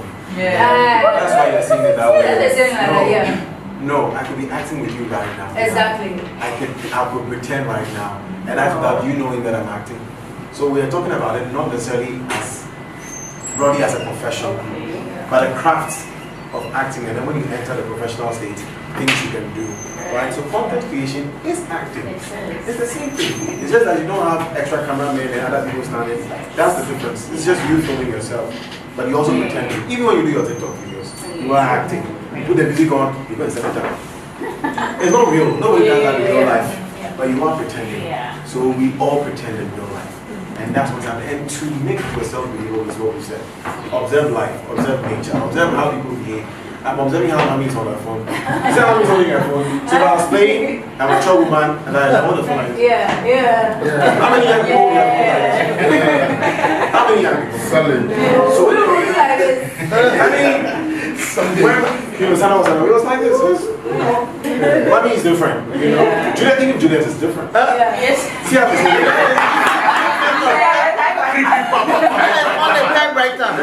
everything you have to observe. The way she's holding her phone. So when you have these things imprinted in your mind, it's so beautiful and it's so easy. Like the way you were sitting earlier.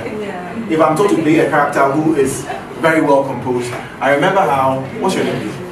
Fali was sitting. Easy, you, this way. You observe life because that's what acting is. Acting is an imitation of life. And is that simple? I said that a lot of people are coming. I think it's for the next class. Very well. So, I see. Ladies and gentlemen.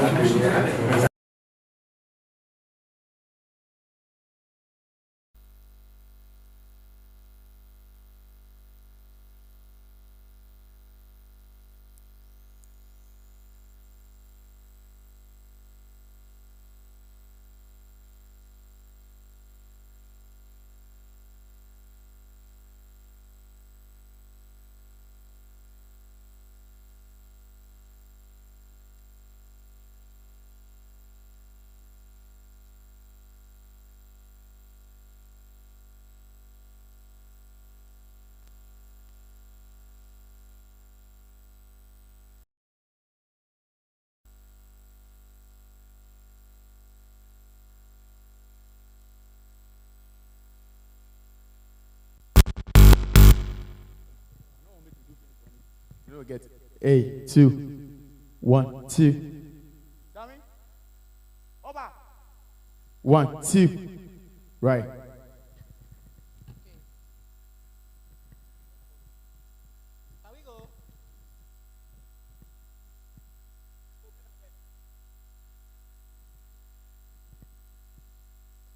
Okay.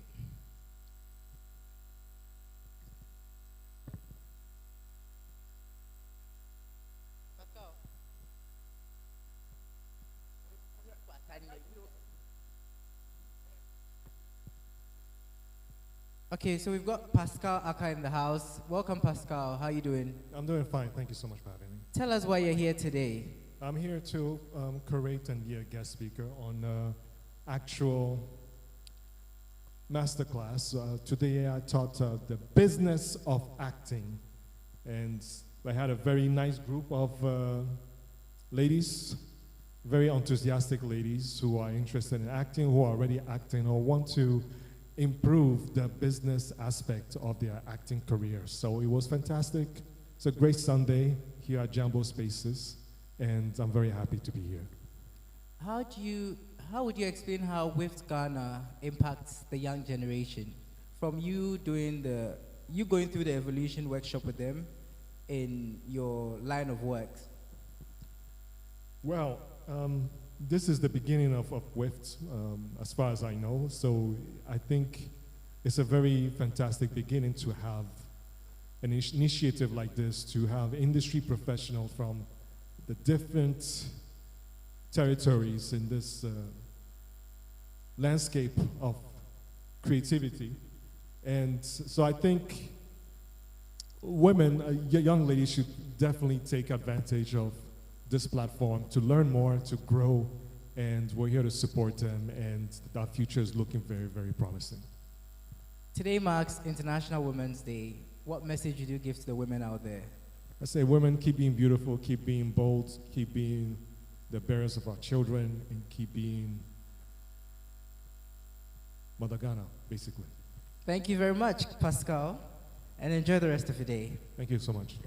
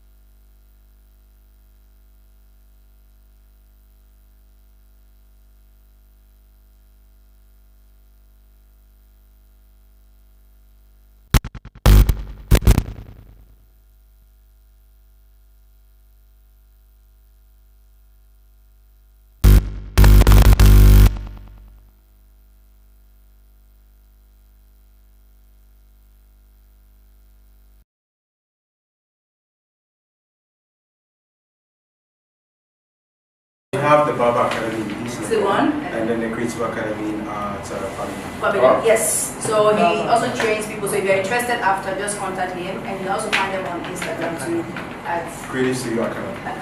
Okay, so he's going to be taking you through photography, cinematography, everything. All the Please. Alright, so I think we should stretch a little bit. It's very seated since morning. Let's stretch a little bit. Those who acted, they are okay. Yeah. Those who did the acting, they are okay. But she has to work.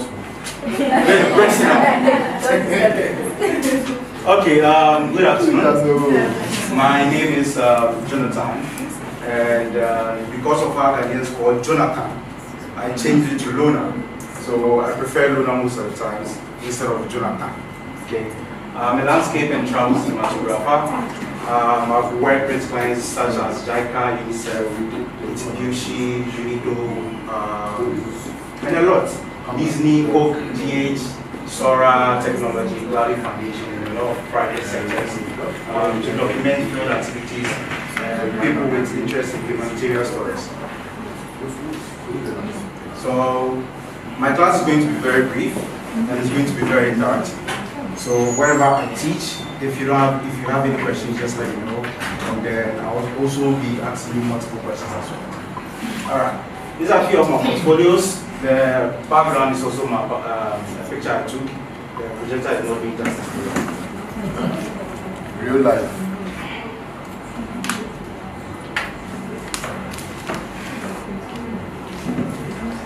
What's in the film? Please keep quiet during the whole class.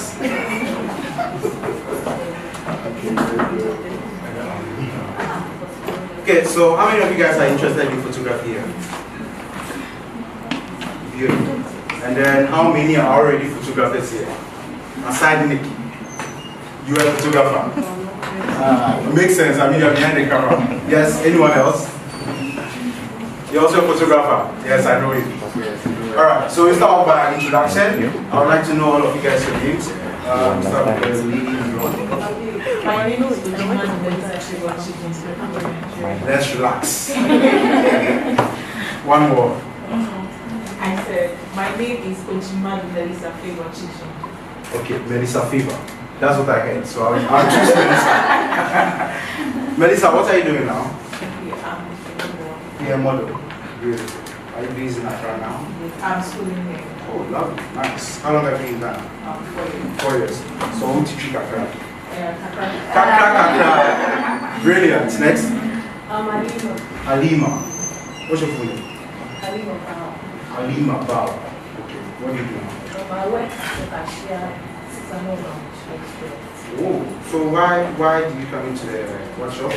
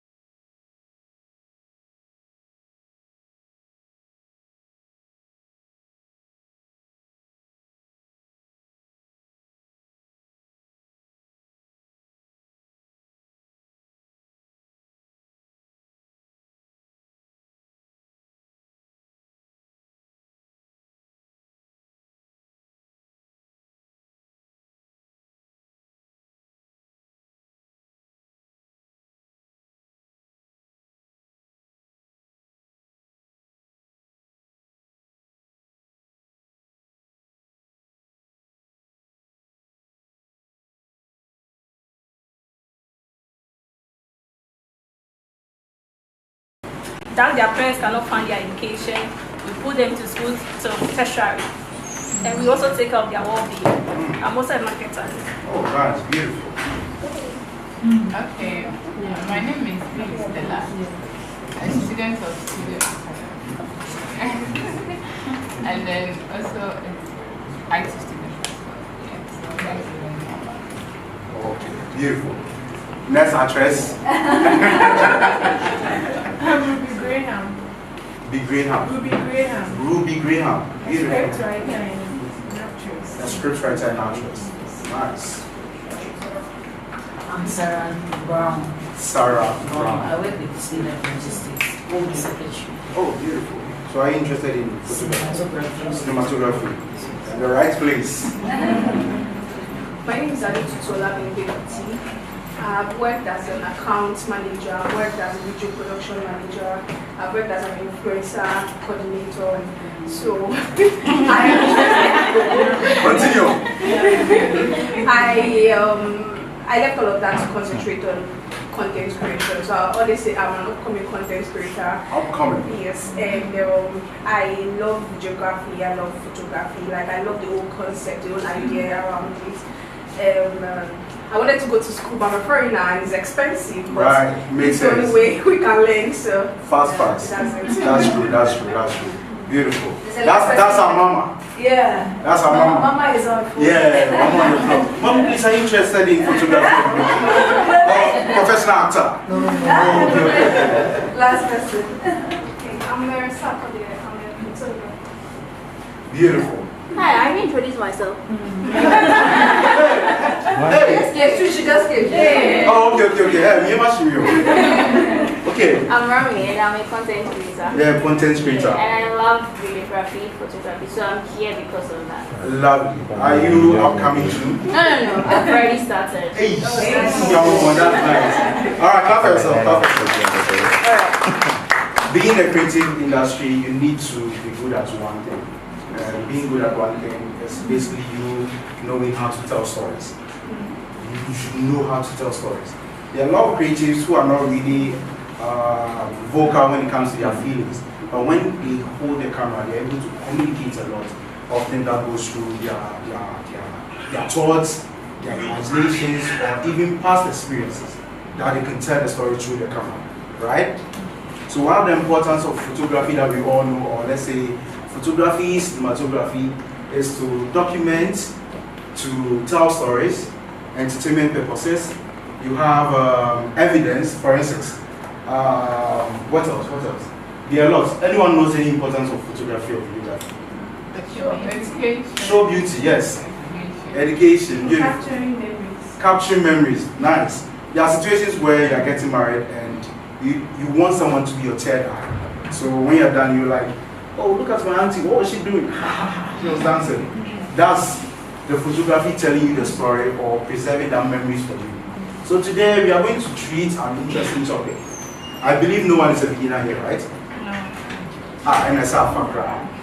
So since no one is a beginner, we are going to treat on this topic. I'm a beginner. You're a beginner? No. That is not fair. I'm a beginner. Okay, don't worry. It's meant for beginners too. Alright. So I'll need someone to be reading for me. We are going to use only 30 minutes to finish our goal. Favor, what do you see? What do you see? Yes, can you read for us? Oh, the invisible subject. Yes. And 1 plus 1, there's an equation. 1 equals to 3. Okay, and then Melissa. It's true. Don't worry, get us. Melissa. That's me. Ah, that's you now. Alima. Yeah. Yes, Alima. Alima, can you read this one for us? Okay. The invisible subject is the feeling of an idea guaranteed Generated in the viewer's mind when they look at your artwork. Okay. So we go back to the portfolios I selected. It was very hard for me to select some of the portfolios. So when you look at this picture here, okay, although the projector is not doing justice to it, I want you guys to tell me what you see in this picture. We go with our big content creator. No. Yes. What do I see in the picture? Yeah. So they are both telling different stories. Right. The one with the kids, it's showing like how kids can be carefree, not really thinking much about anything about life, just enjoying their moments. And the other one is just portraying the warmth and the calmness of life in the garden. And she's just in there, immersing herself in everything it's just there. Nice. All right, she did well. Clap for her. Anyone else? Yes. Okay, the first picture with the kids playing around, it shows community, it shows happiness, it shows like she said, children being carefree. I'm very sure it's like a typical like Sunday morning or Sunday afternoon when you're back from church and you're gathered around to go and play. Yes, and the other picture shows like solitude, community in her own way, but like in her own personal way, because it might be a place where she finds like her own sort of peace and stillness and calm. Yeah, the scenery, the green, connecting to nature, and the blue, feeling loved. Yeah, so that's it. So let me have a picture and one more story. Hey, interesting. Yes. I mean, I see fulfillment in both of them. So I see, even though there are two different ways of depicting it, but the first thing that comes to mind is fulfillment. Wow. Beautiful. For the second one too? Both. Both. Nice. Lovely. The invisible subject is usually present in your picture to the third person. Hence, 1 + 1 = 3. The process, you taking the picture, is a whole different procedure, okay? It's a whole different equation. The post-production is a whole different equation. Now, combining these two gives a completely new third meaning to the person watching your picture or your video. That is the invisible subject. She was not the one that took the picture, but she described it more than I even took the picture. That is the invisible subject. So we are going to read through a little visual storytelling over here. There's one particular trend killing a lot of stuff. And when we say trend, we call it banger shots. Even in videography or even in content creation. You have a situation where you set your tripod, you come back. Okay guys, this is the, I made a mistake. You go back. Oh guys, this is the Verna, Belapa. Oh, Verna is Belapa, it's not the same. You make a whole lot of mistakes. You seek for what? Perfection or that killer shot where when you get a shot, you're okay. But that has been the bare minimum since ages. And it still is. You knowing how to mention Verna or Belapa separately is something anybody can do. So there's a trap of the banger shot. In visual storytelling, 1 + 1 does not equal 2. It equals 3. The creating and the post-processing of an image creates a completely new third meaning that the image processing on its own. Processes on its own. So there's a phrase that I usually like to use when I'm teaching, and that is shoot verbs, not noun. Who's to remember what a noun is? Yeah, we all think of a place, animal, whatever. You. All right, and the verb?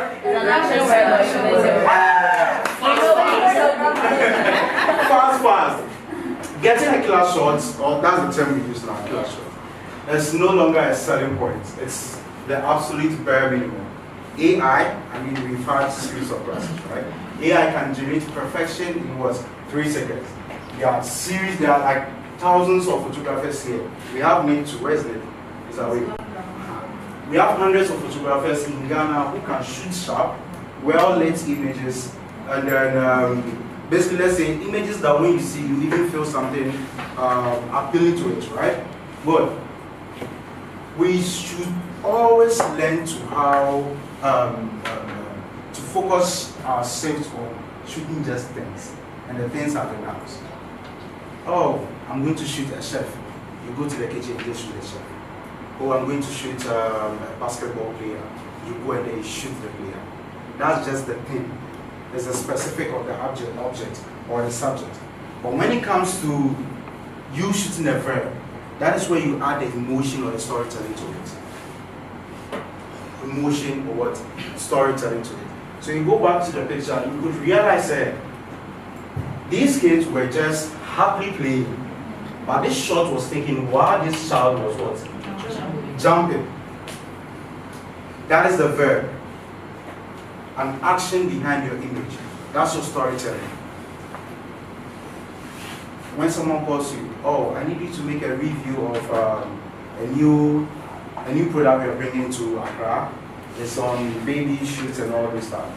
And then they said, it's for men. Someone comes to you and you don't really read it, and then you go and shoot just the clothes and not with the baby. You just shot the clothes. It's nice. But you not adding the baby or creating a story around it makes it just a noun, a thing. Magazines, companies, commercial staff, when they are looking for works to buy, or even photographers or cinematographers to buy, they look at your storytelling. They just look at your perfect shots that you have. You can have all the amazing pictures you have, or the perfection when it comes to cinematography, but if you don't have a sense of storytelling, you are not going to be picked. I've been able to work with Disney, I've been able to work with Chika, Unido, and a whole lot of companies, just because of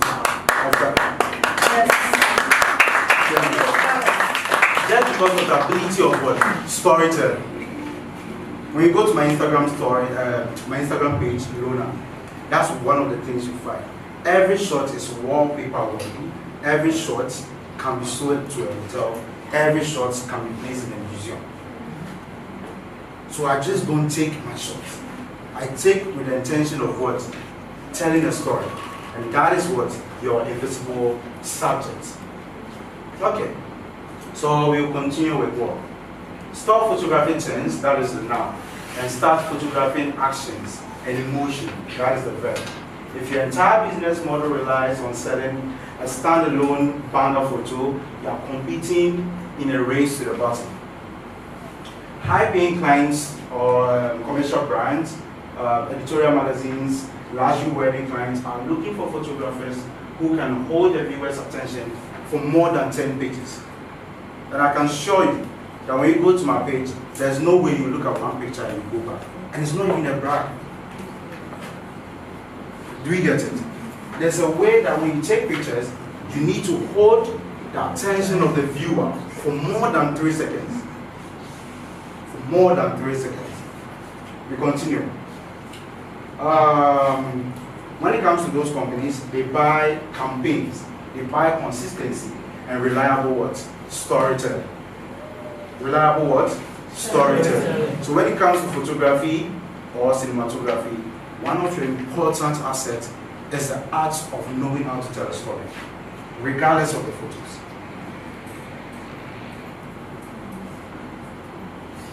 Okay, for those who didn't say anything, what do you have to say about these pictures? Madam Actress. Sylvia, right? No. Sylvia. Oh, okay, Sylvia. I knew that. I just wanted to know if I'm found. Sylvia, okay.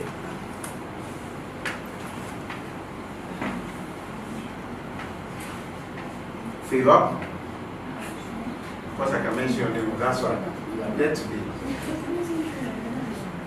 Who can describe anything going on in the photo? Yes? Are you okay? What's wrong? Clear.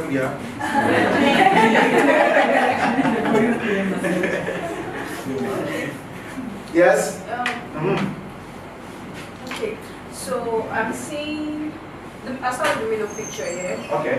Yeah, in oneself, nature, the pearls at the neck might mean something, but I don't want to like overthink it or go too deep. Right. But you can see somebody just like being in themselves, thinking like, what's that in English? I forgot it. Soliloquizing in themselves. Okay. Yes, and you can Solely what? Do you understand me? I don't understand. Talking to themselves. Thank you. So the next one, you could see what I'm seeing is like the dresses. Maybe because I'm female. I love the dresses. They are good, but you can see like the showcase of the dressing, the happiness, and the action too. You see, I'm running towards something, and I'm like looking back to see if somebody's calling me, and you can see the happiness in it. And the other one here, standing in beauty, in grace. The red in there, that's fire, and we don't really see the main. The silhouette, but you could see like a lady blooming, standing in. Did you shoot the pictures? Yes.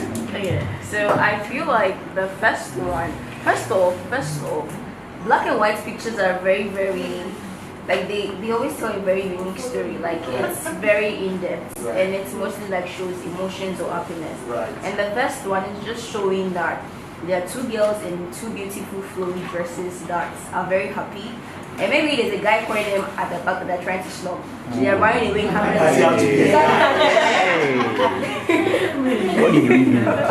Then the second one is like just a guy, I think, who is like showing that he's beautiful just the way he is.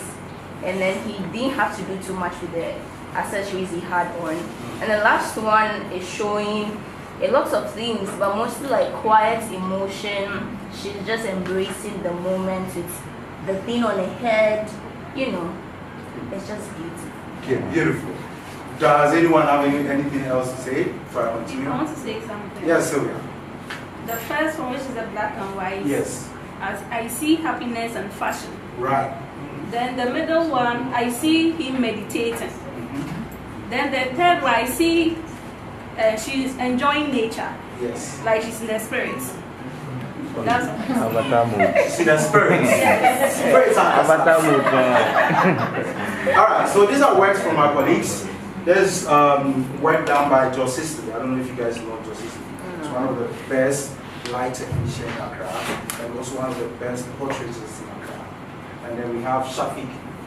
Alright, so the first shot was about a fashion brand, fashion outfit. Okay? On the regular, we know that it's meant to be detailed. So you have a particular editorial poses. You know, like those kind of actions. And then you take the shot. Those have been the norm for fashion for a while now, right? Now this is something you barely or you really don't see that much.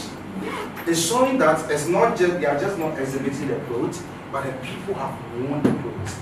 They are part of the clothes. The environment, the run, and even turning on their heads makes the whole story about the fashion sensible. It goes. If you are wearing, excuse my words, short skirts or tight jeans, maybe you may be able to run and you wouldn't get this flare. Do we get it? That's a storytelling, that's a visible what? Subject. So you just don't shoot pictures, oh I have a fashion brand and we are looking at luxury stuff and all, then you just go, let's go to studio. And then you shoot them. Okay, look to the left, look to the right, and you are done. Those are just short, those are nouns.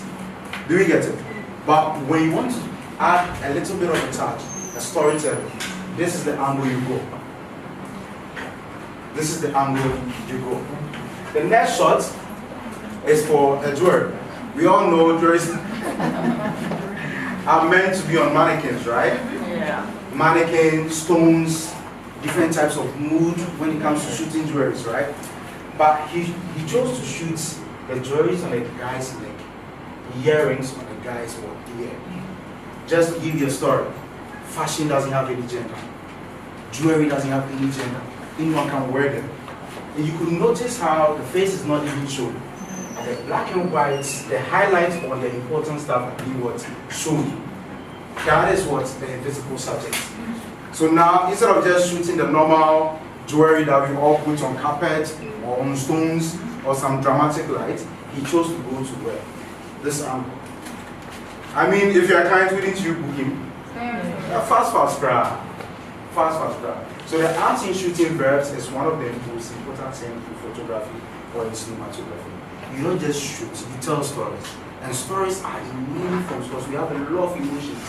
Happiness, sadness, anger, being embarrassed. We have series of what? Emotions. Do we get it? Okay.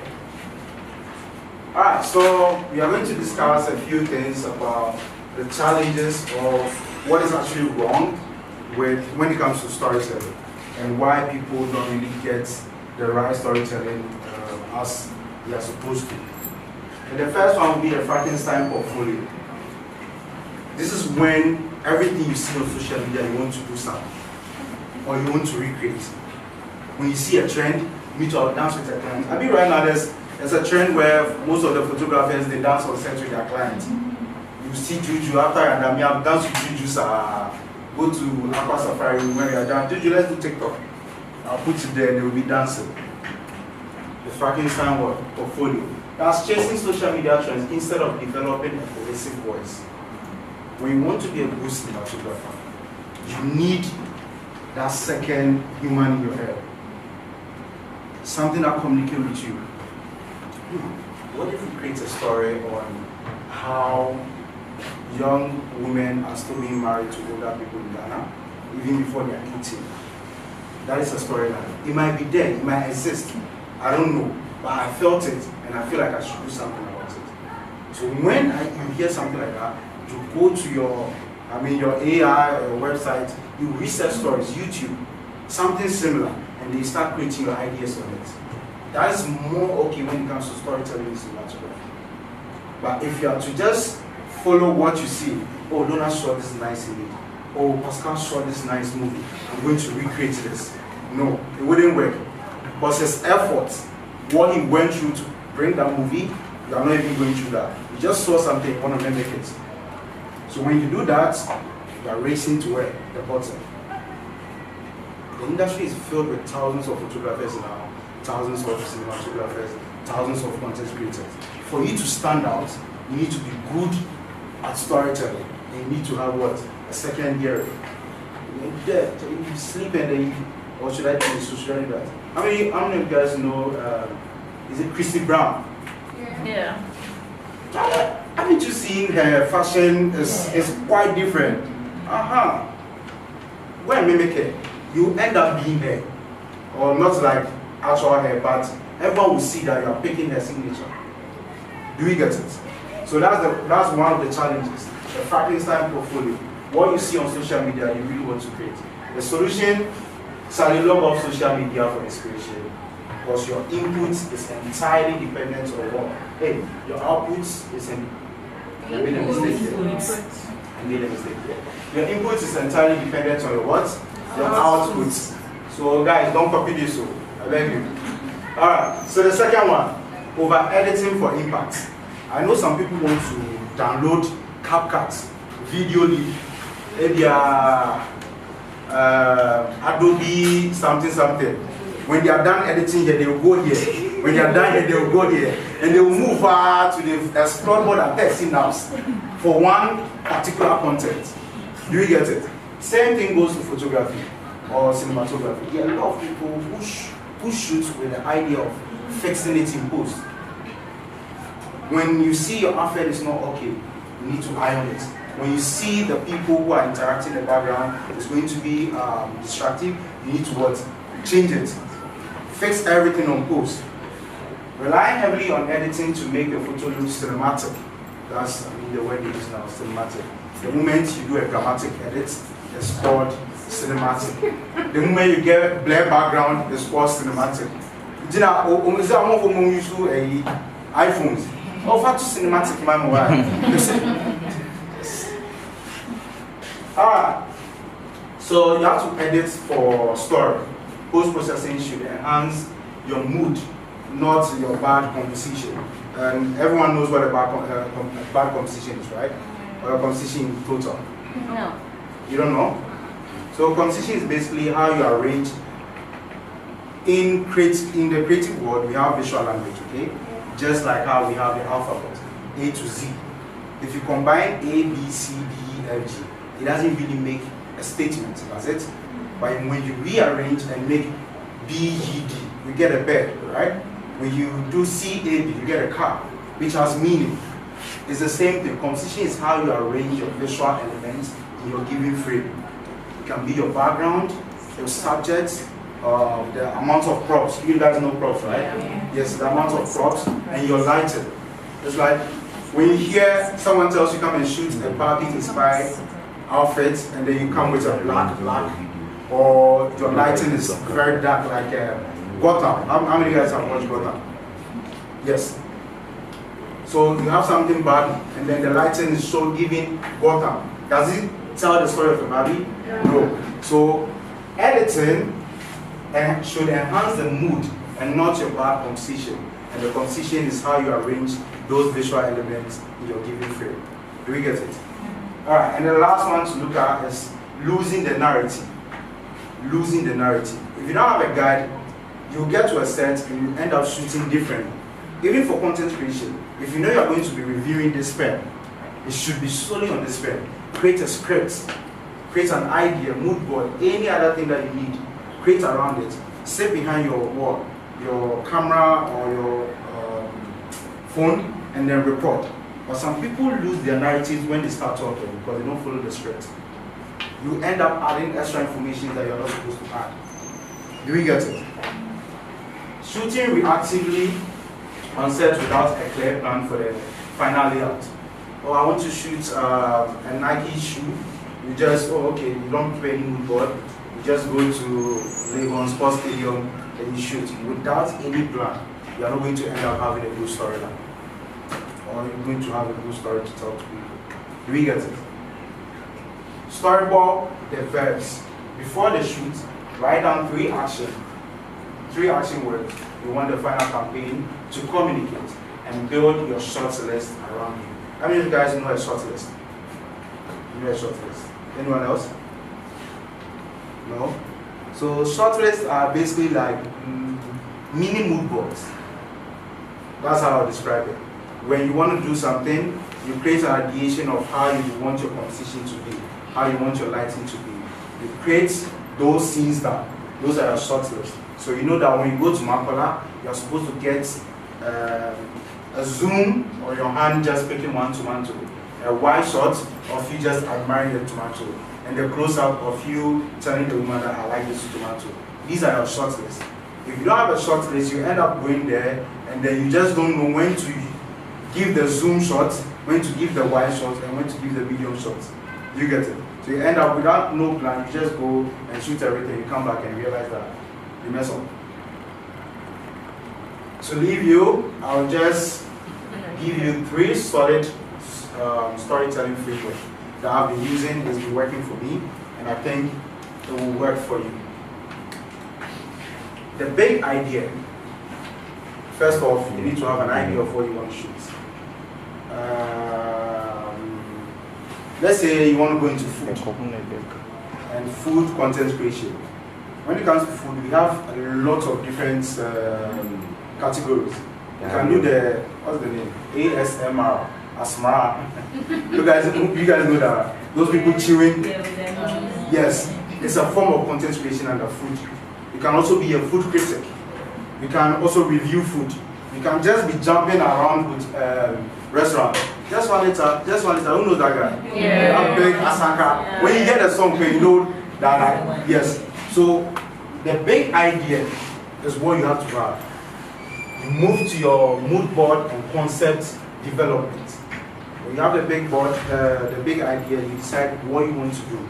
Is it the ASMR that you want to go into, or you want to be a critic? You create a mood board, find ideas of people who have done that before, and then you recreate, or you come up with your own way of shooting something similar, just for you to have enough portfolio basically, and for your ideas to work. And then the last one is going to be the process and execution. At first, we were used to posting only the execution part, the results. When you shoot something, you just come and put the result. But now the new trend is you posting the process. When you go to YouTube and you want to watch a tutorial or something, you're not watching the tutorial because the person just made it. You want to know how the person did what he did. Do you get it? So that's the process. Oh, how to fix, how to fix your phone from any water damage or something. You see people saying that putting a rice. Now maybe putting a rice is a narrative you know, but you are watching the video just to know that when he placed the phone on inside the rice, did it actually work or it didn't work?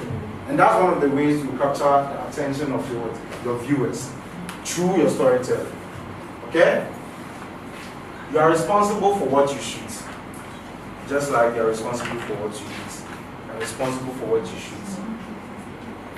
This is a powerful mantra that emphasizes the importance of intentional choices in capturing images. The elements you select, such as lighting, composition, and subject matter, plays a crucial role in conveying your unique perspective and style. Just as I said, if you want to shoot Barbie, and Barbie comes wearing black, and a black background, is that a Barbie or is that a Bambi? Do you get it? All these plays a crucial role. Your lighting. And people need wild, thoughtful composition guides the viewer's eye and enhances storytelling. You guys watch cartoons or watch movies. When it gets to a forest and people want to tell a story, and it's a scary story, what is the first thing you do? Light goes off. The second, The sound. Sound.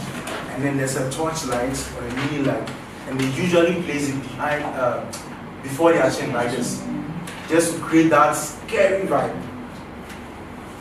This is you knowing what lighting can do. It can alter the mood of any shoot that you have. So storytelling goes a long way. If you have a story on different things, you need to know what actually makes that story sensible. From the lights and the composition. It's about a pregnant woman. You need to shoot a pregnant woman, get something inside to portray that pregnant woman, right? That's storytelling. So for your cinematography, you really need to understand that there's always an invisible subject, and that subject is what? The thread. And it comes in two ways. How you want to shoot it with emotion, and how you want your viewer to also receive it. So she was describing my picture like she's the one that took it. And I also shot it, similar to what she said, but not that much. Do you get it? And this is what I expected. That when you go through my page, you'll be seeing something like this. Do you get it? That'll be all for today. I told you it's going to be brief. So if you have any question, just let me know. There are a few apps that can also help you in terms of creating. That is Gemini. I try Gemini more than ChatGPT. I don't know why, but I trust it more. So Gemini is there. You have your notebook, which can help you with your notebook LM. It can help you with your scripts. You can generate GIFs. You can even, your own scripts can be turned into a podcast. And you will listen to how your own story sounds to your ears. You get it? On which app? Notebook LM, yes. And then we have, for the content creators, we have the scripter. So this does not only put caption on your videos, but also generates GIFs, memes, and any clip that you need. If you are talking about water bottle, you just need to type, oh, can you help me with this? It was going to generate something. Spelling it? DES, scripter, then CRIPT. And then amazing thing about the scripter is, it generates the whole script down on the side while the video is playing. So if the person said there and you don't like there, all you have to do is just delete there, and automatically it's going to act like the person didn't even see there. It's going to be a natural and smooth video. And I think these are the few apps you guys can use for now. We have a creative school where we train creatives in videography, photography, and then in IT. We have over 75 students. And then when you come out as the best, you win a 4,000 camera. That's Sony A7 Mark IV with a lens. Is it like an in-person class? Yes, in-person class. In Ghana? Yes, in Ghana. Oh, wow. Are you currently Yes. Are you taking students? Okay. Right now? Yeah, there's one student here, there's a student there, there are students everywhere. Oh. Yes. So here now, you guys, if you want more training, this is because it's a short course, we're able to come up with something small. But you can see more of my portfolios on Behance. I've been featured twice by Photoshop, so you can also, I'm trying to show off more. Alright, so that'll be all. If you have any questions, You email them the presentation, right? Okay, So we'll send it to everybody, and then how they can contact you to register and join the academy as well. Yes. Yeah, I have a question. Talk to So, first of all, like, how do you mentioned that there are lots of photographers and videographers in Ghana, right? So how would you, like, what would you say makes you different from other people? Because I know there are lots of them, and I've seen so many ways. I would say it's my storytelling, or the way I capture my photos. A moment, please. Just to demonstrate or to show what I mean. Wow, we did well. We used 40 minutes. Yes, we tried. We tried. Okay, let's go to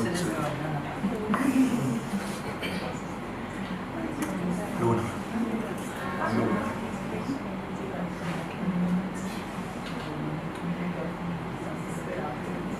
Sure, just ask your questions and I'll be here to help. So let's go to Luna.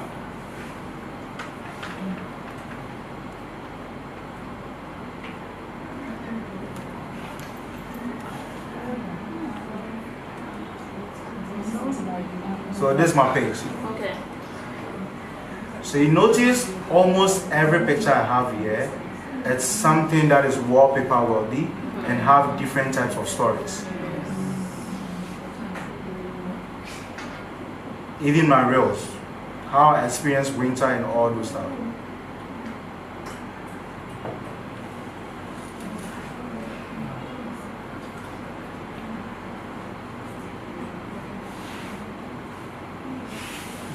This was a waterfall, but no one, I was the first to actually capture this.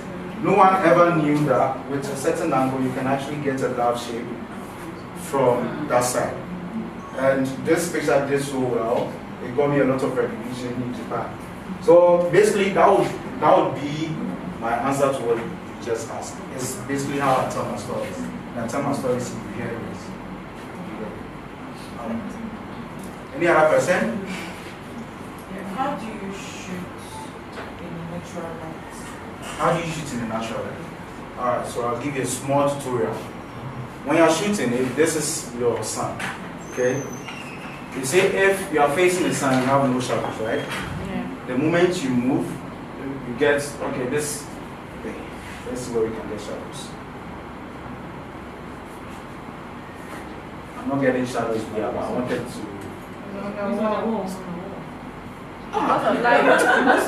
I'm here just wondering what's happening. Okay, anyways, basically, if you are facing the sun, you have a lot of light spread around the face, right? The moment you move, the light shifts, okay? You have different types of lighting. Your key light, your side light, your field light, your rim light. Those are a lot of technical stuff. But in natural light, when you are shooting, you want to get the best out of whatever you are having. You need to get something called a diffuser. And the diffuser can be in the form of the actual diffuser or any net or any material that seems to, I mean, light can pass through a little bit just to tone down the light a little bit. And now I said, just move yourself in a way that is going to hit maybe one side and you have a reflector hitting you from another side. So for you to make the best out of the natural light, you always need to face the light. But if it's backlit, your face is going to give that silhouette vibe. And silhouette vibe is similar to, can you go to the presentation PowerPoint?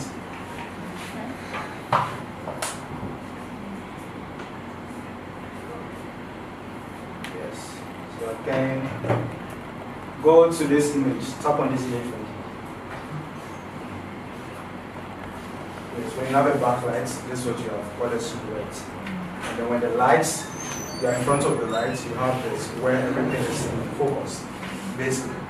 Thank you. You're welcome. Any question? Okay, thank you so much for your presentation. So I would like to know if it's the same as in filmmaking. Do you photographers pay the objects in your photographs? Maybe the children were playing and took photos of them. Do you pay them? Do you have a way of asking them permission or others? Because you know that there's a rigorous process in terms of payment in art or filmmaking. Is it the same in photography? Even taking the natural pictures? Pascal, I need your help with this. In filmmaking, when you take shots of kids or people who are not supposed to be your in your film sets? Okay, like the extras. Abi, you are supposed to let them sign a contract, but in this situation, they are kept. What do you do? Okay, there are a couple of things. Go up, I think. The next shots. Yes. Now, it depends on where you are, what the general law or rule is.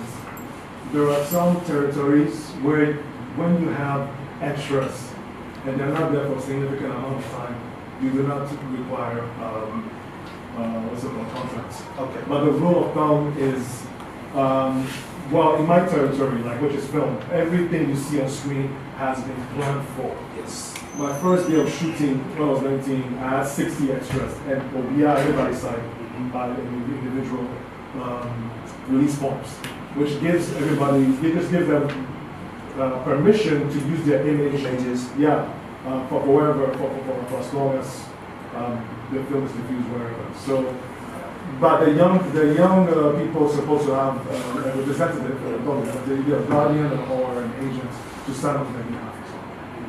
So that is in filmmaking. My first ever film I shot was just like 6 months ago. It's a Netflix in Japan series. So we had to go and shoot. And that was my first time knowing a lot about filmmaking in total, in general. That's why I did Pascal Efforts. So those are extras. Everything is planned for. Every scene has a short list.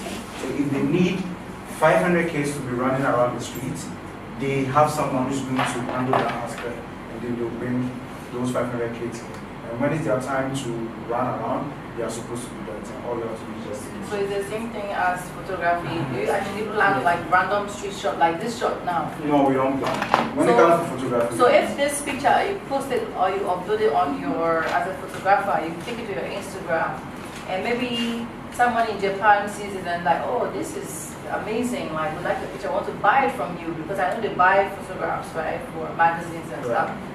You sell it as a photographer. You don't sell it. You don't sell it. If you don't have the permission. So you go and find these people? Yes, you do. So immediately after you shoot your shots, you really need to find either the gardens or something. If the shot is very interesting, you need to find them and get a permission. But we happen to build a school in Advocacy, one of the biggest schools in Advocacy. So all these kids are people of us. So that is why we have the privilege to be shooting them. However, if someone wants to buy this picture, there's no way I can sell it. Because in the future, it can really harm me.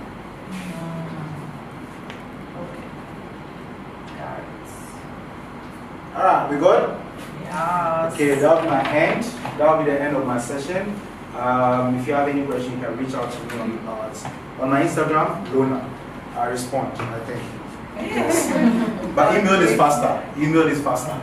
Yes, email is faster. That'll be all for today. I hope you guys enjoyed the little I had. And then you were asking a question on videography, right? Sure. Yes, videography. What on videography do you want to know? So I can say if you could take us through a minute section on how we could shoot with our phones. Okay. We have 3 main rules when it comes to shooting videos. Your angles. You are total beginner, right? Okay, so you understand what wide is, right? Okay, so your iPhone has 3 cameras. The 0.5, 1, and then 2 or 5.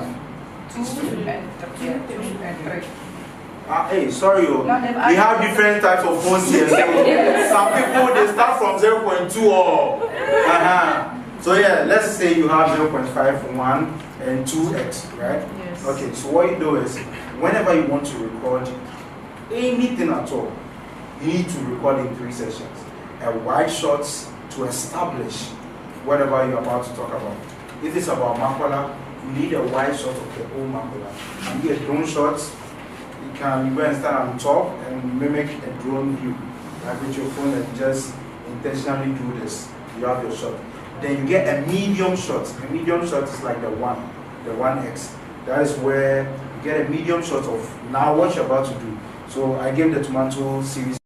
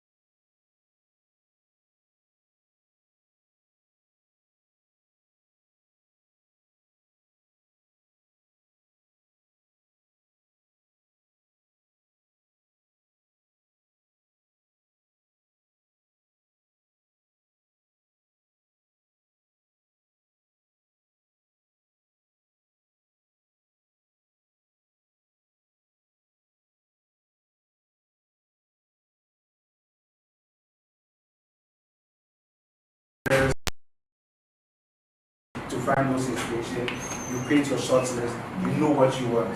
So when it gets to the editing, it's just you compiling those series of videos to tell whatever story you want to tell. The over editing comes in when you don't pay attention on set. When you are shooting them like this, let's say this tissue is irrelevant. You need to move it ASAP, like away crowd. Instead of waiting to get to the editing, now you have to kind of mask, especially in video you are dead. So how to remove something is not as easy compared to photography. So with that, you need to do extra work to make it make sense. But when it comes to photo, you can equally just remove it. It's still going to be a lot of work. But you could have prevented it on set. So that's you relying too much on editing. When you rely on it too much, it becomes quite difficult. Do you have a signature style when it comes to your videography? Like, let's say, I can recognize some videographers were just from seeing the outfits of the actual video. So do you have some? Like, do you have to have it? Yeah, signatures are good. I mean, it makes you get known for a particular thing. Just as I mentioned, when we get this song, just 1 liter, we know it's the guy holding the big asaka, right? Going to restaurant to eat. And then, Joe, hey, you know, it's good to shouted. So, like, the signature that you have to have, and that will be your own signature that you have to figure out. The LP also has one. We will talk much about it. So, yeah, what it is. Okay. Alright, I think we are done for today. Alright. Thank you guys so much for having me. You can just text me on Instagram or my email. Okay? Alright. Auntie Sonia, I'm done. Thank you. Thank you very much. Good picture. Okay, you should just stand in the middle. So yeah, right? Nick, come and stand. How many blocking? Please. Stand. Right? It's coming to change the place around our So we're moving to the next one right now. Leo, you're ready? Yes, I'm ready. Where should I be? Let us be seated, is better. Yes, it's better. This way is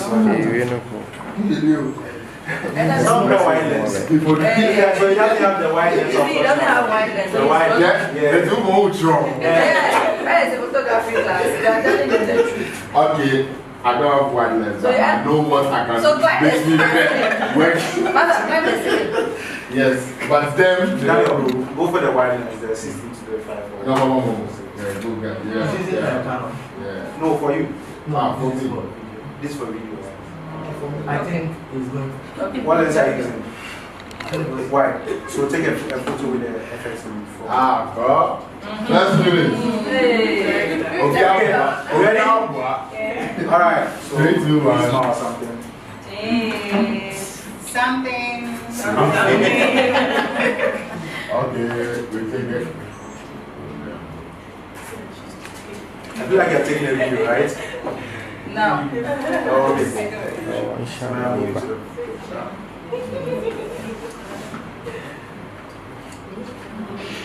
Okay? Alright, so 3, 2, 1, something.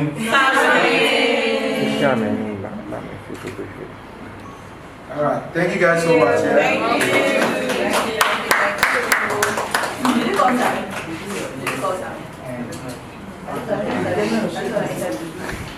Okay, Benny Bano. Okay, Benny Bano. When are we? So everybody must stay for the next class. I need it fast. The pressure is on you right now. All of us. If it makes them anything in the creative industry, how do we do it? We're actually supposed to do this one before you guys started all the classes.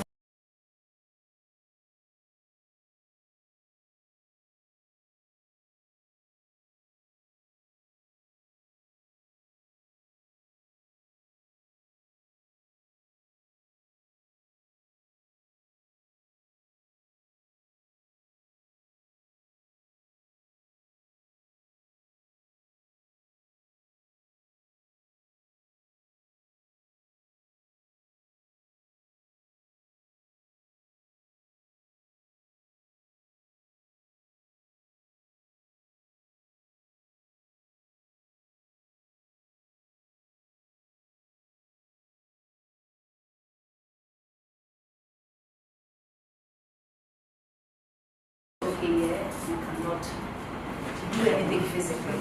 So I think the previous class with God, when she mentioned about the director, you guys were not here. She mentioned that some directors, when you're on set, and then maybe you, the actor, you want to do something, and maybe the character doesn't like it. That's emotional well-being, and that's also affecting your mental health. Because in that moment, you are not comfortable. You're trying to balance how can, like, your mental health, emotional, and then your physical. How can you act? Okay, and it comes with a lot, like I said, emotional work as a person. In whatever you do, even if you are in the bank working or in the office, you need to manage your emotional and mental well-being. If you wake up in the morning, the first thing, let's say you have a lot of stress. The first thought that comes into your mind, or how you even leave your house or your bed, is going to affect your whole mood for the day. I'm right, right? So you need to tell yourself, in whatever field you choose to be in, whatever you're doing, even if you're in school, how can I manage my emotions to be well or good at what I am doing? I, for one, I do a lot of things. So when people ask, what do you do? Let me see which one to mention to me. Do you understand? And I can tell you that in every field that I am in is very stressful. And managing stress is something that is in a place where it's very difficult for us to do. I was even telling Juliet earlier, like, I've been working back-to-back since, and I was telling her that this week I'm going to take the weekend off because I also want to prioritize myself. Because I realized that because I'm stressed out, when people are talking to me, I'm zoning out. So you're saying things and I'm like, you know what, I have to do this, I have to do this. So you see, mental, emotionally, I'm not okay. But physically, I'm standing here. Do you understand? And another thing too, when it comes to the creative industry, it comes with a lot of public pressure. Content creator. You understand? All of us here at some point, we are on social media. Now, this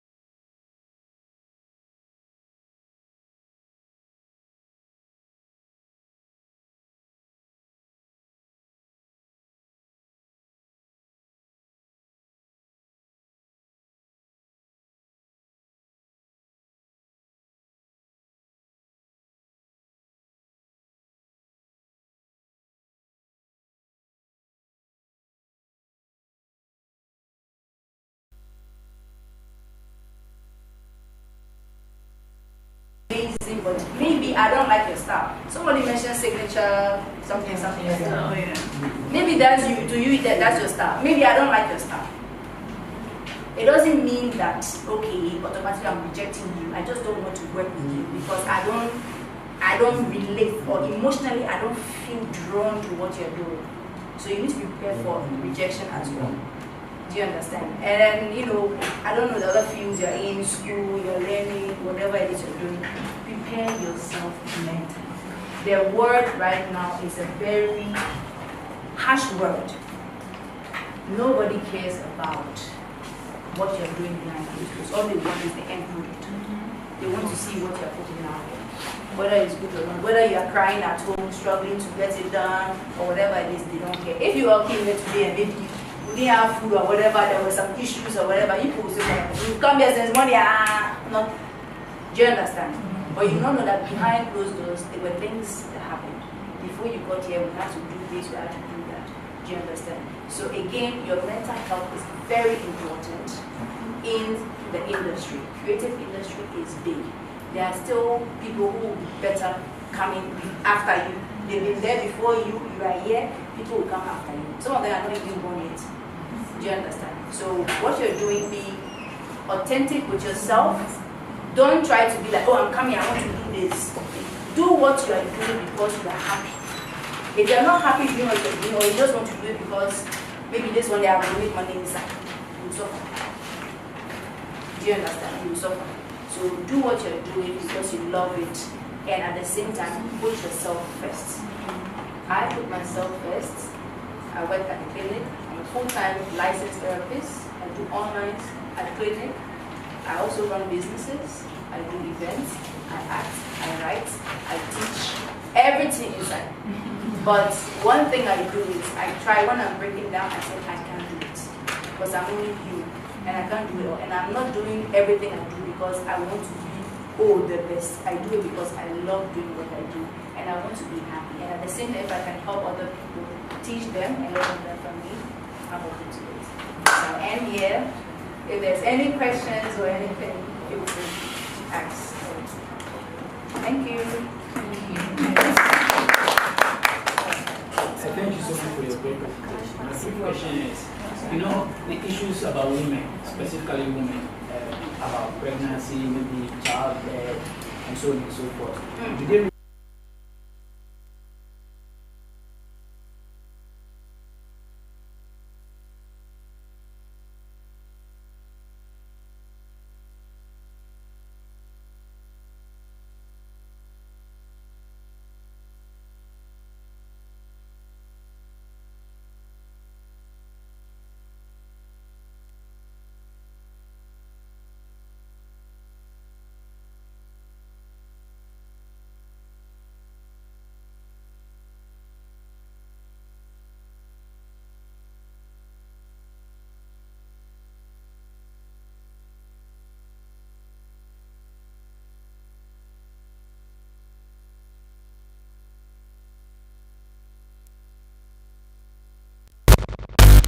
Yeah.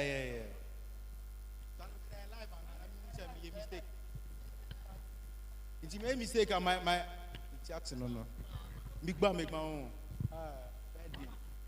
All right, let's go.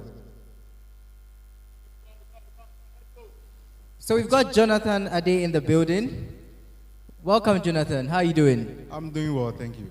Tell us why you're here. Well, I'm here to help empower all the women. I wouldn't say 100 women, all the women in Ghana when it comes to the media in terms of the creative industry. Okay, so I see in your profile that you're a cinematographer. Right. What impact are you here to give to the younger generation who want to be like you? Well, I believe people are stuck to taking cinematography the normal way. So I came to impact most of this young generation on how they can better themselves in storytelling, how they can be a vessel to telling the best stories they could ever tell. Okay, so tell us about how WIFT Ghana can impact this initiative. There are lots of women who really want to venture into this creative industry, but it's very difficult for them because, well, they are women. And when I say that, I mean the opportunities, the strengths, and a whole lot of stuff laid out to them are not really open compared to guys. So what WIFT is doing is very, very incredible and will go a long way to helping women speak up for themselves and also be one of the best creative tools in the industry. Your final words. Today marks International Women's Day. Right. What message would you have for the women out there? To all the amazing, beautiful ladies, to my mother, I really love you guys. And then you guys are very strong. You guys have endured a lot of stuff. And we wish you the best day ever. And not just the day, the whole year. We hope you guys grow strong, grow healthy, and more wealthy.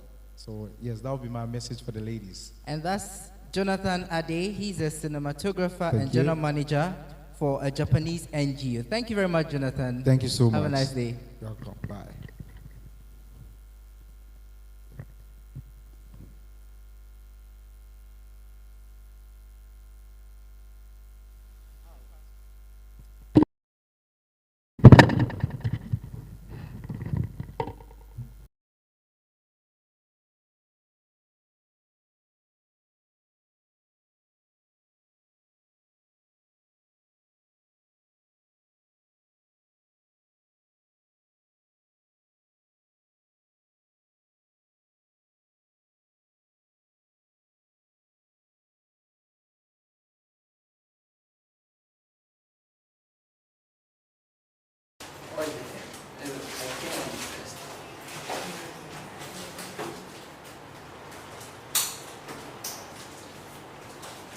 First of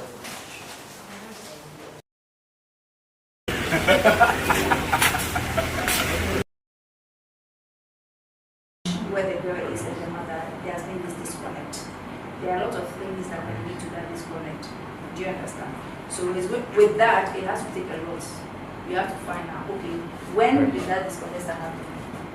Do you get it? And if you really, really feel, I'm not saying you, I'm just saying, if that person really feels that she wants to talk to the mother or she wants to have a connection, again, I don't know the mother, I don't know the girl, but she will have to sit down with the mother and talk to her.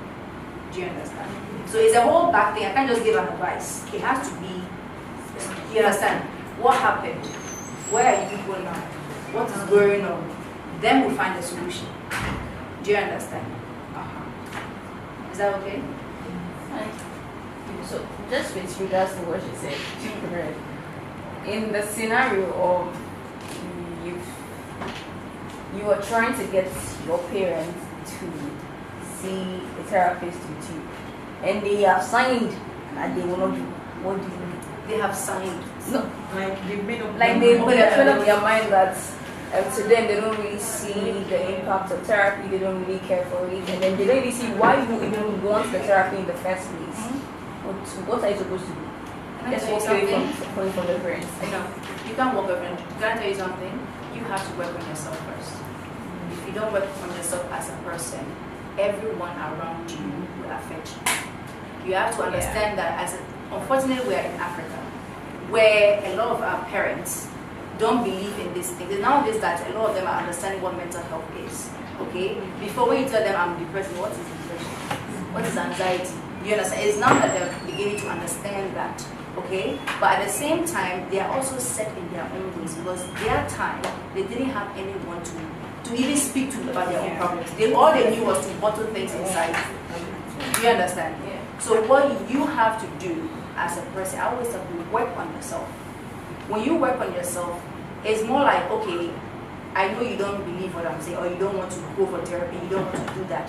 It's not your job to make them want to get help. Your job is to make you get the help that you need so that you can learn how to cope with them in your life. Because you can't say, you're not my mother, you're not my father. But at the same time, you are an adult, so you work on yourself. And it's not only about family, it's also about people around you. So where I am fully okay with myself. So even if an extended person says something to me, it doesn't affect me. Do you understand? My mom is here, I love her to death. She knows that. But she knows that I'm also a woman of my word. She can advise me and tell me, oh, this, that, and I tell her, Mama, I don't want to do it.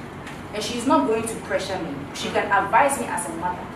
Do you understand? But it doesn't mean that because, okay, she said it, I have to do it. I have to think about it. Okay, maybe she said this, maybe, do you understand? But at the same time, you as a person, work on yourself, emotionally and mentally, so that it's like you're trying to force, okay, let's go for therapy.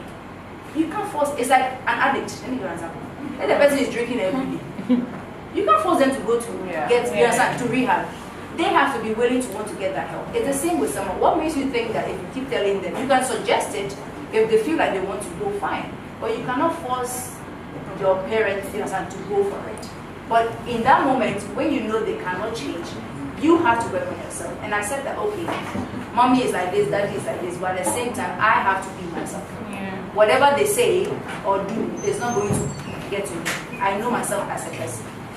I hope that was okay. Thank you. You're welcome.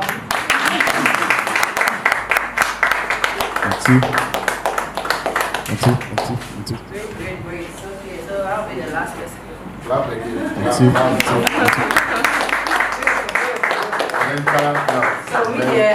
I wanted to use the slides, but I don't have a laptop. So I'm just going to go through it, and I'll probably just email the slides later. So mine is owning your story, and it's about personal branding and personal development for creators. Not just acting, I'll just be, because media, I do everything. I'm a jack of all trades. So I'm just going to use my experiences and how I've been able to build my brand to where I am today to just guide you in whatever field you're also trying to, get into, where you're now Thank you. I sent it to you, right? Oh, Yes, but I'm still.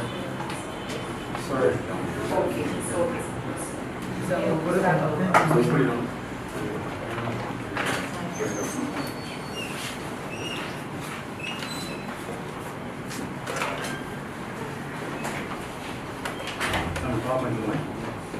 Nearby.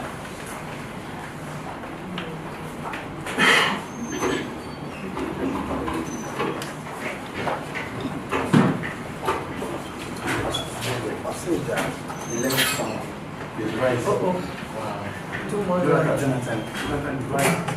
Serious one is right.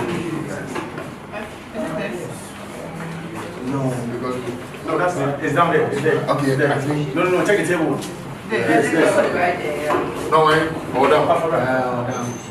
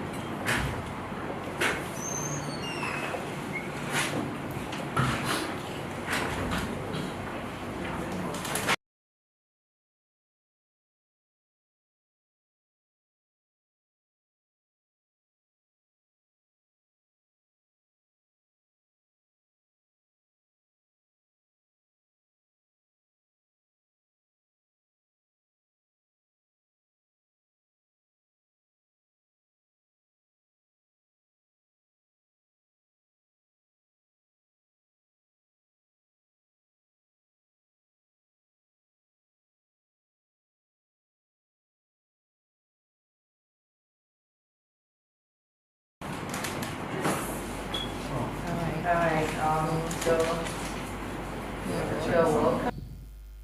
Okay, how did I reach the closing right now? Okay, so I'll be speaking on owning your story, personal branding and personal development for creatives.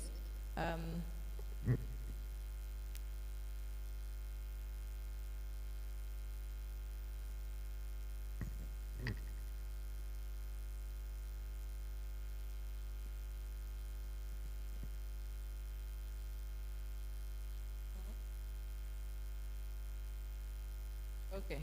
All right, so I'll be speaking on owning your story as personal branding and personal development for creatives.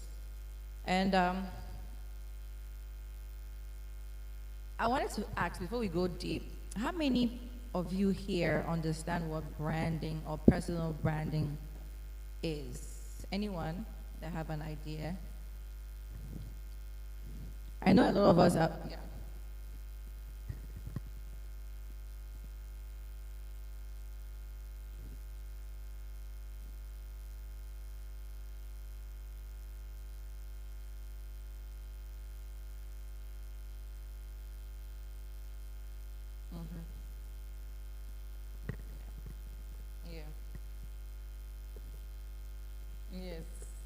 Yes, yes.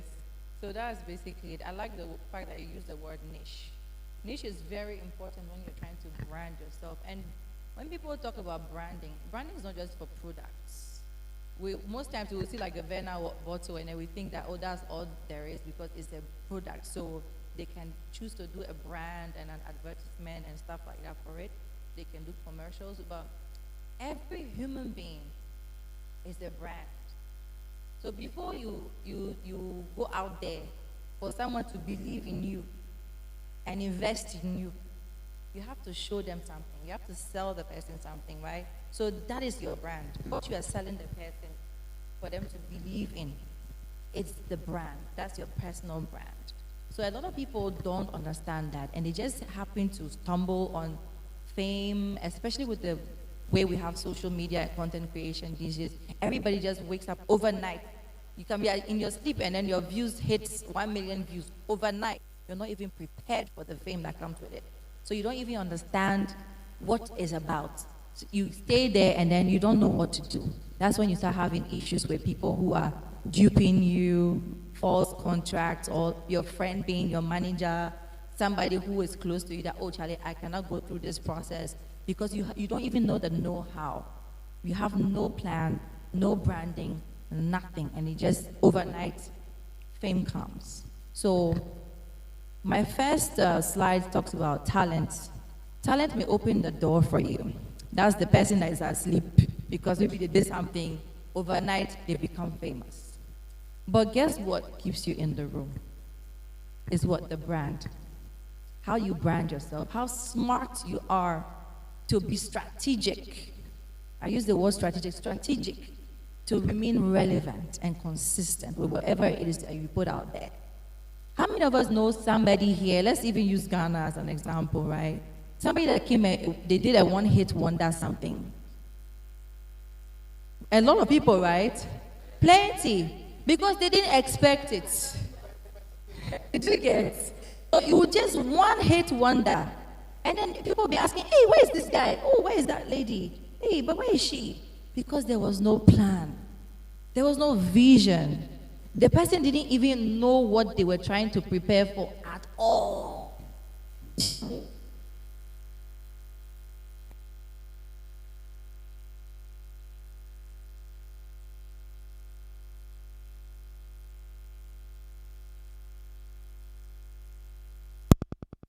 The content creator, as an artist, a painter, whatever it is, you need to have a brand. So how do you go about it? You sit down first. Think about yourself, like, what am I made for? Like, what's my purpose? What's my talent? If you want to use your talent to make money and earn income, think about the talent. We have so many talents, especially creatives. How many of us that have maybe like 5 talents as a creative? You can sing, you can act, you can direct, you can do photography. You can even eat, that's the talent in a skillful way. Do you get? So many of us have talent, but then what is that one thing that you enjoy doing effortlessly? You don't put too much pressure into it, on yourself. It just comes. When you're doing it, you're happy. And when you actually do what you're passionate about, you enjoy doing it. You're not stressed out. That's how life should be for everybody. Yes, I understand that not everybody gets their talent to pay. Because some talents can be there forever and it doesn't pay at all. So that's when you have to have multiple streams of income. Because as you have your passion, maybe your passion is acting, but maybe not so many people are actually producing films in Ghana, right? Not many opportunities are there. Are you going to sit down and wait till they call you for one movie in a year? No. So multiple streams of income so you can educate yourself, learn some other skills. Or what else can I do? Where can I find a solution in the industry? Is there a lack somewhere? Is there something I can do to like provide solutions? And when you do that, you're providing solutions. People need you. They need your service. Or they need you there because you provide this solution for them. So we have to start thinking like that. And that's all part of branding yourself. So when you know your story, you become an asset. Because you know what you're coming. It's like you have a value to add to something. You're finding a solution, you're valuable, people want to be attached to you, they want to be a part of you, they want to have you come to their sets, if there's like movie set, they want you there. People who connect with what? Authenticity. They want to see, oh, I can relate with her. So when you sit down and create your concept of this is who I am, this is what I am, this is what I want to do, this is my talent, I've dug deep within, I've prayed about it, and God said, this is me, this is what I'm going to do, my mission is this. When you sit down, do a vision board. I always tell people that I speak to, a vision board is very helpful in life. You can use Pinterest for those that like to go and collect pictures, or even Google, even the AI tools. Find a vision board creation is very easy. So you can type it. Maybe if I see myself being a speaker in the future, talking to millions of people, like Oprah Winfrey, I'll just go and type it and say, oh, give me a picture of Oprah Winfrey talking in front of millions of people. And then I take the picture and save it. Then another one, maybe I want to act in front of a camera. So that's your vision board of what you see yourself. So your vision board is like a ladder up a pyramid, maybe. So you have the highest point of your career, what you want to be. Do I want to be the Genevieve Inaji of Ghana? Do I want to be Angelina Jolie? So you have that picture at the top. But then the steps that lead you to get to the top, you need to write the steps. Are you just going to be sitting down waiting for auditions? Or you just go to every audition that comes? No, what makes that person unique? If I want to be a Genevieve Inaji, for instance, right? Or I want to be a Pascaline Edwards, what makes her unique? I will sit down and I will look. That's where the word niche comes in. What did she do at the time when she was relevant? Like, what do people love about her? Ask a few people around you. Meet people on the street. Do you know this woman? What do you think about her? Google research. And you say, okay. So now, is there anyone that is like her in the industry? You think about it. Maybe not. So how do I become her? How do I be that person that they will sit down and refer to that, oh, this is the next Genevieve? Do you get my point? So you sit down and think about it, and you put the steps in place. That's part of your vision board or your pyramid. So when you put it, the first step is what? Acting class, because she's an actor. So an acting class is important. I need to learn how to be an actor. If it's an inborn talent, it's better. If you don't have an inborn talent in acting, it's rare. Very few people get lucky. Very few, because acting has to really be in you for you to sit down and convince somebody that's watching to cry with you. Do you get my point? To feel the emotions you're feeling, it has to really be in you. And some people just want to do acting because everybody is on TV. Or maybe I want to be on TV. But guess what? You can equally be famous behind the scenes. There are photographers, there are editors that are famous behind the scenes. They make the stars popular, but they're doing their job behind the scenes. So sometimes your calling is not on TV or in front of the screen. Your calling is behind the scenes.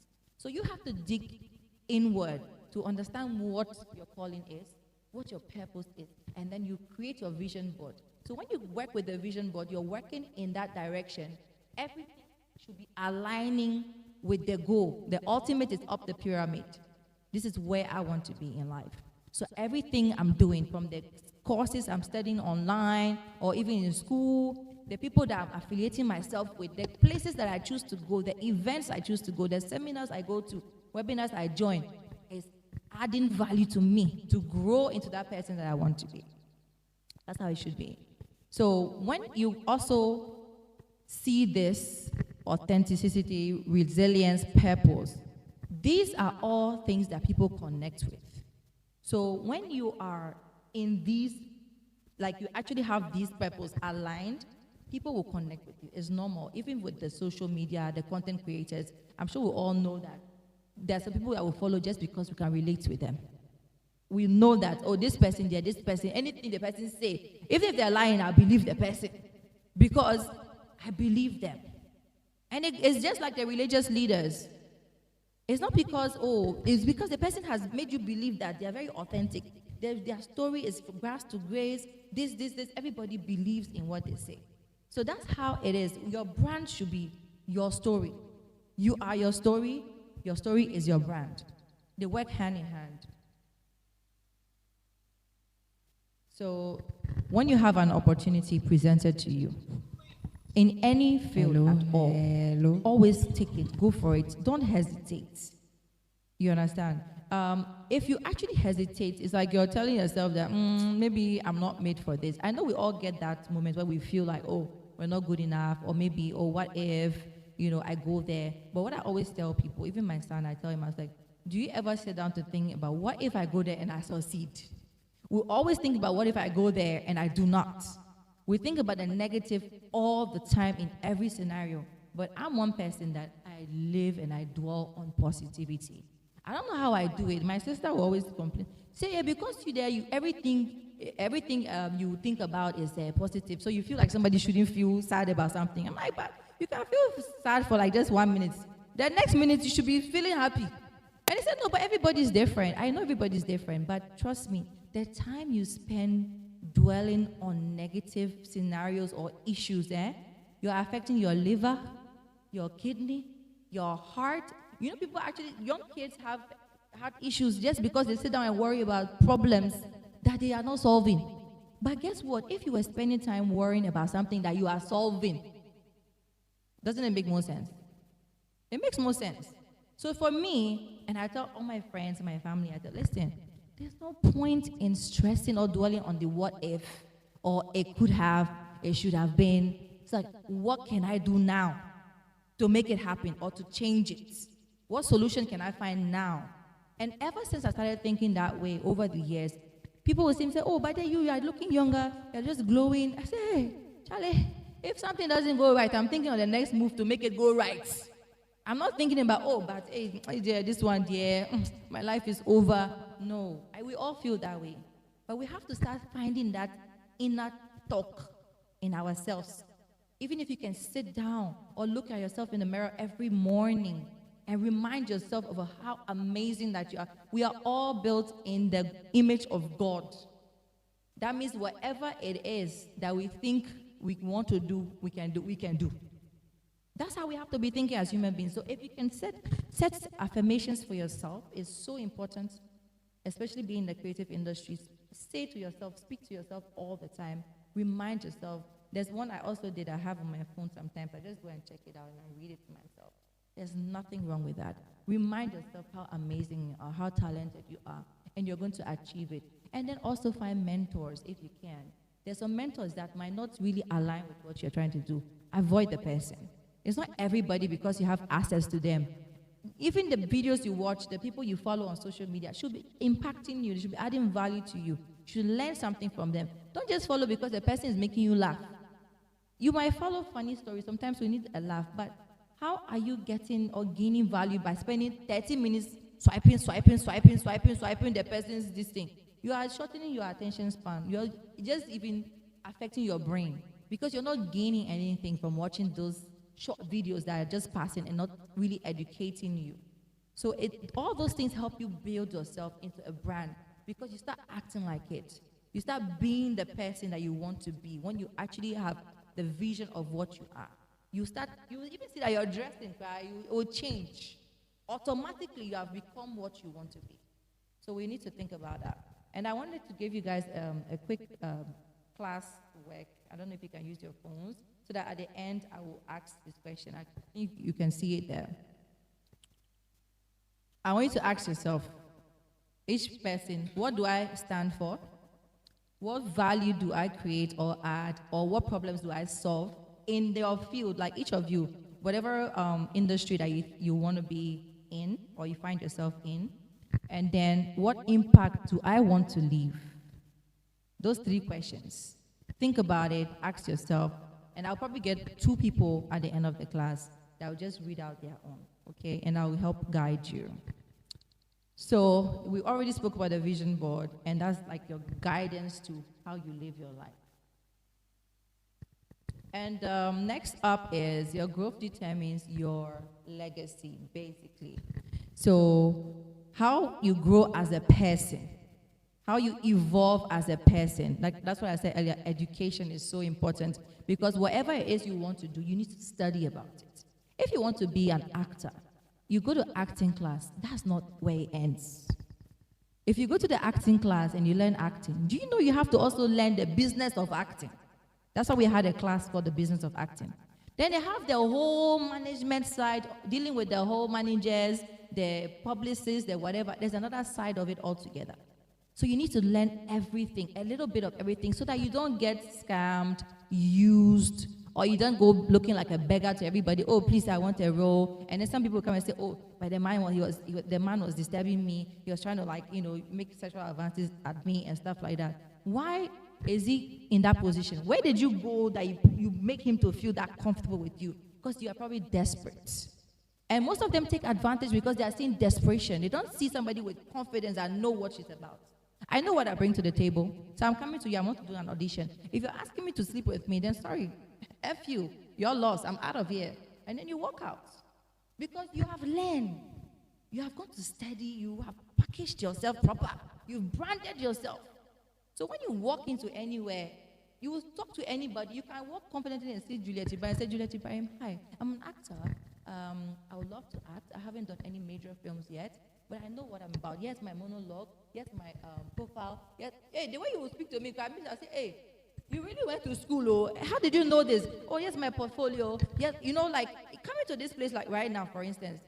If you're an actor, you should come with your little maybe pen drive or something.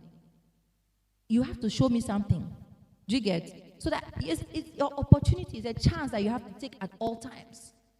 But imagine somebody telling me or coming here today and say, I should go and follow her on social media to go and see what she's doing on Instagram. Oh, but how? It's not possible. I don't have the time. But if you're going into those rooms, you have to prepare yourself. And with the help of all these Canva, CapCuts, whatever, you can create your own little show reel. Every actor should have a show reel. You can have your link, your YouTube link. You should have a show reel on your phone. So you come now, you are ready to always sell yourself. That's what the branding is about. So if you brand yourself properly, you will get it right. It will just come, and you branding yourself leads into what? The learning, having a mentor, like I mentioned. Emotional intelligence is understanding your environment, the people you interact with every day, how you can be able to confidently walk into the room. And these are all courses that you can get free online. Even YouTube has emotional intelligence courses, and it helps you to work with people, to understand how to even deal with those men that want to stress you out when you go for auditions. If you understand emotional intelligence as a woman, you will understand the power that you have as a woman. You will understand how to speak, and anybody can believe you. You will understand how to be confident and walk into any room and not be scared. Because why? You are emotionally intelligent, so you understand what you're saying. And it leads to leadership for those that are born leaders. When you have all these things together, it leads to leadership because you're in a position where you can also guide your people in your community, your friends, colleagues, and other stuff like that. Yeah. So the creative growth formula is talent, discipline, visibility, purpose, which equals to influence. When you have all these things, like I said, your talents, then you have your vision board, which leads to, okay, I'm disciplined, this is what I'm going to be guided by to climb up my ladder. Then you start preparing on how you want to be visible. How do I want to stay seen? How do I want to stay relevant? That's your visibility. And all of that comes with the purpose that you have on. So my purpose is, for me, I know that there's something called Ikigia. How many of you have done it? Ikegea. Write it down. It's I-K-I.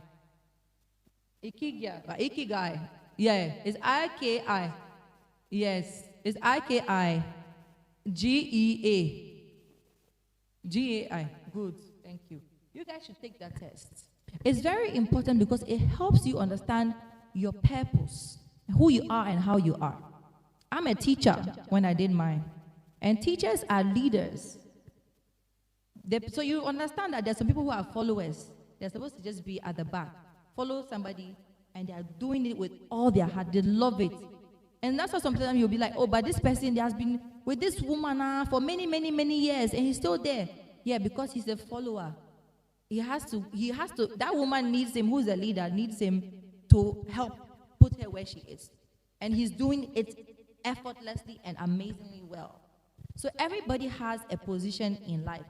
So when you do a lot of these tests to understand your leadership position and where you belong as a person and how you are and who you are, it helps you identify even the people around you too. So you understand how to deal with human beings. So that's where it leads to leadership. Now, my advice is, like I said earlier, if you own your own voice, means you have understood your story, who you are as a person, you understand your purpose, and then you are the one confidently telling your story. You are the one confidently pushing your brand as you want it to be. Investing in your growth is the same thing I said earlier. Is education, is growing, finding knowledge online, showing up for seminars, registering for events like this, joining communities like With Ghana, because when you join communities like With Ghana, for instance, you're getting access to other women, other opportunities and stuff. So always keep your ears on the ground. Follow the pages that you need to follow on social media so that you know what's happening that applies to you. So I actually spoke about that one already. All right, so this is just my little message to you guys. You are storytellers, creative leaders. Do not wait for permission to evolve. You have to do it for yourself. That's one thing you have to remember. You become the brand, you become the voice, you become the story that you are trying to sell to anyone as a person. And then you can have key takeaways. I will actually share the PowerPoint presentation as well. Alrighty, we're good. So I want 2 people who wrote down the answers to the questions to share with me. Is there anyone that wants to share? No, I should go back to it. Is this one? Yes.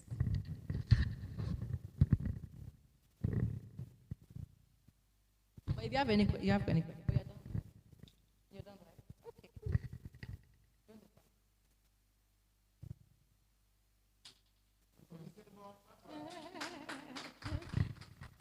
Okay, so the first question, which is, what do I stand for? So I stand for helping others grow. I stand for making positive impacts in my community.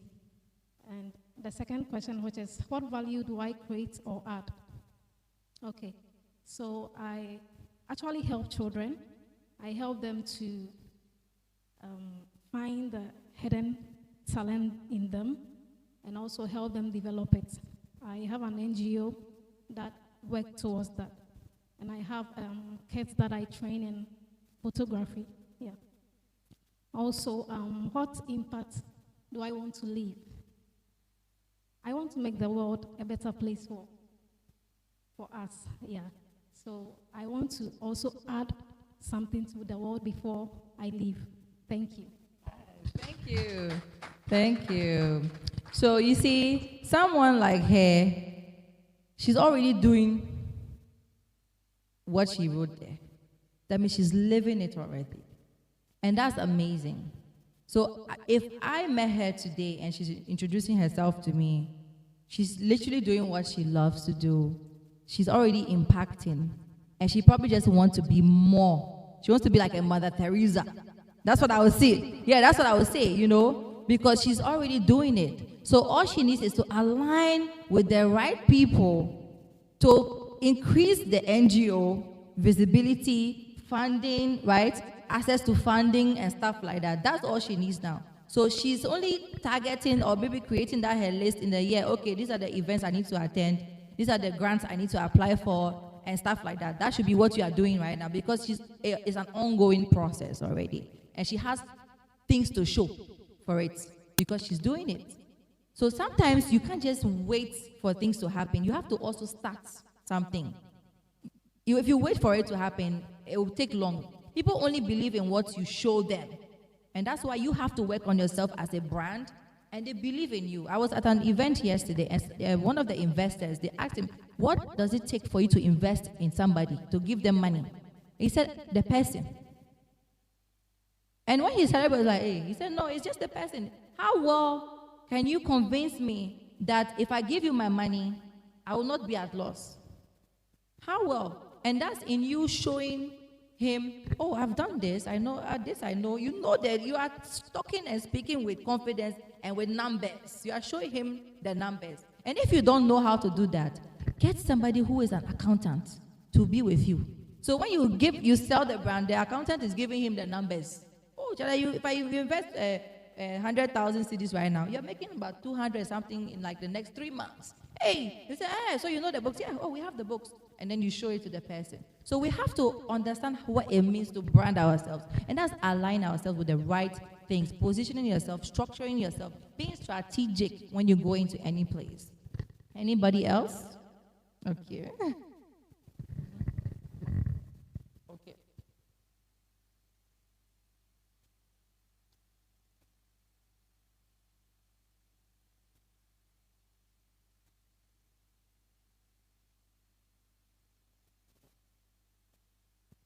So the camera guy can see. So for what do I stand for? Self-worth, confidence, resilience, and authenticity. And this is very important to me because I'm a single mother of 2 boys, very strong boys. And it's been a whole journey. And so I don't know if it was a person, it wasn't even decided, but I found myself in situations where I have to help other people in my situation. You know, because then you meet people and they ask you, how do you do it, and this and that. So it's one of the things that I really want to do. I've started from ground. I'm sure that the people in my life would attest to the fact that I'm the go-to person, you know, when you need someone to talk to or you need direction. So yeah, that's what I stand for. Authenticity above it all. And then what value do I create or add, or what problem? I think I added. But what impact do I want to leave? So right now I have strength, you know, I'm an actress. I'm sure at some point in time fame will come along. But I say that after the lights go off, after all the shiny stuff go away, I still want to be able to help others, you know, because I believe that the essence of humanity is really to help each other. So I think you have to go and do that test as well to understand your personality. It will help you. Yeah.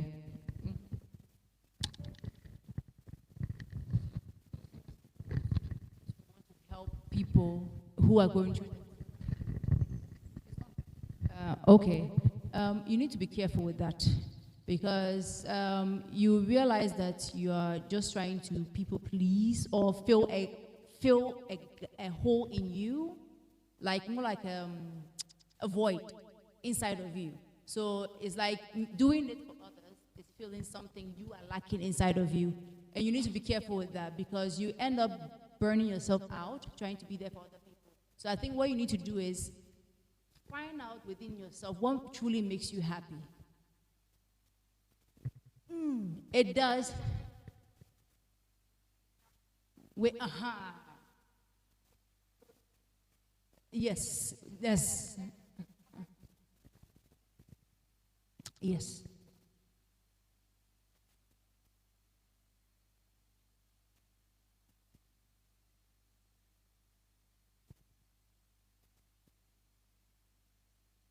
Yeah. Yeah. Based on the statement you made, that because you going through that, so it kind of like it's like a connection.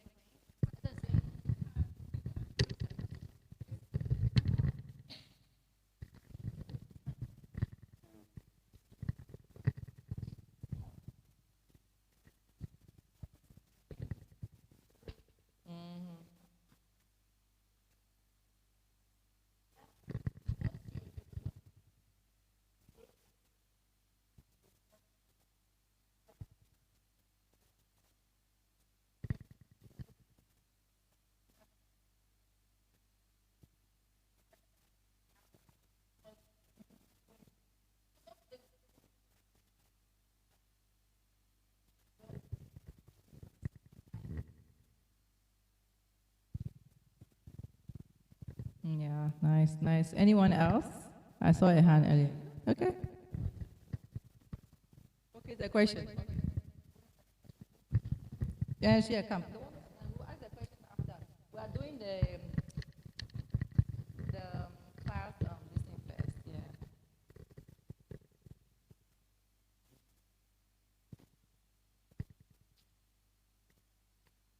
Okay, hello everybody.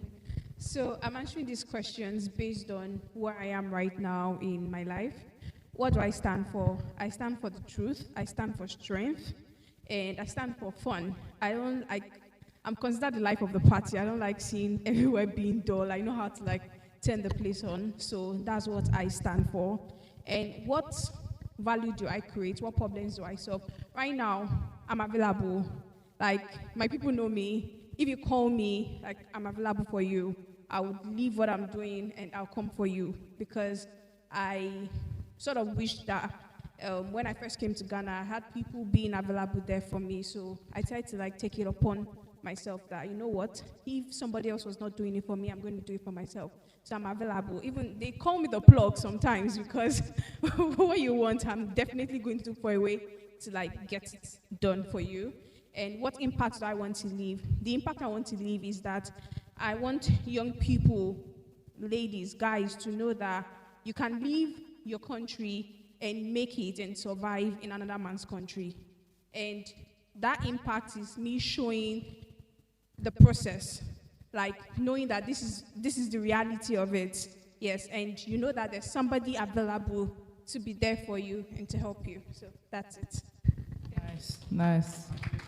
So you know what I've heard from everybody. Women, we are so much alike. Women, we are very much alike. Because we're naturally nurturers, right? Everybody that came up here wants to take care of somebody. Have you noticed that? We're just nurturing. So we always take on the problems of everybody else. From our family members, from small, it's our responsibility to cook for them, clean, wash, blah, blah, blah, blah, blah, blah. And then we take it on into our adulthood.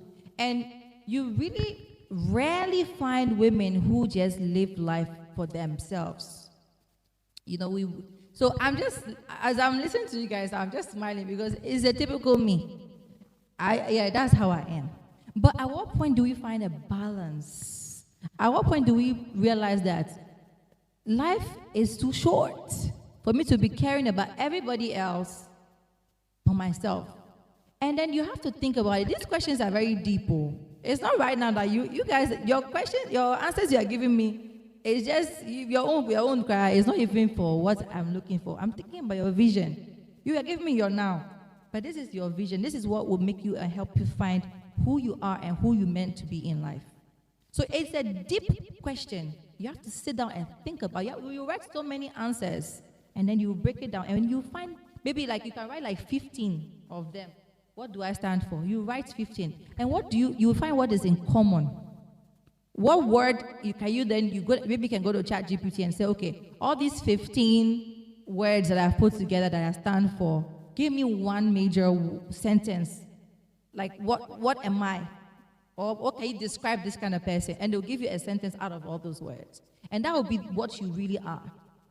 Do you get what I'm trying to say? So if you do that, then you dig deeper, you understand yourself, that what am I here for on earth? Do you get? She's saying that she's a plug. She doesn't know that she's a plug. She's available for anything. If somebody calls her right now, they need her for something, she's there. Why? That's a job on its own. People get paid to connect people. You know that, right? Do you know that? Yes. People get paid to connect people. There's somebody that I know that's in Nigeria right now. He's a connectologist. Have you ever heard that word? He created the word himself. He connects people. That's his job. If you need to meet anybody in any country in the world and you contact the guy, he will make it happen. I swear. That's his job. He connects people. So how did he know that? He had to go through this process of finding, what am I? He loves talking too much. He loves to travel. He loves being around people. He loves meeting. If he comes here right now, he has met everybody. He will remember your names in 5 seconds. I say, hey, but how? So he had to think about it over the years. He said, no, but this is my calling. My calling is to make sure that people meet other people. And then he sits back, he's smiling. So he has events where he will just do, people just come and meet each other. That's what he does.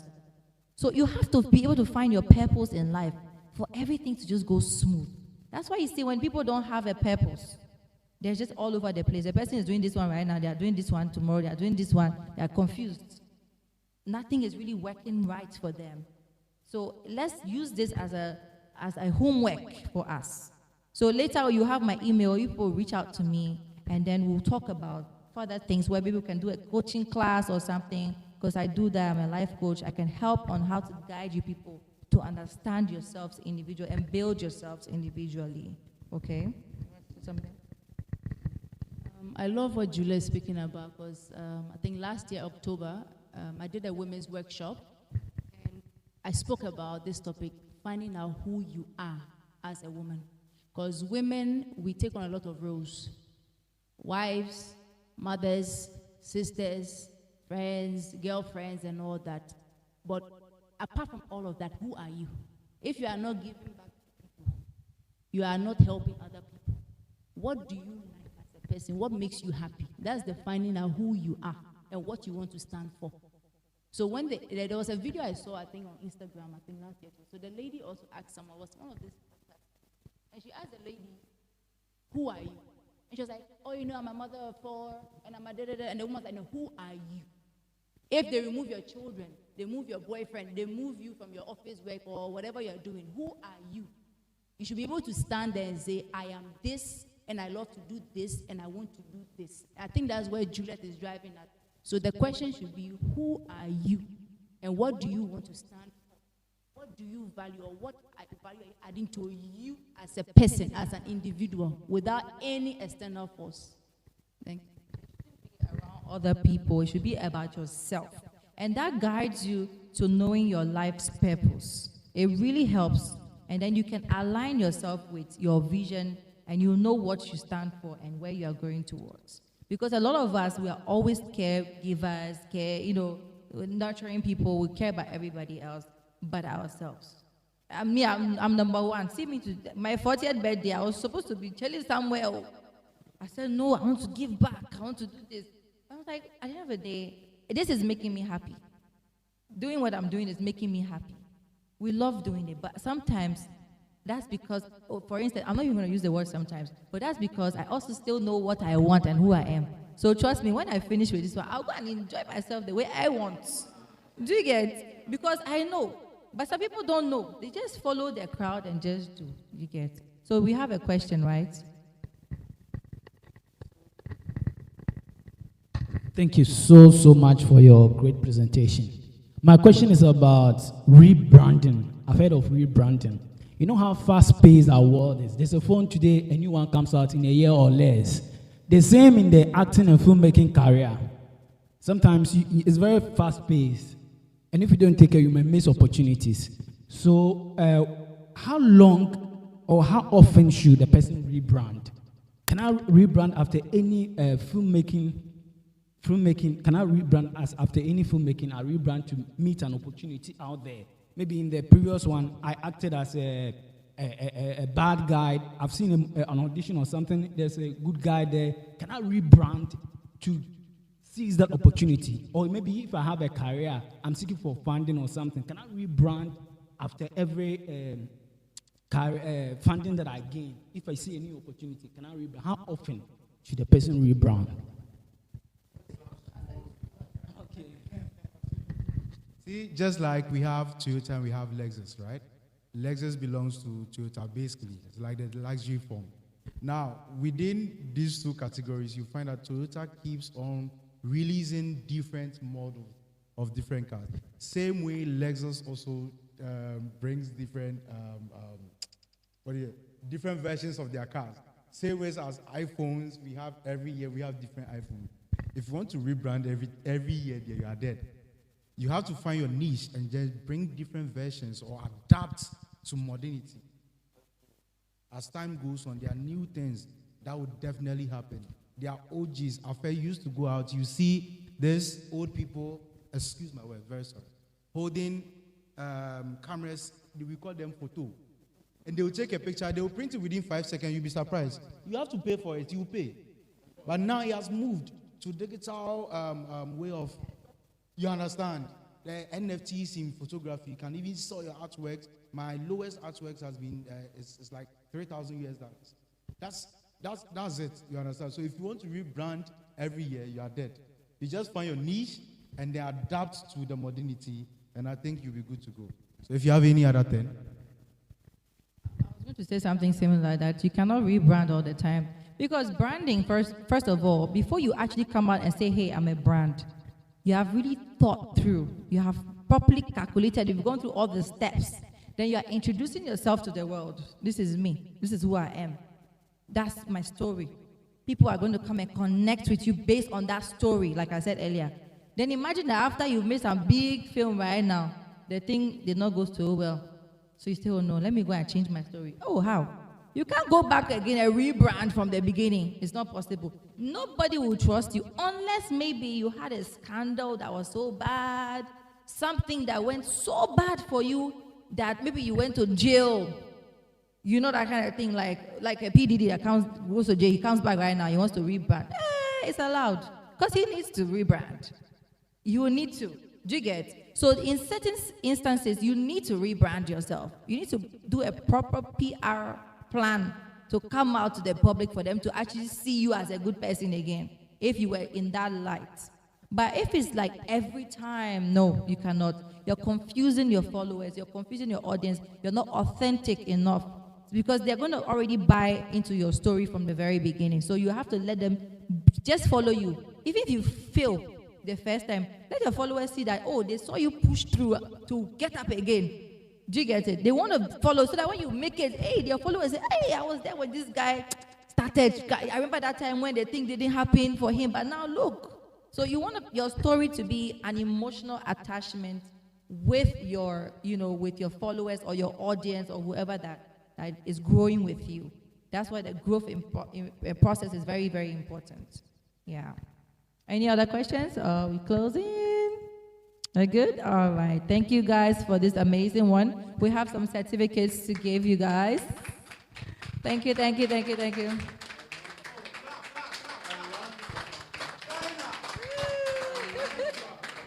Thank you.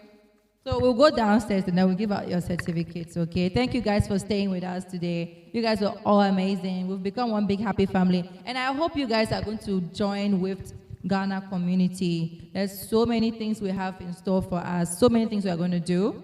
So we'll get your emails, your numbers, we'll keep in touch, register with you and everything, okay? Yeah. Yes, please, yes. Everything, screen media, content creators, whatever, yeah. Plenty, seminars, webinars, workshops.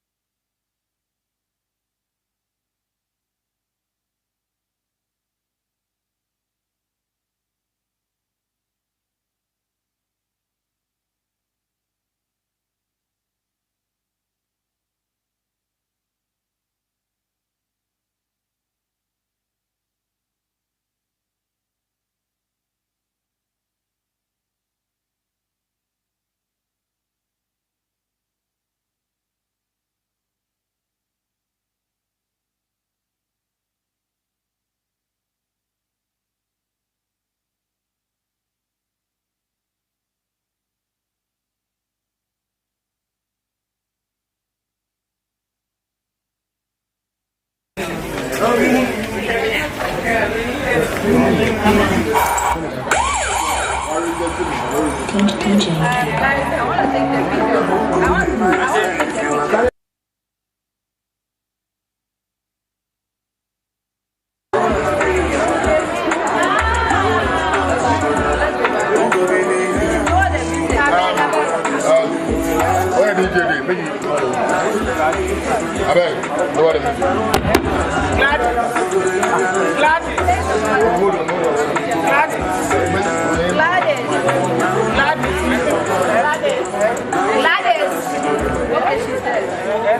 She's coming.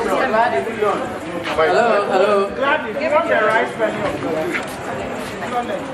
please, come to Gladys, can you be around? What is he doing? Yeah, so is it L-A-A-R? Is it L-A-A-R? Your last name is it Gladys. What is it? Don't worry.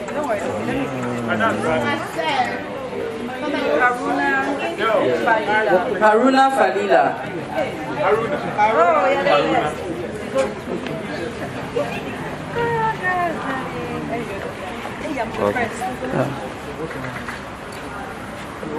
yeah, let's go. This is Jonathan's house? No. Oh. Sandra Ose MD.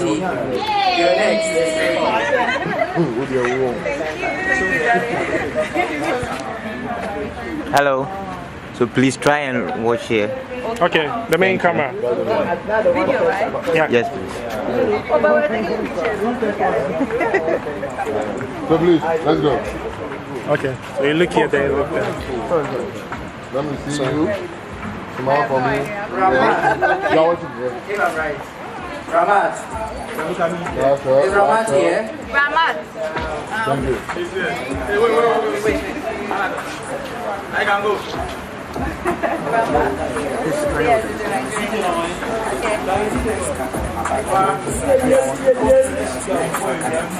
Stella, baby. What's your name? Are you ready? Wow, let's go. Last up. 1, 2, 3. Thank you. Stella. Next person is Mary Sarkodie.